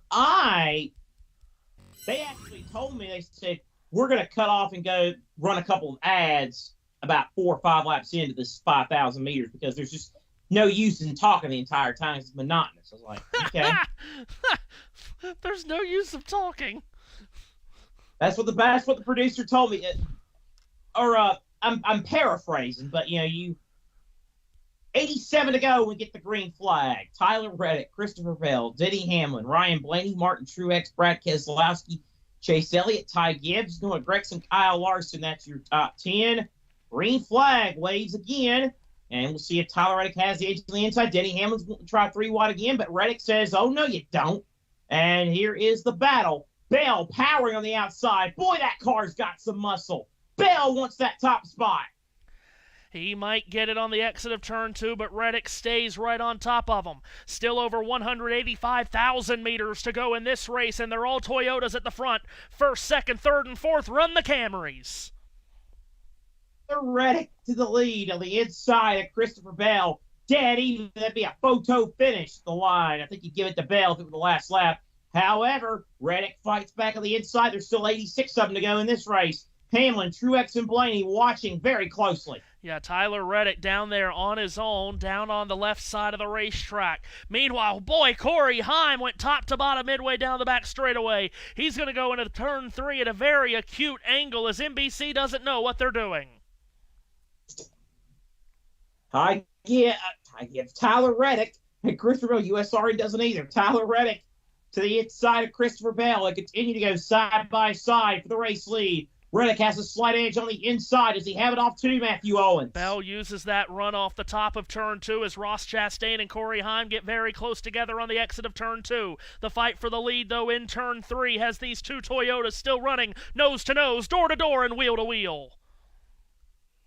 Main straightaway, slight lead for Reddick. Bell wanting to surge back on the outside. Hamlin right there stalking the both of them. He's got a teammate and then a car that he owns. That's what he's watching. It's Bell and Reddick for the lead off two. Making their way back down the back straightaway, and Tyler Reddick stays with Christopher Bell stride for stride. Bell with a nose in front. That lead tenuous disappears on the entry to turn 3 as Reddick drives in hard. They're still in that order out of turn 4. Well, he drove it in big time, but Bell drives it on the outside again and gets it back. Phenomenal racing at the Nashville Super Speedway. 4 under a blanket. 4 Toyotas under a blanket just about. Bell, Reddick, Hamlin, and Truex watching in case these top 2 slip up. Heading back towards turn 3, Reddick will not give up in this fight for the race lead with Christopher Bell. Denny Hamlin continues to watch curiously back in 3rd. Truex in 4th. Ryan Blaney rides 5th. So it's trouble. Chase Elliott spins. He got the wall off turn 2, and he spins into the grass. Tries to get it pointed in the right direction, and he does. The Ally people won't like the fact that he ran over their sign. He's still going at a wide rate of speed. Look out! And Elliott gets back on the track and doesn't collect anybody else. Chase Elliott just looped it out of turn 2, spun the car. There she went.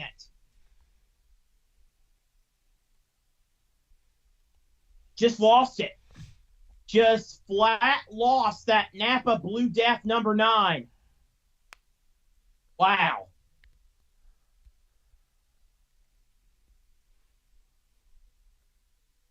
My goodness. So the caution's out again for a spin involving Chase. This will be an onboard shot. Oh.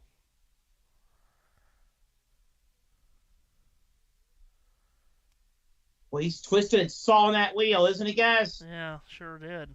Shelby McEwen has won the men's high jump.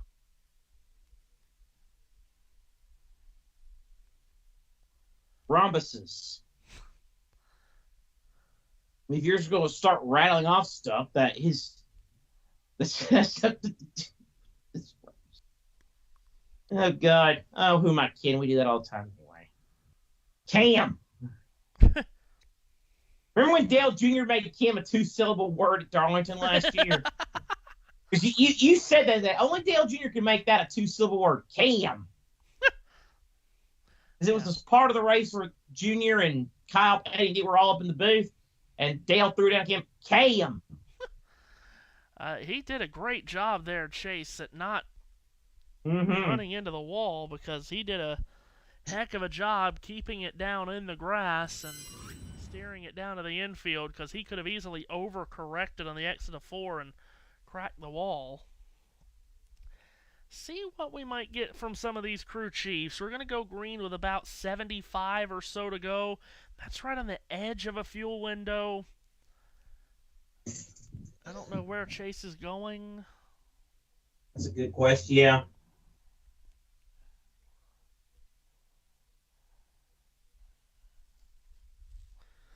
Still don't know where he's going. No, either.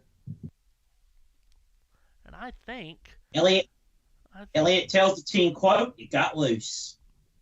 Yeah, well, we saw. I think they're trying to score. NASCAR scoring him 15th.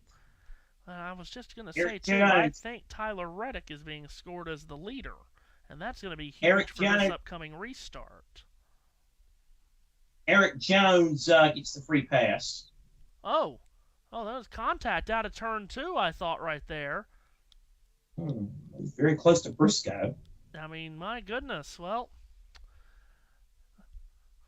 the grabbing of the shirt and tucking and running, the Eugene move. Oh, my God. This is off the rails. Pit road. We are going to get them on pit road. Wow. To Steve's point, James Small told Martin Truex Jr., we're close enough here that we're going to come down pit road. Truex said, I can't quite get it turned in the middle like I need, but my exits are really good, Kim.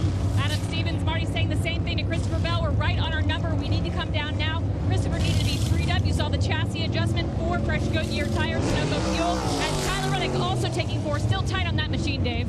Denny Hamlin said, I was a little bit tight, but that was behind those 2 who are racing for the lead. 4 tires here and fuel to get to the end. He won't be the first off pit road. That may be by strategy. Yeah, not everyone on the... Wow! So Chastain, Logano, Barry, Haley, Busch, none of those took 4 tires. And they come out 1, 2, 3, 4, 5 on the pit road. Justin Haley picked up 28 spots. That's efficiency. That's going to be a record. Gotta be.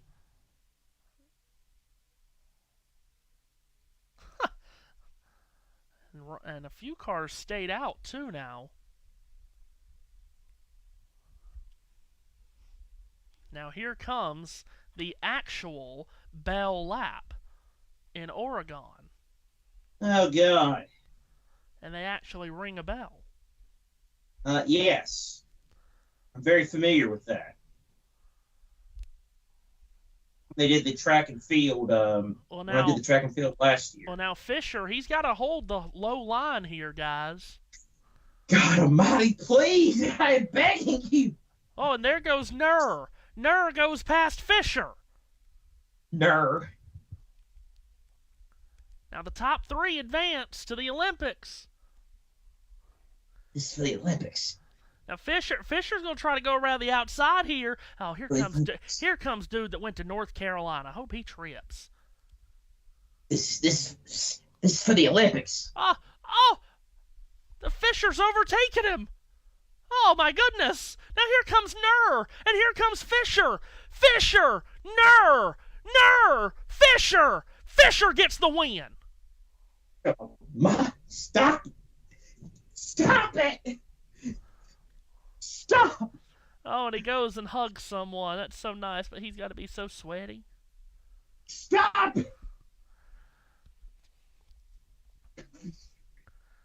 Fisher gets the white. Fisher gets the white.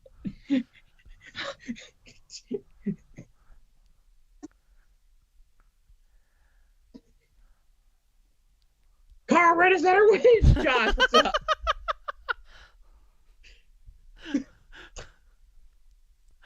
Josh, what you got? USON prime time on JBMotorsports. That's not prime time on JBM, baby. That is not prime time on JBM. That is late night. It's actually USRN After Dark on JBM. Hey, since it's After Dark in the UK, Matthew, does that mean we can cuss and make sexual references? I hope not. Dude from North Carolina finished 3rd. Good Lord. Oh, boy. He probably didn't take any classes. I'm just going to forget that you said that, Seth. Here it is. Powerball playoff. Oh, no. Oh, dear. Could you imagine that? These guys just ran 3+ miles in under 14 minutes. Holy moly. Grant Fisher wins. Abdi Hamid Noor finishes 2nd. 16 1,000ths of a second. Amateurs. NASCAR can do it better. Have you ever? I want to see 2 of them just shoving hands at each other coming to the finish. Oh, God. Of course, as we know, we can't wait for the Olympics to start on USRN, and something that we are doing exclusively here at USRN is giving you AI Jim McKay for daily updates. 1 to go. You are, oh, God. So you're going to do, I thought I was going to talk about the breakdancing competition. Boy, he must have moved. And there he goes on his side, whirling around. And I think we'll also give you AI Matthew Owens and Seth Eves for daily updates. We're not dead, but we just want to do AI. Ryan Blaney is being scored as the leader of this race. AJ Allmendinger is 2nd. 3rd is Corey LaJoy. 4th is Darrell Wallace Jr. 5th is John Hunter Nemechek. Then it's Ross Chastain, Joey Logano, Josh Berry, Justin Haley, Kyle Busch. Now that's the definition of a jumbled up running order, ladies and gentlemen. Matthew, real quick, these those guys that just ran the Olympic trials, no Wendy's in their diet. No, Inside Out 2 is now in theaters. My goodness. Riley was just the cutest kid, and I loved the emotions inside her head. Green flag with 75 laps to go while Matthew takes another gummy. Green flag back in the air. Ryan Blaney shows the way over A.J. Allmendinger as they stack up and jam and Pam their way into turn number 1. Jam and Blaney Pam. leads. Allmendinger outside. Yeah, Cortland Joy going to go inside, trying to grab Sam. Blaney's pulled away.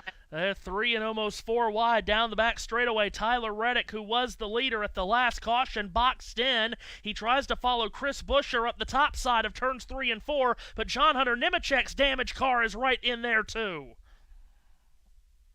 Ryan Blaney pulling away with clean air, but it is an absolute mess further back of the pack. Blaney is almost a full second ahead already. 3 wide for 4th. Chastain shoots the middle of Logano and Wallace with Allmendinger and LaJoy running second and third, almost 4 wide. Ty Gibbs on the extreme outside. Yeah, he went too high in turn 2. He's going to lose about 5 positions. Daniel Suarez dances to his inside. Field piles into turn 3. Still 2, 3, and almost 4 wide in the middle of the pack. Blaney continues to show the way to the front. 73 circuits left. Good racing all throughout this facility. Here's Logano inside of Chastain for 4th. He could use a good run. Joey Logano. It's been a disappointing year to say the least. We got caution. Trouble turn 2. It's Christopher Bell. Christopher Bell is into the wall. The dominant car has crashed in turn number 2. Wow. Oh, my. And that, he limps that car to you, Matthew, but that thing's wounded. Yeah, he's got damage both sides here, especially on the left side. Left rear all caved in. Oh my goodness, this is what these jumbled up running orders do and these different strategies do. It puts you in the middle of the pack into a lot of carnage, and he just lost it in dirty air. Oh man. Oh man. That is a shocker. But again, you go to an alternate strategy, or other drivers, other teams go to an alternate strategy than you. You get put in the middle of dirty air, which of course he hasn't been in basically all day long. Wow. And now this race, complexion totally changes. It sure does. So the dominant car of the day has actually come to a stop on the back straightaway. He couldn't even get it to turn back to the pits. Safety crews that way, Matthew. I mean, oh, man, this changes things. Yeah, complexion just completely changed right there. And the drivers that didn't pit under the last caution that are up the front now, what do they choose to do? Because they can't make it to the end on fuel. So what do they do right here, I think, is a very interesting question. But, man, Christopher Bell, top 10 streak will go away right here. Had finished top 10 in 5 consecutive races. Bell, when I guess talking about when he's on the back stretch, Bell said, quote, "It started, then it died again." Yeah.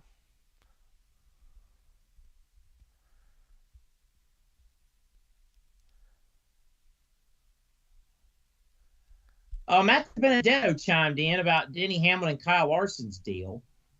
NBC quoting saying that Denny Hamlin is not happy with Kyle Larson. Matt Benedetto quote tweeted that, said, "Looked like the normal way the 11 passes the 5 usually to me." No kidding. The men's 800 final has dropped the hammer.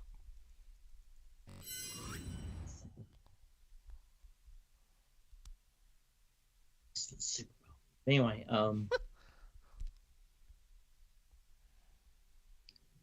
let's see. I would love to hear Lee calling this. I'll go back and listen on Peacock later in the night. Yeah, there's Duke. Hey, Duke. That might have been, I think that actually might have been Charlie. Oh, Charlie. Oh, Charlie. Yeah, that sounds like Charlie. Oh, Charlie, dog. What you doing, baby? Charlie, baby. Final lap. Hopple leads. Hopple and run. Hopple, then Kessler, then Alvarado. Now here's Miller moving through a lot of Oh, look at Miller. Look at the run Miller got off the turn. Holy cow, drafting in behind this group. Bell stopped on pit road. And Miller... Yeah, he got it going again. after being pushed by the same tow truck, which it's been pushed by now, number 4. But then he got it going in middle of 3 and 4, but then came to a stop again, and now it's being pushed back into his pit box. AMR safety tow truck in number 4. Yeah. Oh, and classic NBC, as soon as Bell went into the wall, literally seconds after, they got one of the cameras on Christopher Bell's pit box, one of the battle cams on top of the stand. Hopple has won.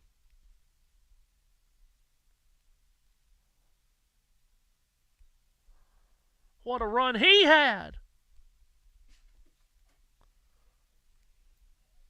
Also, guys, please, no more cautions. Please clean racing, because it is kind of 5 to midnight. And Kind of 5 to... Sorry, 5 to 1 in the morning. 5 to 1. It's getting very late. Ugh. NASCAR rain delays for you. All the time. All the freaking time. All I can remember is Josh B having a rant because he said he was promised no rain delays. I just laughed. Yeah, I want to know who promised him that. A meteorologist? I've got a feeling that he said it was you, Matthew. Certainly not me. I don't know. That's one of the few things Matthew knows about. Yeah, I've had to go through so many freaking rain delays. It's not even funny. But it is. When I'm not involved in them, of course. These leaders still are not pitting. Ooh, boy. That's Brandon Miller that finished 3rd in that men's 800. He was in the right place to advance to the Olympics. Oh.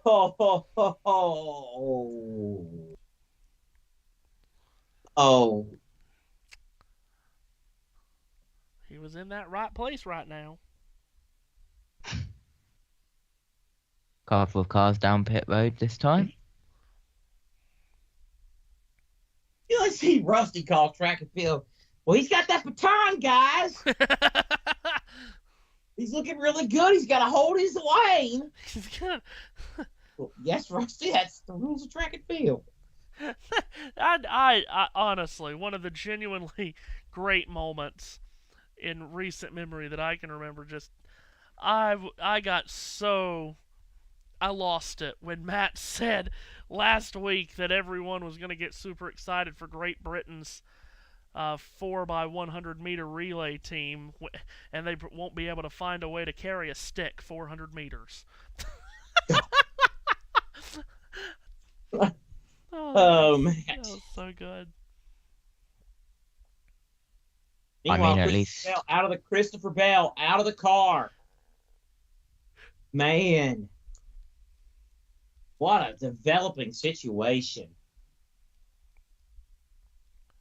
What a cataclysmic turn of events. Oh, why aren't they giving them one to go yet? All right. Here we go. Is this one to go? I think it is. One to go. Very good. At least England won something major today. Yes. That's like I said. All the other Robson, Venables, Hoddle, Erickson, all of them wish they could have had about a scotch of the luck that Southgate had today. Yeah. God, I mean, seriously, you laugh about it, but it's true. There was 99.9999% chance that he was 2 minutes away from the unemployment line. Yeah, of course. He was 2 minutes away. England winning the World Cup of Darts final today. Finally, they got something under their belt. Well, they think it's over.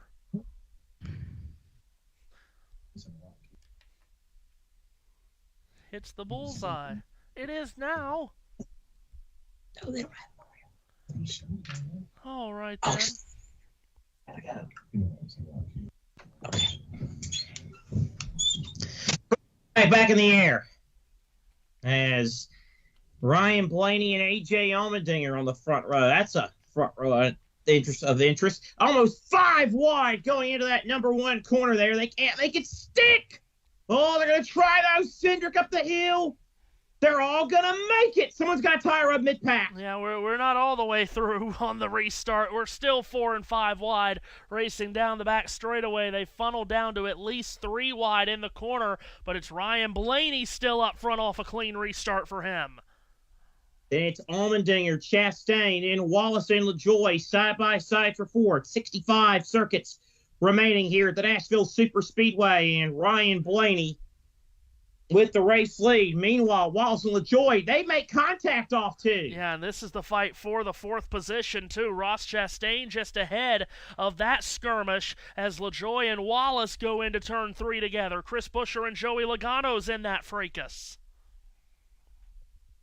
Yeah, with a good seat there watching that battle as they continue to rage. That battle continues to rage on. So a battle for 4th, battle for 6th. Here's Wallace on the outside. LaJoie inside. Oh, LaJoie gets a little loose, washed up. That allows Logano a chance to pounce. Oh, I can't believe LaJoie held on to it without losing the spot to Wallace. Now here's Logano slicing to the inside of both of them, putting LaJoie in the middle.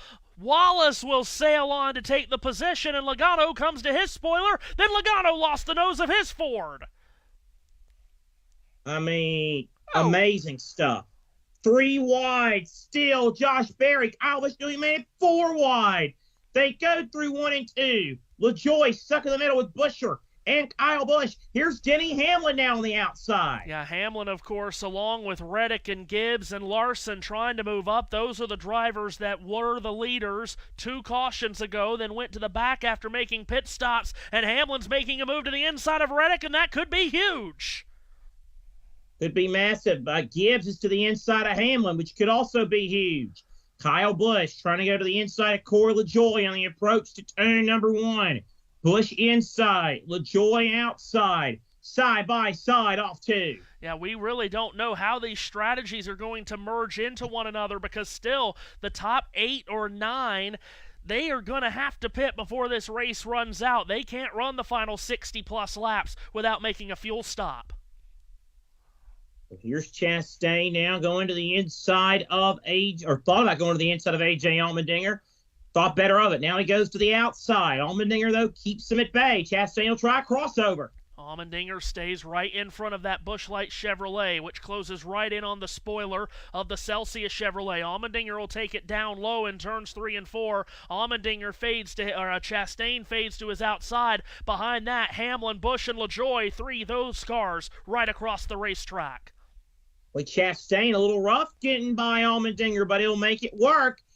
And car 1 up to P2, Ross Chastain. Allmendinger back to 3rd. Meanwhile, LaJoie and Gibbs all under a blanket of that match scramble for 8. And Hamlin's gotten through most of it. He got by LaJoie. He's gotten by Busch. He got by Reddick. And Denny Hamlin might be in the driver's seat now. Again, we'll wait to see how all of these strategies merge into one. But Hamlin has gotten clear of the guys he was running with 2 cautions ago. Hey, Matthew, look at that top 15. Justin Haley again. This dude just keeps providing solid runs for that Rick Ware team. Yeah, and here he is battling Kyle Larson and Martin Truex Jr. on the exit of turn 2. Remember, he had a drive-through penalty on the first lap of the race due to a failure of passing inspection earlier in the weekend. And here he is back on the lead lap and in the top 15.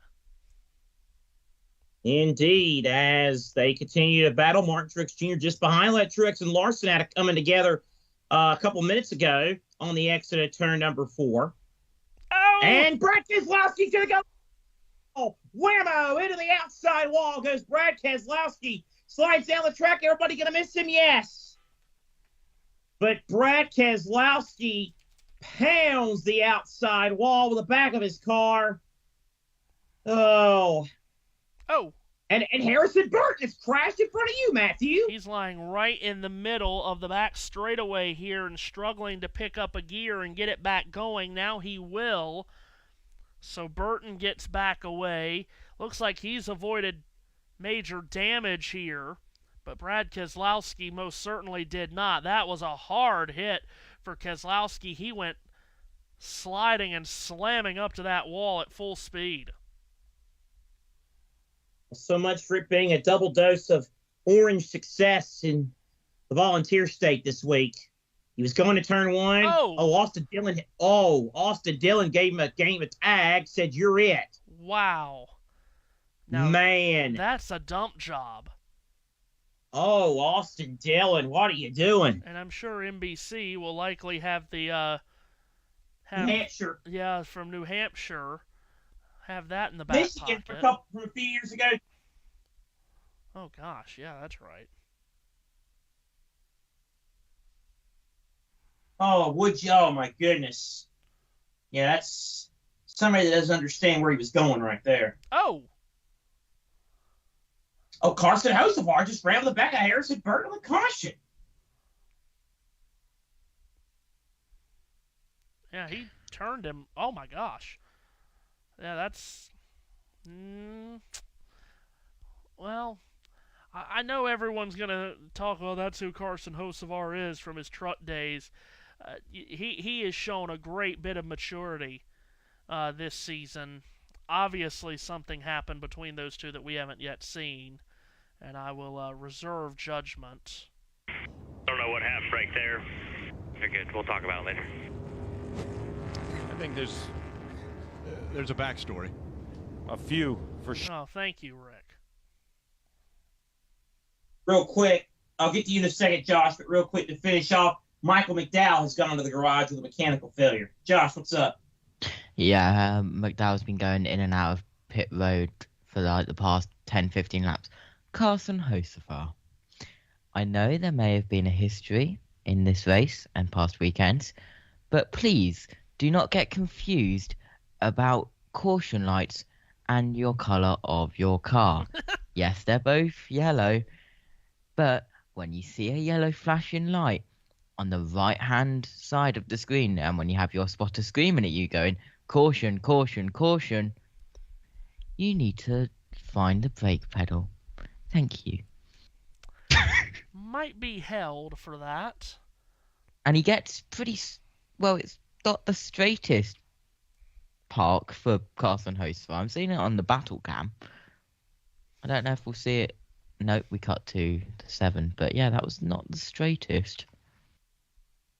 Christopher Bell's been evaluated and released from the Infield Care Center. Carson, so here's the thing. Burton said he's wrecked you under green. He's wrecked you under caution. That's what Burton was told. Burton says to Hocevar, he wrecked me because I blocked him down the back straightaway. He can go kiss my ass. F you, Harrison Burton. All right. Or no, excuse me, F you. That's what Harrison Burton says. Sorry. All right. NBC are going to have a lot of post-race drama to stick a lot of cameras around. Let's go down. Too much damage to continue. Walk us through what happened during that incident. Just put myself in a bad spot, lost my cool, got back in traffic with all those yellow flags, and then had a bad restart, and just, put myself in a really bad aero spot, getting into one, and spun it out. Very frustrated Christopher Bell down here. Like you mentioned, Rick, led 131 laps, so at least the team has that to rest their laurels on. What? What kind of statement was that? The team has that to rest their laurels on, of course. Oh, Lord. One thing I could mention, by the way, as an extension to the hot lap, Martin Dubeck won today in Euro NASCAR's only oval weekend. He won at the oval in the Netherlands today. Ryan Vargas finished on the podium, Seth. Of course, we'll know that name. He finished third. So that was an interesting start to the oval weekend in the Netherlands. Ryan Dubeck with the win. Get about 8 more of those, we'll be okay. Keep saving all you can. Don't think they're going to get about 8 more cautions, Steve, but man, what a box this race team is in. Is there a path out for this group, Steve? Because they have the lead, but they're way, way short still on fuel. There's not a pathway I see that gives Blaney a chance to win the race. I think there's obviously a path, and that's what Jonathan Hassler's thinking about as we see the choose, that if we could somehow get a little bit of a long run, some cars might want tires, but I just don't see that. No penalty apparently to Carson Hocevar, which I was kind of waiting for, because Lane Riggs got held 2 laps for reckless driving on Friday night in the truck race. It's the first time that's happened in ages that someone was held for reckless driving. Yeah, that was an interesting one. Bill O'Reilly is trending on Twitter. We'll do it live. Oh God, that can't be. Something stupid's been said by somebody, man. And how are we supposed to go green with that safety truck still at the foot of turn 3? I legit cannot believe that they're not getting a penalty. Hocevar, NASCAR didn't say anything about that Hocevar Burton deal. I don't believe that. Speaking of I don't believe it, Ryan Blaney was on Sports Center last week. He and Ross Chastain will be on the front row. 52 laps to go. Green flag about to go back in the air. And Blaney gets a shot in the shorts from A.J. Allmendinger, and he'll go to the lead. Here's Denny Hamlin all the way down to the apron to try and make moves. He's on a mission. 3 wide out for third. Here's Ross Chastain. Oh, Logano goes up the hill. Joey Logano up the hill as Ross Chastain goes to the outside for the race lead. Great restart by Ross Chastain. He has been 1st, 2nd, and 5th in the 3 Cup races at Nashville. He's looking for the first position right here, and he's got it. He latches down to the inside of Ryan Blaney. Ross Chastain leads. It's Chastain, Blaney, then Wallace and Allmendinger side by side for third. Josh Berry rounds out the top 5. Hamlin tucks back in line. Wallace now to the outside of Allmendinger for E3 as they continue to battle as they exit turn 2. But remember, contact out of turn 2. Kyle Busch came down, made contact with Denny Hamlin. They keep it pointed the right direction. Hamlin's going to stack it 3 wide. Remember, he's the first car on strategy A on the fresher tires. And he's going to hold Kyle Busch off. Busch will try and fight back on the outside, but not to be. Here's Wallace now to the outside of Allmendinger again. That's the battle for the number 3 position. Allmendinger inside. Wallace, boy, they almost touch off too. And Hamlin just squeezes up in front of Kyle Busch on the exit of turn 2. That puts Hamlin in 5th. Now he can set his sights on that battle just in front of him between Darrell Wallace Jr. and A.J. Allmendinger. But Hamlin walks up the track. Here comes Ty Gibbs to his inside.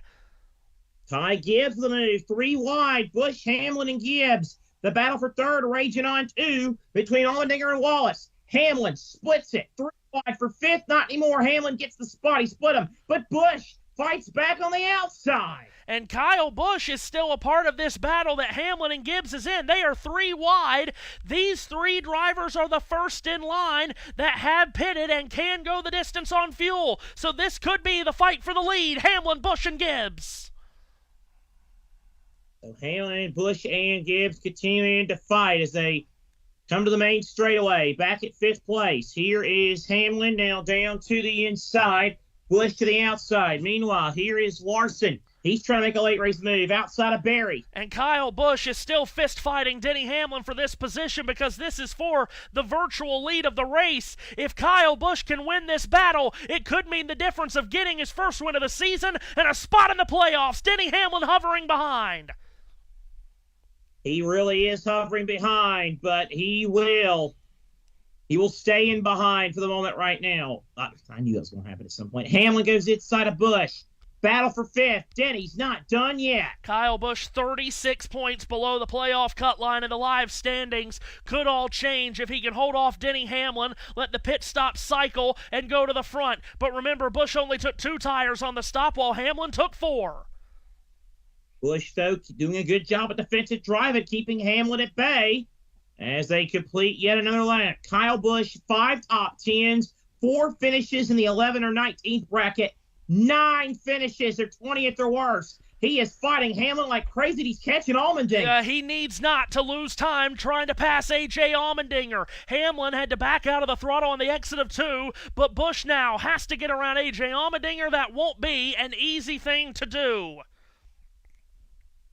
It most certainly will not. Busch right in behind Allmendinger as they battle for that 3rd position. Here's Busch inside. Will he make easy work with the 16? He's got the spot through 2, but Allmendinger comes back on the outside. Oh, Allmendinger will not allow Busch to clear up, and Busch is now losing time to Hamlin and Gibbs and Larson. Busch drives it hard into the corner. He washes up, has to bail out of the throttle. Allmendinger keeps him pinched down.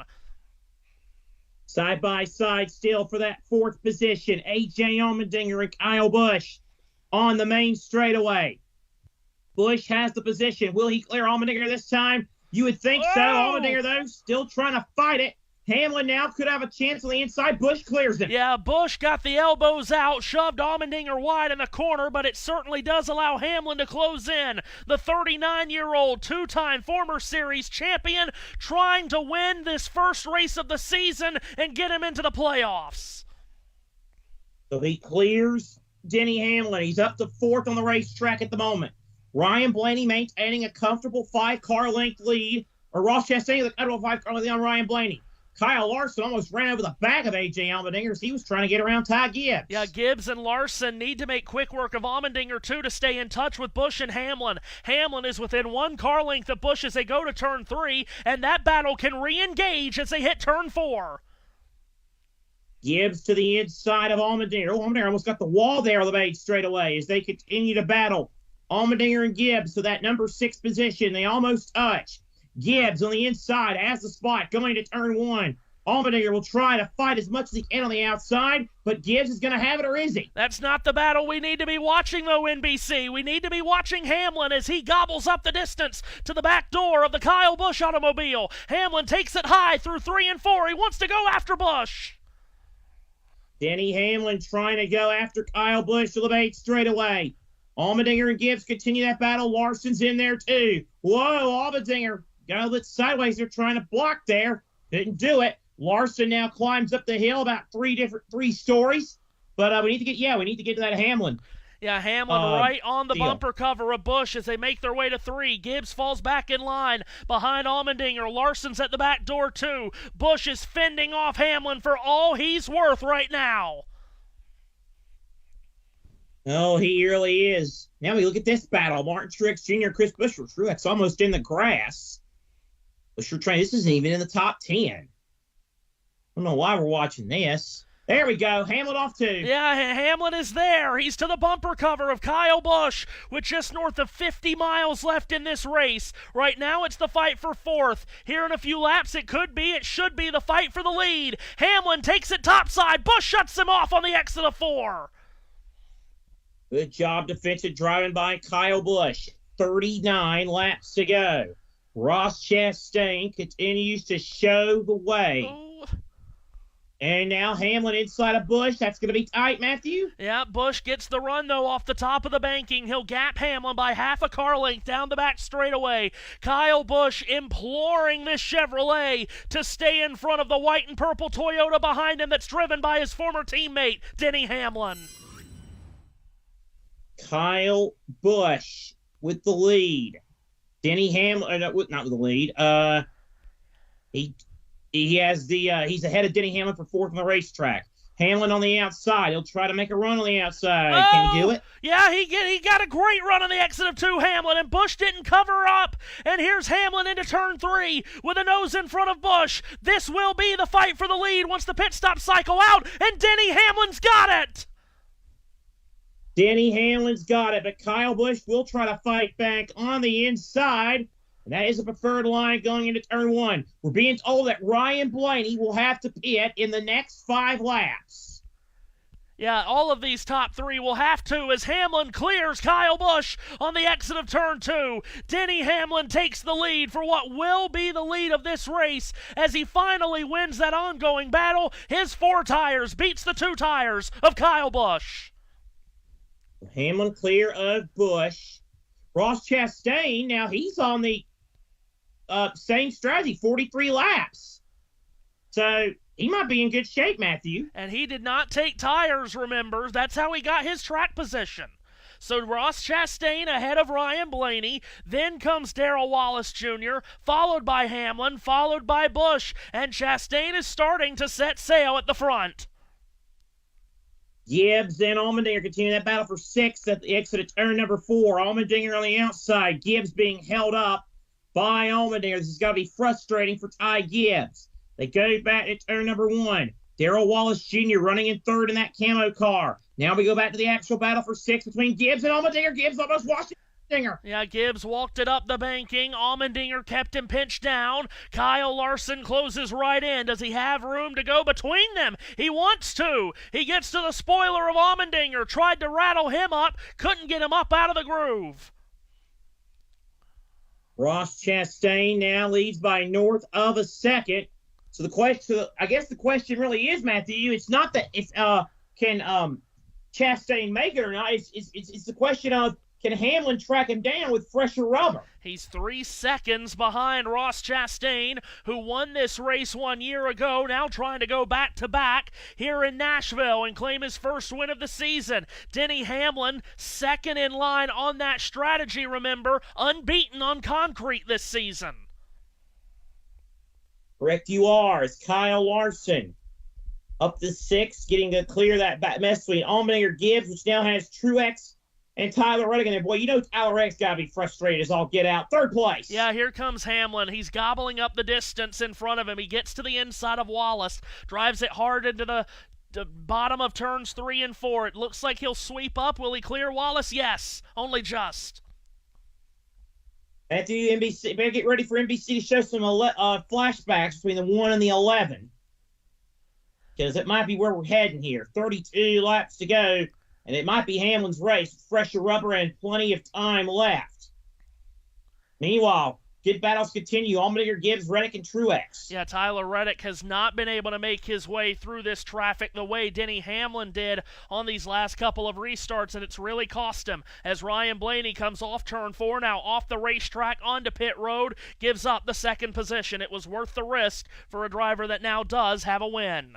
Rick, about 2 laps ago, Ryan Blaney asked Jonathan Hassler, anything I can do for you at all? Hassler said, nope, there's nothing that's going to get us out of this situation. So, Steve, I think in all the strategies that they played out, they never imagined they would eventually have to make the final stop of the day here under green. Well, guilty of it. A lot of crew chiefs have been guilty of it. But at some point, you just have to admit you're on the wrong side of the strategy. They had yellows to come down and get fuel. Pitting under green is going to cost the 12 car a solid finish. You know, I think they could have finished easily inside the top 15, even if they had to restart near the back. Now they're going to basically lose a lap to the lead, and it's going to be a long day. Well, that will be that's the case. So, you know, Kyle Busch, Matthew, getting around Bubba. And Busch with those 2 fresh tires against Wallace, who will have to pit here soon. Busch gets around.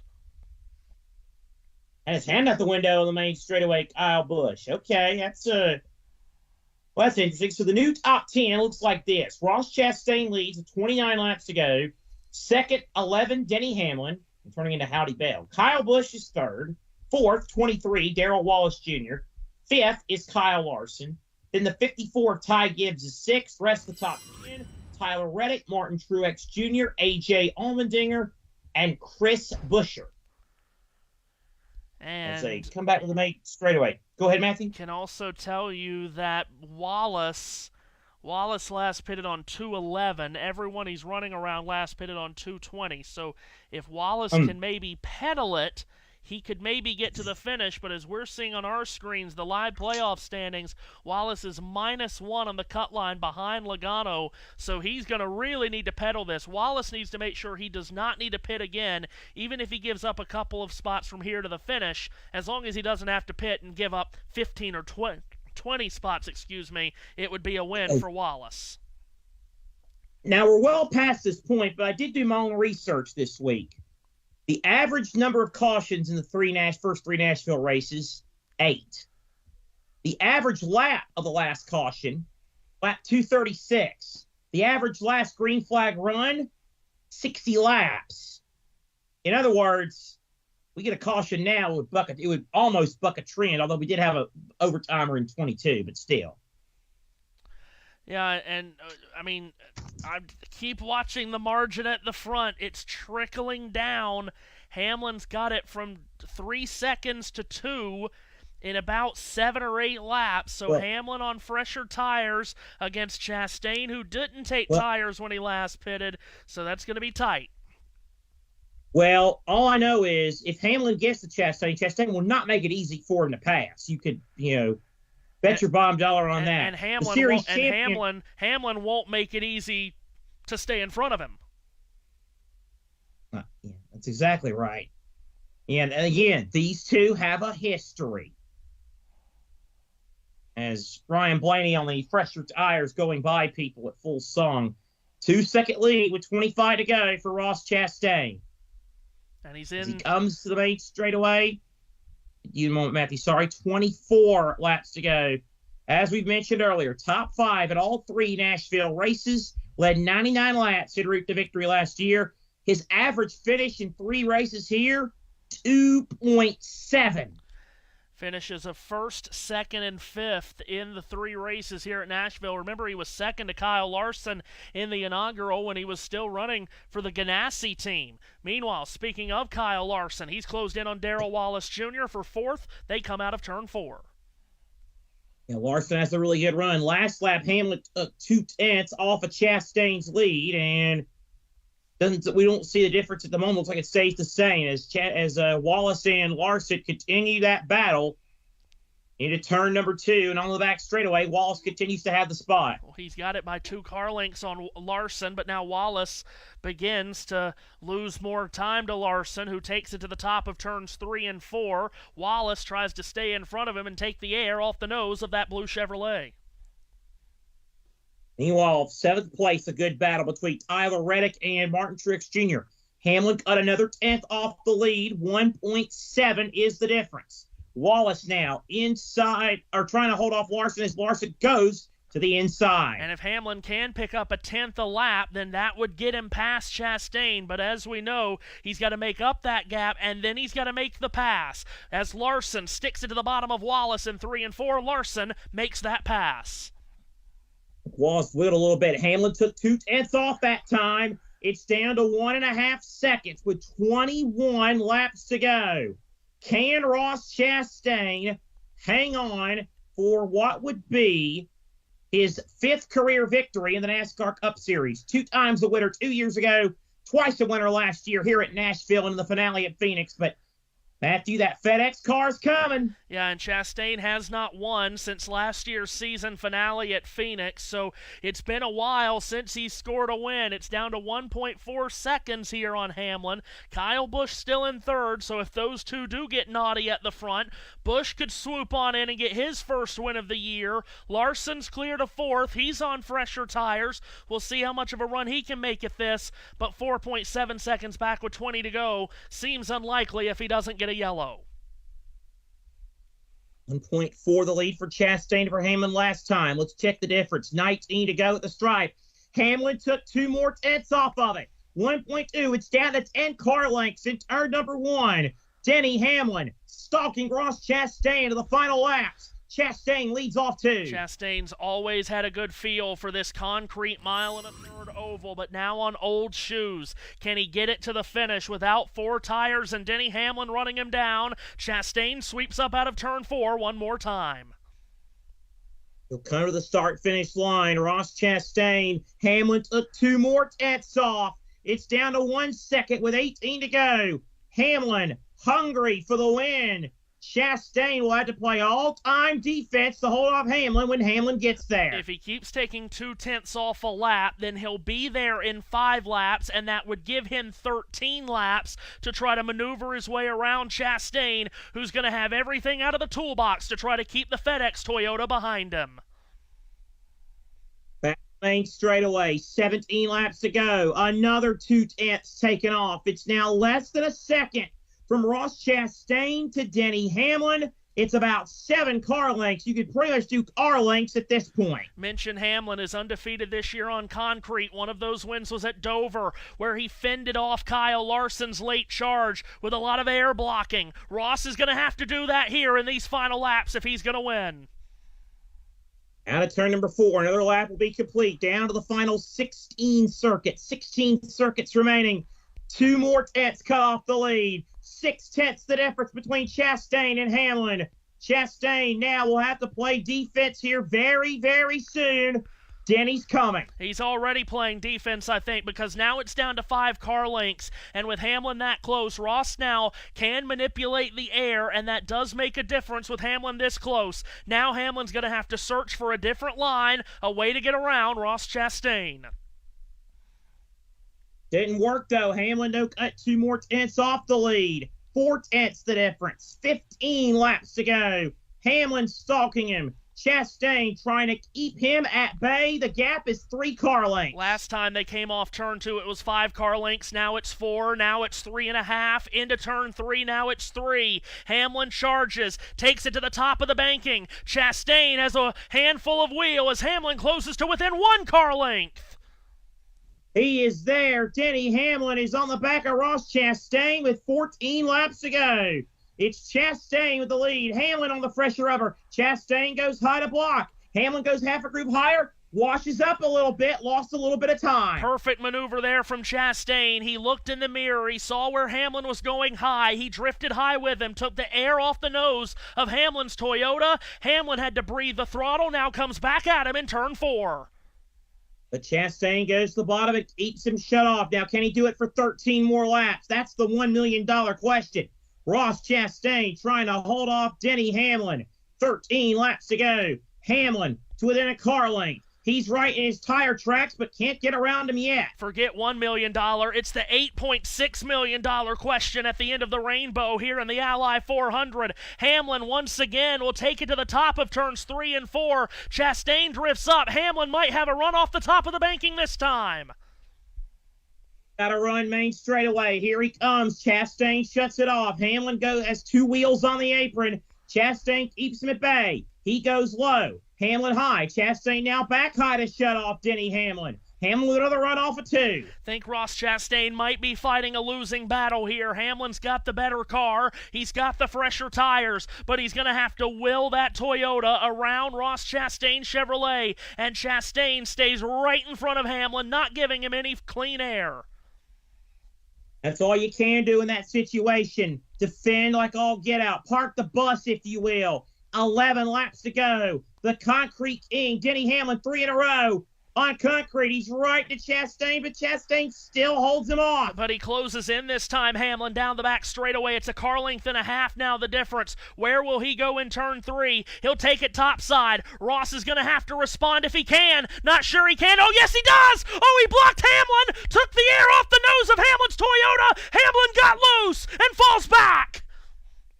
He did get loose off of 4, and Chastain now able to build the lead back up to about 4 car lengths. Now Hamlin with 9 1/4 laps to try and regain lost ground. Chastain leads off 2. Hamlin now recoils and tries to go back to work, and now he knows that Chastain is willing to throw down the hammer and throw down the sledgehammer block. Hamlin might have to get dirty to get this win. Well, if they get dirty, Matthew, how many times previously have we seen Kyle Busch been in a situation like that? Quite a bit, so just keep that in mind. 9 laps to go. Hamlin whips it into turn 1. He's got the whip back out. Chastain keeping him at bay. The gap, 2 car lengths. Denny Hamlin saddles the horse one more time as he makes his way to turn 3. He's closed it down again to less than 2 car lengths. Behind them, Kyle Larson gets by Kyle Busch for 3rd. That could be an important pass. It very well could be. Chastain laps to go at Nashville. Chastain keeping Hamlin at bay. Hamlin now to the high side. Chastain trying to cut off Hamlin almost to the wall. Hamlin searching for any air he can find. Needs to find clean air to scoop onto the nose of that Toyota. Just 1 car length the difference. Here they go to turn 3. Hamlin once again is going to slingshot it topside. Chastain started at the bottom, drifts up, comes right in front of Hamlin, who closes right in. Hamlin to the inside. Chastain shuts him off. Hamlin outside. Chastain cuts him off. Ross Chastain defending for all his might. Oh, he goes up the racetrack. And Denny Hamlin's going to cap it. Hamlin to the lead-off too. Chastain's car bottomed out on the entry to the corner. He got loose and Hamlin moves by. Denny Hamlin goes to the lead. Chastain will try to counter. Not sure there's anything left in it now. Denny Hamlin clear to the lead, and he could be clear sailing to the win. 6 laps to go. Denny Hamlin to the lead. Ross Chastain now in second. He tries the outside line. But I'm with you, Matthew. No tires, not as good a car. Arrivederci. Hamlin's off on his way. Chastain defended it absolutely brilliantly, but the car just got unsettled on the approach to turn 1. He hit a bump, went up the racetrack. That's all Hamlin needed, and now he's got 5 car lengths into the lead. Hamlin with the race lead now. 5 laps to go. Denny Hamlin's lead now. About 3, maybe 4 car lengths now on Ross Chastain. Chastain's doing all he can. By the way, real quick, from top 10 land, Matthew, Justin Haley has willed that 51 into the top 10 again. He's up to 10th, and he might get even more than that as Chris Buescher is not too far ahead of him as Denny Hamlin comes out of turn 4 one more time. All Denny Hamlin at the front of the field. 4 laps to go. He's got the lead into turn number 1. Hamlin with a comfortable lead. It's clear sailing between he and the rest of the field. He's already got 3 wins this season, Hamlin. 1 more would put him past Lee Petty and tied with Rusty Wallace for the 11th most wins in NASCAR history. Well, that would be something as Denny Hamlin takes the race lead. 3 laps to go. And it's Hamlin with the race lead over Ross Chastain. The gap at 4 car lengths. Yeah, Chastain's not giving this up, and somehow he might have one more chance at it. Ross Chastain has rallied the troops. He's back within 3 car lengths. He goes high in 3 and 4. Yeah, maybe he was trying to cool off the tires, but Hamlin did get back to him as they come to the main straightaway. Penultimate lap at Nashville. 2 car lengths to difference. Denny Hamlin to Ross Chastain. There are 2 slow cars ahead. They should not be affected. Caution! Austin Cindric is spinning down the back straightaway, heading to turn 3. He loops his car around. The caution comes out. And Denny Hamlin was only about a mile away from getting the white flag. Instead, he'll get a yellow flag. Austin Cindric spins. Everything changes again.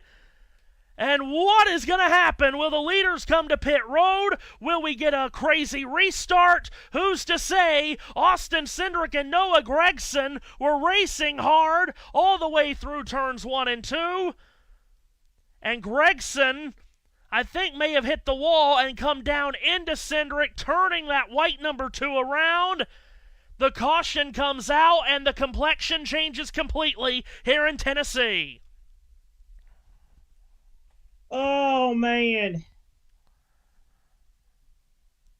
Would you believe it?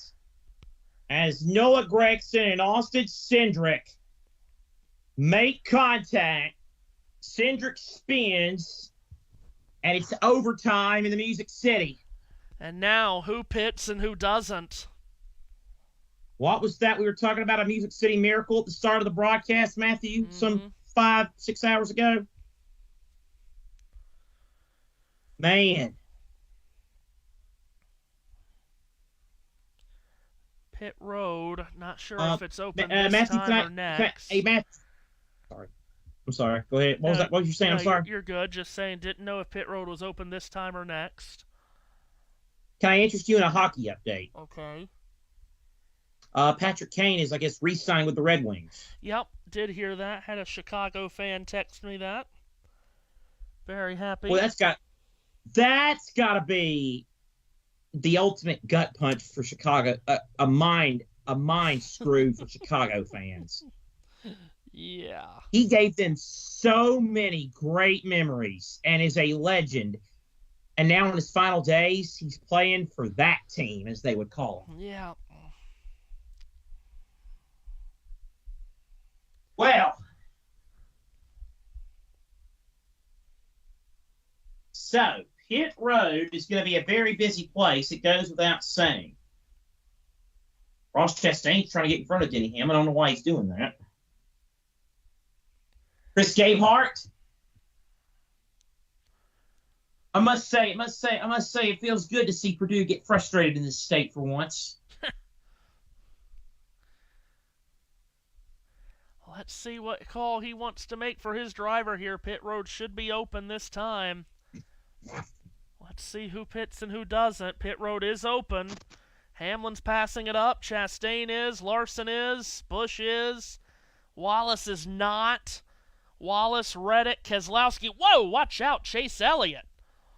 Just about took the nose off someone trying to fake everyone out, whether he was coming to pit road or not. But that's a good 10 cars, including Darrell Wallace, who, of course, was going to be short on fuel. Restart Frisbee Golf is the call for Bubba Wallace. Oh, my God. As you see tires going on, it's going to be 2 tires for Bubba Wallace's teammate. Tyler Reddick also in that car, just way too tight. They're going to change 4 tires as we have Chris Buescher in as well. Can we please stop giving away?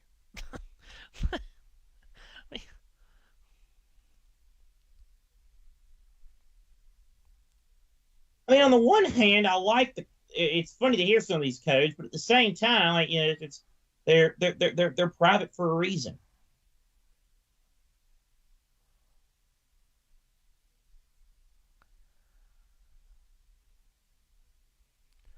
Second straight week, we go to overtime. I'm sure the birthday boy, Mr. Schneider, loves that. I'm sure Josh T loves that. Yeah, well.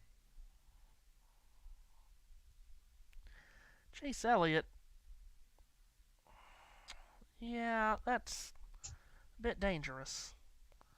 Could have taken just a little bit. Could have taken Daniel Suarez's nose off there. Daggone. Well, where's Wallace lining up?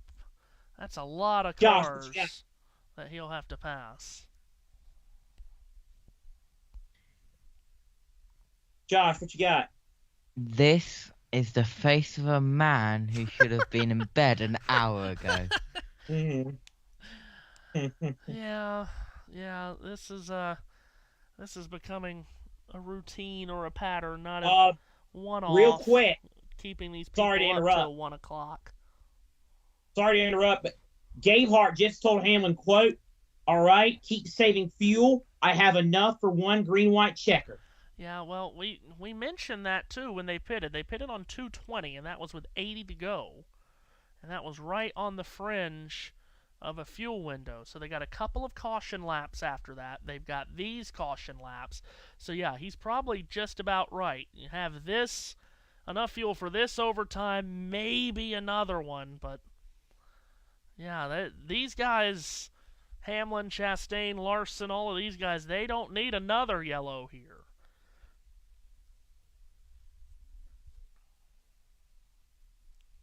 Should be getting one to go this time.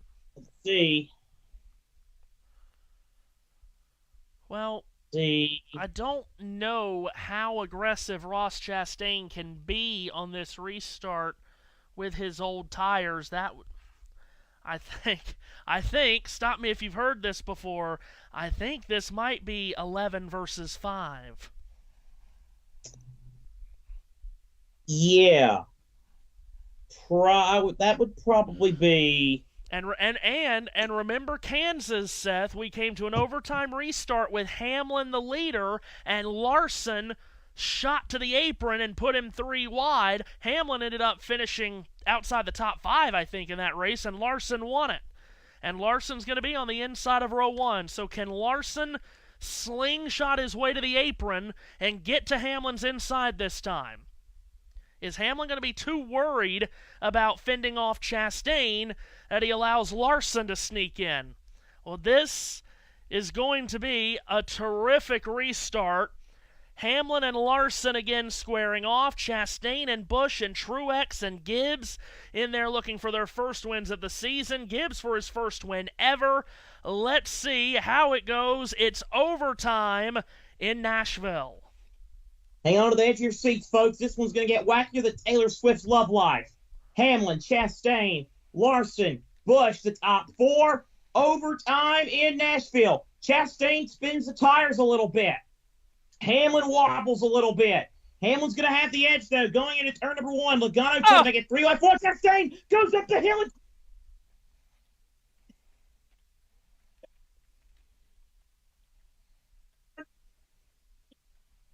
Well, there's a big crash in turn 2. Multiple cars have crashed. Hopefully we have Seth. You got me.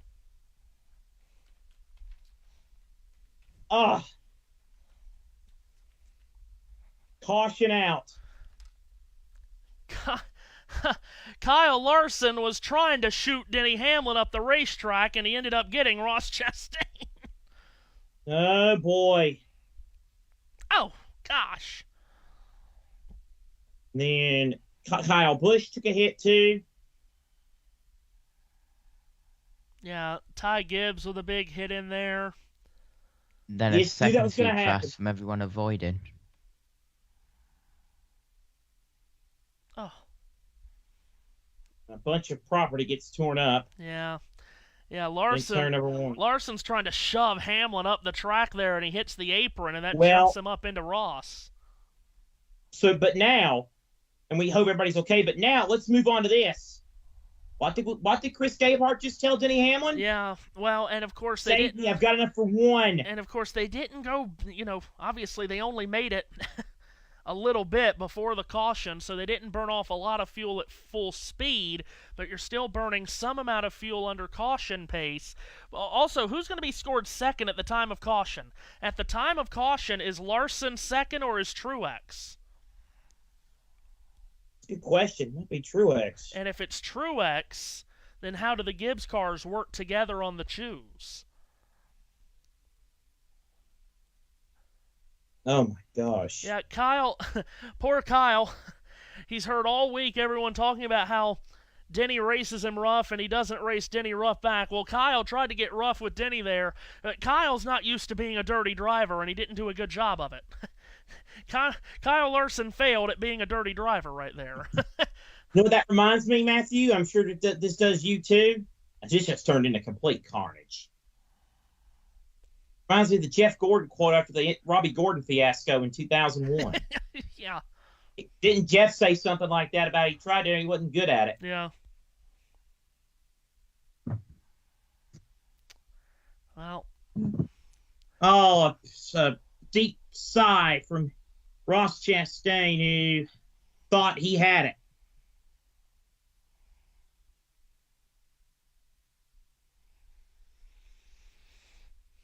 Oh, my. This is... They are scoring Larson second. Oh, boy. So, interested to see where he goes on the choose. Does he line up beside Hamlin, or does he line up behind him? Chase Briscoe up to 5th. Wow. Hocevar back at the top 10. Spire 7th and 8th. Oh, man. Don't let Hocevar flirt with a possible win here after what happened with he and Burton. God Same bless. situation for James Small and Martin Truex Jr. right behind them. But, Steve, here's the issue. If this caution is a long caution, James Small told Truex we could be in trouble right here and may not be able to get this one in. So it's interesting, right? Because when they say we have enough fuel for 1 green-white checker, that's 2 green flag laps. We didn't run 1,000 feet of green flag racing, so they haven't burned a lot of gas, 1 acceleration. But if you assume every 2 or 2.5 yellows is a green flag lap, we've run 4 or 5 yellow flag laps in this. That's basically a green-white checker. This is what the value of a win does. Because if you're Hamlin, you can run out of gas. Kyle Larson can run out of gas. Truex, while he hasn't won, he's 169 points above the cut line. I'm going to say he can run out of gas, right?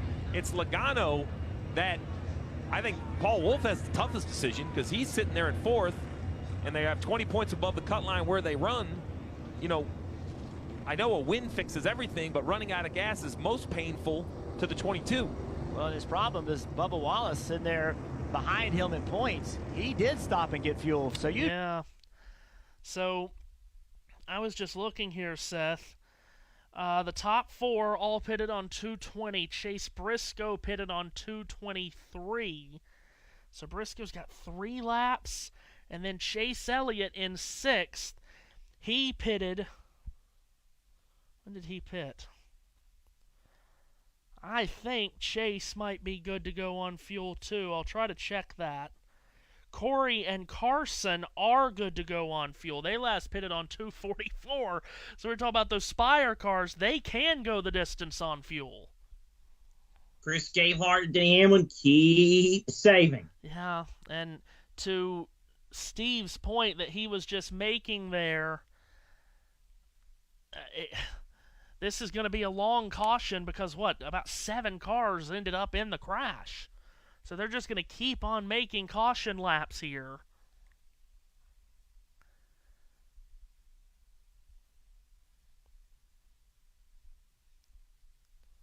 Had some guys running out of fuel late, haven't we, lately? Ryan Blaney at Gateway, Martin Truex Jr. at Sonoma. Who says we don't get fuel races anymore? Are they getting one to go this time? Everybody's desperate to get the one to go here. Hamlin the leader. And Kyle Larson. I don't think they are. Nope. Martin Truex Jr., Joey Logano, Chase Briscoe. That's your current top 5. 6 through 10, Chase Elliott, Corey LaJoie, Carson Hocevar, Noah Gragson, and Alex Bowman. Oh, my God. I mean, we just can't.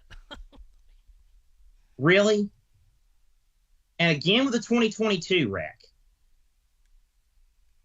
One of Matt White's big moments. And another. So was this. Yeah.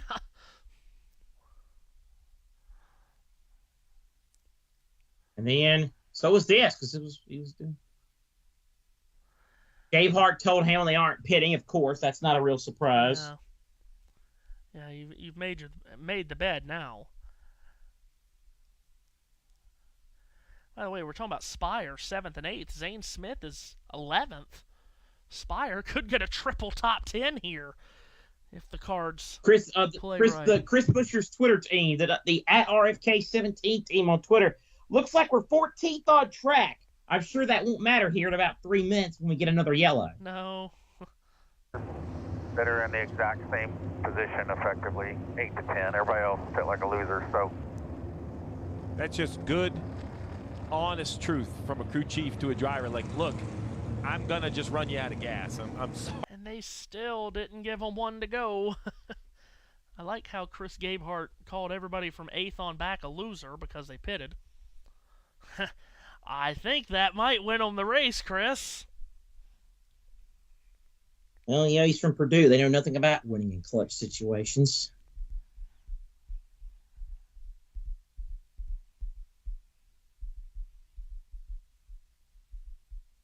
Crickets. Won't hear me say anything bad about him. Jiminy Crickets. Jiminy Crickets. Guys. Yeah. Well, he's still awake. Good point here from Seth Eggert. Not this Seth, other Seth. Last time there was an outside rear hook without a penalty. This is in relation to the Carson Hocevar incident. It was, guess what? Carson Hocevar turning Colby Howard into the wall at IRP in the NASCAR Truck Series in 2022. Well, I'm telling you what now. Carson has a real chance to win this race. I think they're getting one to go this time. But the top 7 have now gone 90 laps. Kyle Busch has got his spot back. So it's been 90 laps since the top 7 have pitted. Carson and Corey are in the mix here, I think, as they just went by the choose, Seth, and Kyle Larson decided to go outside of 1 rather than line up behind Hamlin. Let's see. Kyle Busch got his spot back. He'll be in row 2. Then you got with Truex and Briscoe, Logano, Elliott, LaJoie, Gragson, Hocevar. Chris Gabehart's final words said 4 words to Denny Hamlin. Gonna be real close. That's 7 drivers in the top 10 that have not won this season. That's 3 of them that have not won ever. Bubba fans got to be feeling quite nervous right now. Well, and Wallace can make it the distance on fuel. We know he can. Joey Logano, who he's racing with for that final playoff spot in 5th, he might not be able to make it the distance. This could go well for Booty Barker and Bubba Wallace here as the field queues up. Double file. Will we see fireworks with Hamlin and Larson again? How many can make it to the end? 2 laps, about 2 2/3 miles on fuel. Let's see. It's a Rocky Top Rumble and double overtime underway between Hamlin and Larson, and Hamlin gets a pretty good jump. Larson gets into Truex. They both go sideways. Daniel Suarez is in the grass. He is trying to keep it going. Hamlin's clear to the lead 3. They're 3 wide for second. Denny Hamlin is gone. Off of turn 2, Larson and Truex fight for second. Trouble as the pack blows apart in the middle of the field. Josh Berry goes spinning across the face of traffic. Corey Heim got involved in it. He is sliding towards turn 3. Justin Haley is there. Ryan Blaney is there. Harrison Burton and Ricky Stenhouse Jr. pick up damage. They still didn't make it to the white. We're under yellow again. And now this turns into real trouble for these drivers, top 6, top 8 or so, that might not be able to make it on fuel. They might have to pit this time.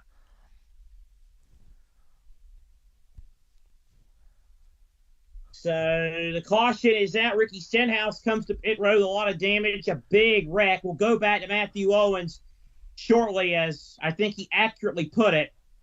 The pack just flew apart and fell apart on the back straightaway. And to your point, the fuel mileage looked good. Well, this started, they were stacking up 3 wide. And Darrell 4 wide coming off 2. Darrell Wallace on 4 fresh tires coming through. I'm telling you what, this race is going to be won by either Corey LaJoie or Darrell Wallace. Oh my gosh. It's a shame. It's a shame for Corey Heim, who was having a solid run in that third 2311 car. Don't worry, buddy. He doesn't have much damage. Bring it to pit road. 4 fresh tires. You can still finish 10th. There you go. That's true. I mean, the way this thing's going.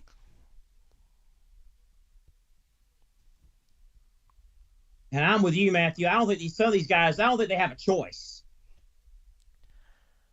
I don't think they have a choice at the pit. Justin Haley, that's a bummer for him. And this isn't going to be a quickie yellow either, because there are about 5 or 6 cars going around there. So this is going to be a pretty lengthy yellow. I don't know what happened with Larson on the restart, whether the car stumbled or whether he spun the tires. He got hit from behind by Busch and turned out of line.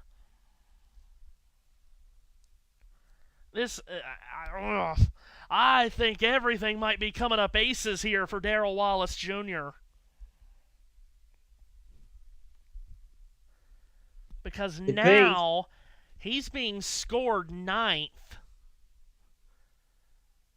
Yeah, he's being scored 9th now. Wow. Yeah. So he's being scored 9th. Darrell Wallace being scored 9th. So the current opt-in as they run: Denny Hamlin, Kyle Larson, Martin Truex Jr., Kyle Busch, Joey Logano, Chase Elliott, Chase Briscoe, Corey LaJoie, Bubba Wallace, Noah Gragson. For any of these drivers, let's listen in on the 11. We're 15 seconds from winning and then 10 seconds from winning. Yeah, you and I have lost them a lot of ways together, friends. Just at least we're in position to do it. Gabehart also told him we could be emotional about this and stay out and try to win it, but I don't think we can win it this way. They are talking about pitting. They just don't have any fuel.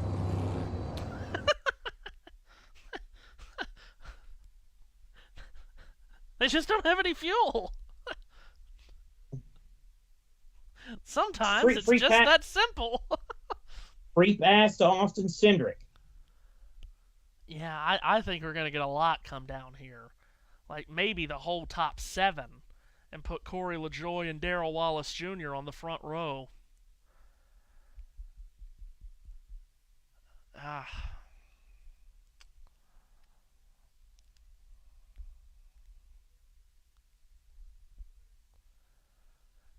Well, we'll see. We'll see how many hit pit road, but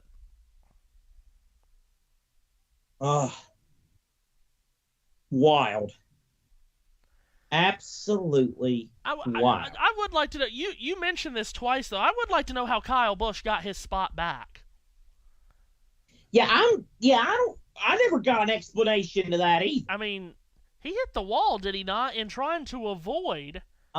Pretty sure. That's what I thought. We're about to see. Yeah, he hits the wall. He's a part of this crash.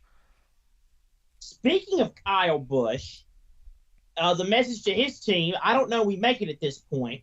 As Dustin Albino points out, we're approaching 100 laps since the last fuel stop for these guys. Yeah, we're over 90. So, I mean, they've blown through what a normal window would be.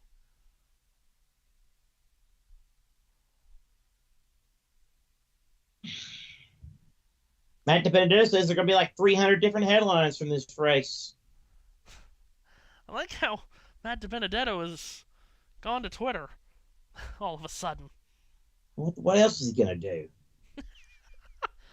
Actions detrimental tomorrow is going to be something. Oh, boy. I think there will be a plea about changing the overtime rule. Pit Road, I think, should be open this time. I thought I just saw that pit road was going to be open this time. Yeah, it should be. And no one's pitting. No one's pitting. The light's green. Hamlin was just told, don't pit if it hasn't stumbled yet. Oh, Lord. And you're not getting one to go this time. No. I mean, if Denny Hamlin or if any of these top 7 win this race, we gotta get into victory lane and get the Scooby-Doo crew there to unmask what's really Scott Dixon. All gamblers, Kim. Ross Chastain out of the care center after going for a spin during that first overtime restart. What can you tell us from your vantage point? Busch Light Country Chevy had a chance to win, Kim. That's so cool to come back here to Nashville, the birthplace of Trackhouse, where Justin Marks moved his family and started this idea of this Cup team. And to come back and have another shot to win is just absolutely incredible for the Busch Light Country scheme and all of our partners with Worldwide Express, Kubota, Jockey, and the Moose. Do you think that overtime restart was fair racing? I'm just driving down in turn 1, and I knew that I hung on the 11's right rear, and I had a shot to win. And then finally, emotion that you're feeling right now, looking for the first race win and knowing how much this place means to Trackhouse. Yeah. I mean, my feelings are hurt, of course. I want to be out there. I want to be racing. I'm just a racer. That's why I raced yesterday in our Use Your Melon Chevy, and that's why I drive so hard. And not that anybody in Cup doesn't, and anybody in any race car these days. I watched the late model stock race last night. Great race at South Boston. And 3 questions gets me a long answer, Kim.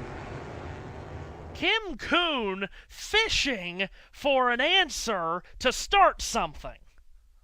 And then talking about, well, what about? He just said how important it was to Trackhouse. NBC, man. Well, here we go. They're all going to stay out. I can't believe it. I can't believe that. I think Darrell. I think on the. Go ahead. I think Darrell Wallace Jr. is going to win the race. Might not be a bad bet. Thing is, though, you got to make sure you don't wreck and run over the people that do run out of fuel if it happens. I mean, it's not that cut and dry. Oh, my goodness. You thought the last couple of restarts were a cluster. This is going to be... And Austin Center's going to be getting a lot of hate mail on Twitter tonight. All right, so it's Denny Hamlin, the leader. Kyle Larson, Truex, Busch, Logano, Briscoe, Elliott, LaJoie, Wallace, Gregson. Partner, you ready? And again, LaJoie and Wallace are the only 2 in that top 10 that we're sure can make it on fuel. So the pace car's off, and we're ready to go, and we'll see what happens this time. I wouldn't be shocked if someone runs out on the restart. Denny Hamlin has the lead. Kyle Larson did run out. Kyle Busch gets turned. He nails the wall. We're still green. Denny Hamlin has the lead. And now the caution's out again. And now they got to pit this time. They have what to. In the world? They have to. They have to. Kyle Busch trying to light it up here on the main straightaway. Unbelievable. And Corey LaJoie and Zane Smith passed Darrell Wallace Jr. Oh. Ryan Preece is into the top 10. He can make it to the end. Ryan Preece is now a part of this. Kyle Busch. And again, this is what this RCR team just keeps talking about. They run top 5, top 10, top dozen, but finish 29th, 32nd. And they're going to do it again. This is why Kyle Busch is not going to be in the playoffs. Not because that team doesn't have speed. They can't finish races for whatever reason. Well, the fans have no sympathy for Kyle Busch and his struggles. That's pretty obvious. Zane Smith could win this race. That's a guy. That's a guy in Zane Smith without a ride, Seth. He's without a ride next year.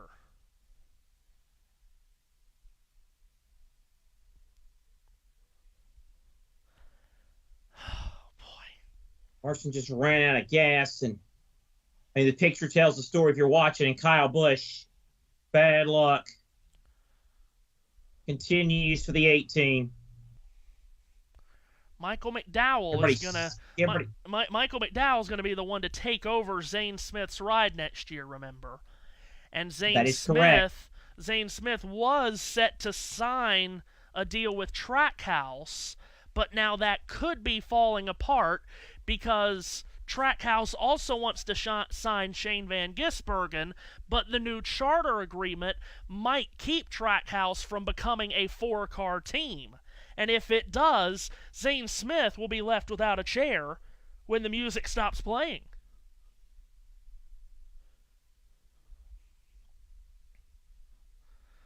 Wow. This is a chance to throw everything up. 2:05. Josh T still with us, by the way. Yeah, everyone on JBM still with us, hopefully, too. Trying to survive this carnage. What in the world is happening? I can't believe they're not running out of fuel under caution. I can't either. Unless Denny and Chris are playing some kind of stupid mind game trick we don't know about. I mean, like I said, I think Scott Dixon is driving one of these cars. They have to pit. Surely they have to pit. You would think. I mean, this is madness. It's been 100 laps since some of the... I mean, heck, Zane Smith and Corey LaJoie are about to run out of a window themselves. Ryan Preece is in the best shape. Yeah, here they come. Here comes two of them. Hamlin and Truex surrender. Logano, at long last. But Logano and Briscoe didn't. Remember, they're winless. They can't come in. Drivers in there. Marty. See, for both of the Joe Gibbs Racing drivers that came down pit road, the code was, hey, or the message was, if it stumbles, come down pit road. Truex failed to stumble. James Small brought him down. We'll see if these 4 fresh tires help him, Dave. Message to Denny Hamlin was, your teammate, Martin Truex Jr., has stumbled. I just don't see any way you can make it. You're going to have to bring it to us. I'm not so sure those two still can't win the race. Are you talking about Hamlin and Truex? Yeah, I mean, they could still win it. I mean, as long as they don't wreck. I mean, they keep wrecking, and they're not in the wreck. It could very well be a thing. I have to try to keep reminding myself I'm in the anchor chair. Seth Eves, Matthew Owens, a very, very ornery and sleep-deprived Josh T at 2:07 a.m. that United Kingdom time with 2 thumbs up to me. Very sarcastic 2 thumbs up. We are still with you here at the Nashville Super Speedway for the NASCAR Cup Series, the Ally 400-plus marathon, which also features some food mileage. So Joey Logano is now being scored as the race leader ahead of Chase Briscoe Zane Smith, Chase Elliott, Alex Bowman. 6 through 10, Corey LaJoie, Noah Gregson, Ryan Preece, Bubba Wallace, and Carson Hocevar.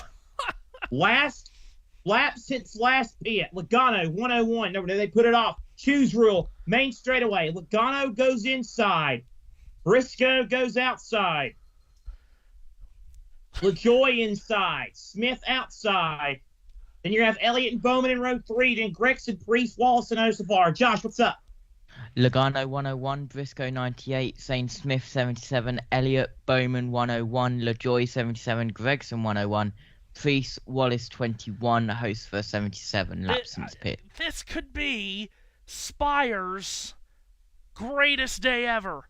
They've got all 3 in the top 10, and if we can get it to the finish this time, they could finish 1, 2, 3.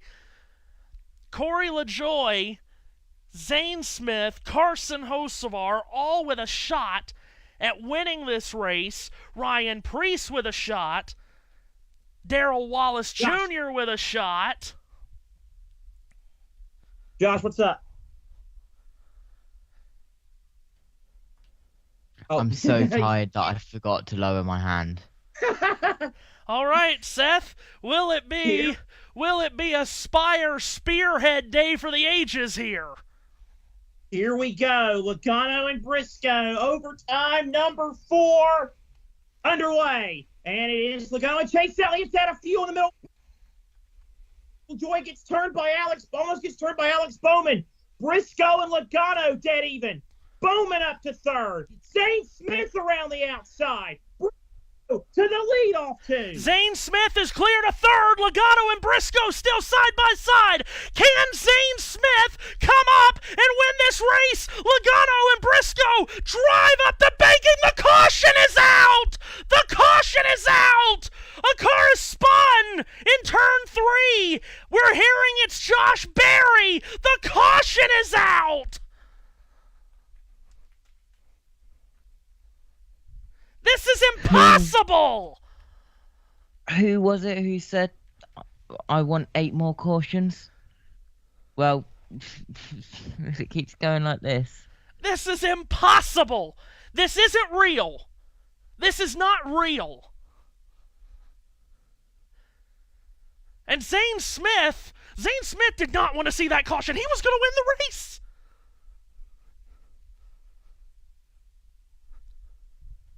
Overtime number 5. I've got the sounder ready in case they crash again.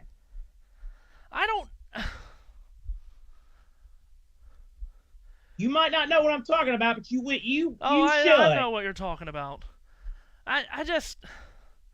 Zane Smith was going to win the race. Now I think this restart, I think it's right into the hands of Ryan Preece. It could be in the hands of Tyler Reddick. He has snuck up in here out of nowhere in these last few restarts. Guys, I have brought the bed to me. If I can't go to the bed comes to me. My God. By the way, Denny Hamlin is up to 13th. You said he might still win this thing. Ryan Blaney, by the way, is the guy that you were mentioning there, Josh, on who wanted 8 more cautions. He's 12th. Oh.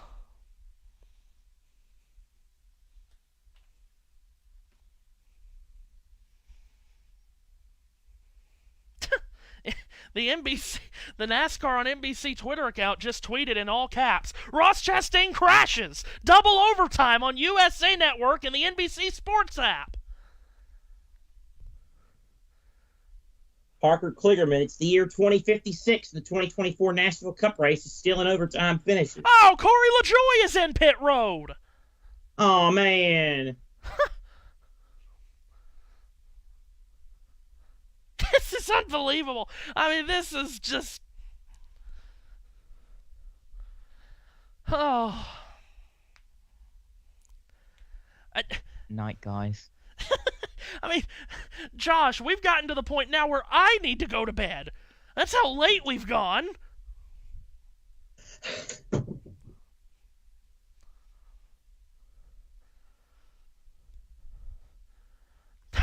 But can I ask you this question, though? Can I bring something up, Matthew? I probably wasn't going to have enough time to say it in commentary. When you say, and I agree with you, when you say Zane Smith was going to win the race, he was going to win the race because Logano and Briscoe were going to take each other out. They were going to take each other out. Forget about the fuel mileage. They were running up the racetrack. It's like, you're going to go up to Murfreesboro if you keep doing that.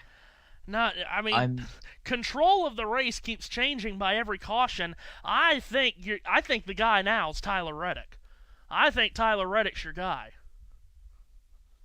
Guys. Tyler Reddick is the guy right here. And I got to tell you, sorry, Josh, I got to tell you, if we go through all of this and Tyler Reddick wins, there's going to be some upset people.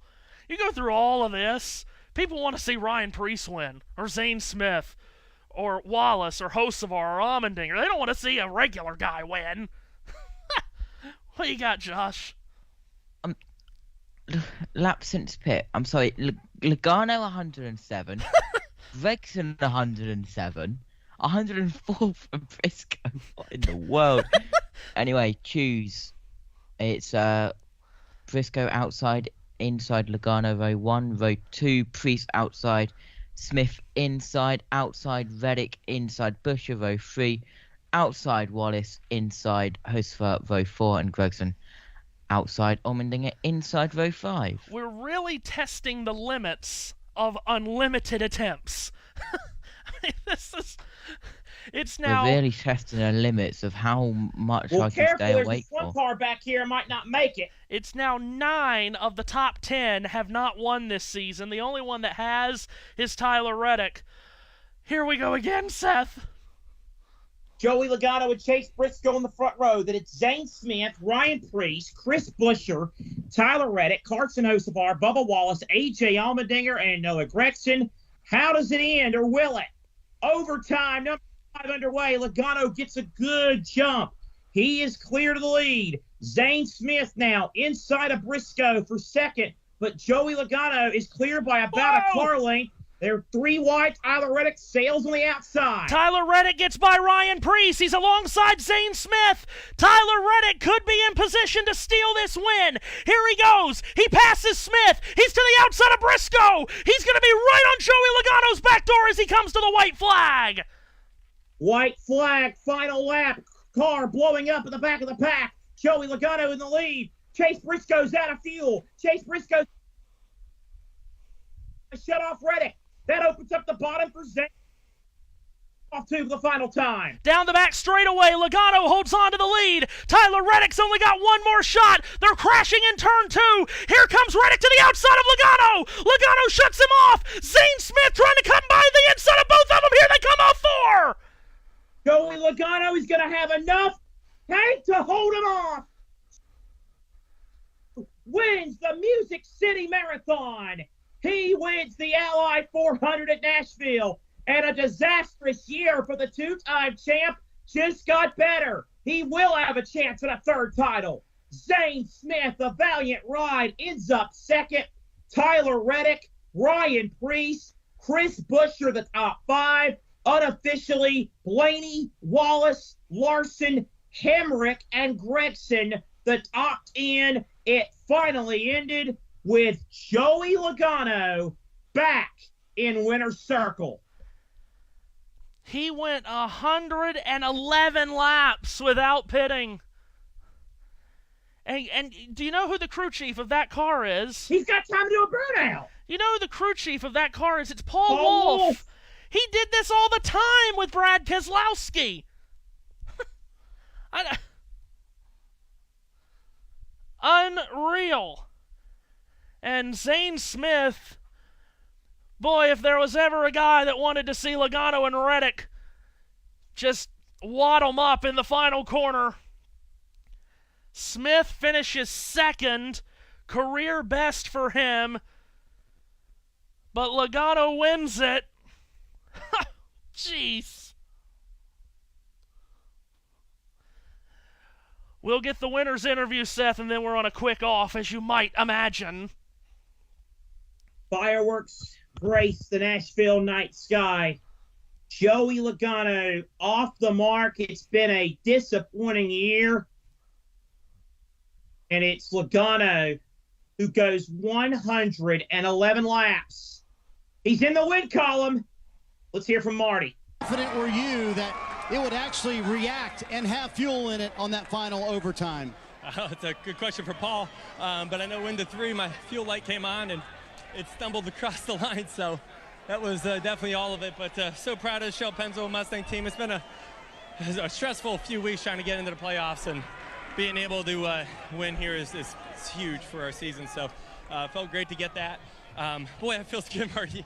I'm out of breath. You know, we had it won off of Ford, and the caution came out. I was like, oh my God, but you can't pit. Like, you kind of got to go for it. And boy, it was close, but you got to give a lot of credit to Roush Yates, not only building horsepower, but building fuel mileage. That's what won today. Joey, knowing this was your shot, what were you willing to do to keep Tyler Reddick behind you? Drive all over the racetrack, apparently, but I had to. He had tires there, and so just had to make different moves and go different places. And I tell you, when I went into 3 and I saw that light, I was like, oh no, I'm going to run out off of 4. And it just stumbled and spit and sputtered across the line there. Somehow I had enough for a little bit of a burnout, but I'm going to need to push back. I could tell the relief in your voice when you said, thank goodness. That's what your reaction was. How much pressure? Can you describe it? This takes off the 22 team. So much pressure. You know, trying to make the playoffs is not easy these days with these next-gen cars, and everyone's so equally matched. And, you know, I made a lot of mistakes, even some tonight, and it's nice to be able to overcome. So I just got to thank Shell and Pennzoil, Hunt Brothers Pizza, AAA, Ford, everyone that helped support us all the way through, Coca-Cola. This is just it's a much-needed win for sure. With an assist from Paul Wolf, Joey Logano, the 2-time champ, is now officially in the NASCAR Cup Series playoffs in 2024. Oh, my goodness. So Joey Logano gets the victory. Meanwhile, Daniel Suarez just dumped Martin Truex Jr. in turn number 2 on the final lap. There was all kinds of crashing going on and cars all over the place on the final lap. Chase Elliott spun again. Josh T, what you got for us? Okay, it was final scores on the doors, lap 331, which the calculations make it was the Ally 440. And we matched the most attempts at overtime in a NASCAR race, 5 set by the NASCAR Xfinity Series in the season opener at Daytona in 2018. And we were there for that too, Matthew. Yeah, we know about that. Daniel Suarez is he's just thought it's with his team. But listen, we got to do a very, very quick off here. You can go to NASCAR.com or whatnot if you want to find the playoff standings. But let's go ahead and get some final thoughts. Josh T, I'll let you go first on this. Your thoughts on another wild day at the office. Broadcast is saying 5 hours, 37 minutes and 45 seconds and counting on the OBS ends. So it's around 5 hours and 55 minutes for you guys. I think we need to go and have a little bit of a rest. You guys can have a longer bit of a rest because, well, time zones. But, yeah, I'm up in 5 hours. But it was a good race. The hour and 20 minute red flag flew by with your company. And, well, I will probably be slaughtered for saying this by JB, but the highlight of my week, US and NASCAR. Matthew Owens out in, I think Joey finally ran out. I think Joey finally ran out of the, he's got a tow truck that's coming to him. Matthew, final thoughts on a wild, and driver of the day as well. Yeah, well, driver of the day, I think, is going to be Paul Wolf. He did drive once upon a time, yeah, he did. There you go. And he just does this all the time. with his drivers stretching fuel somehow.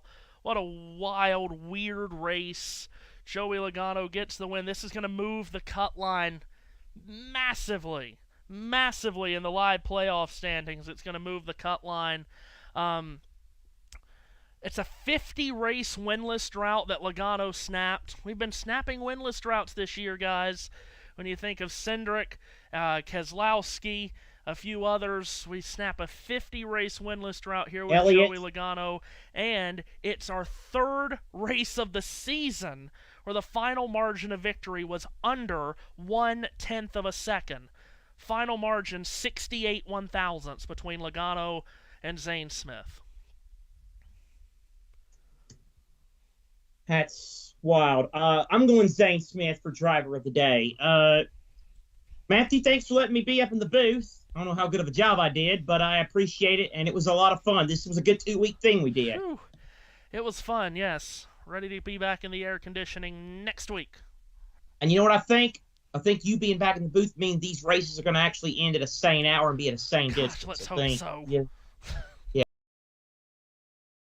Yeah, absolutely as well. Thank you for joining in and watching the Music City Marathon that we're calling it here in Nashville Super Speedway.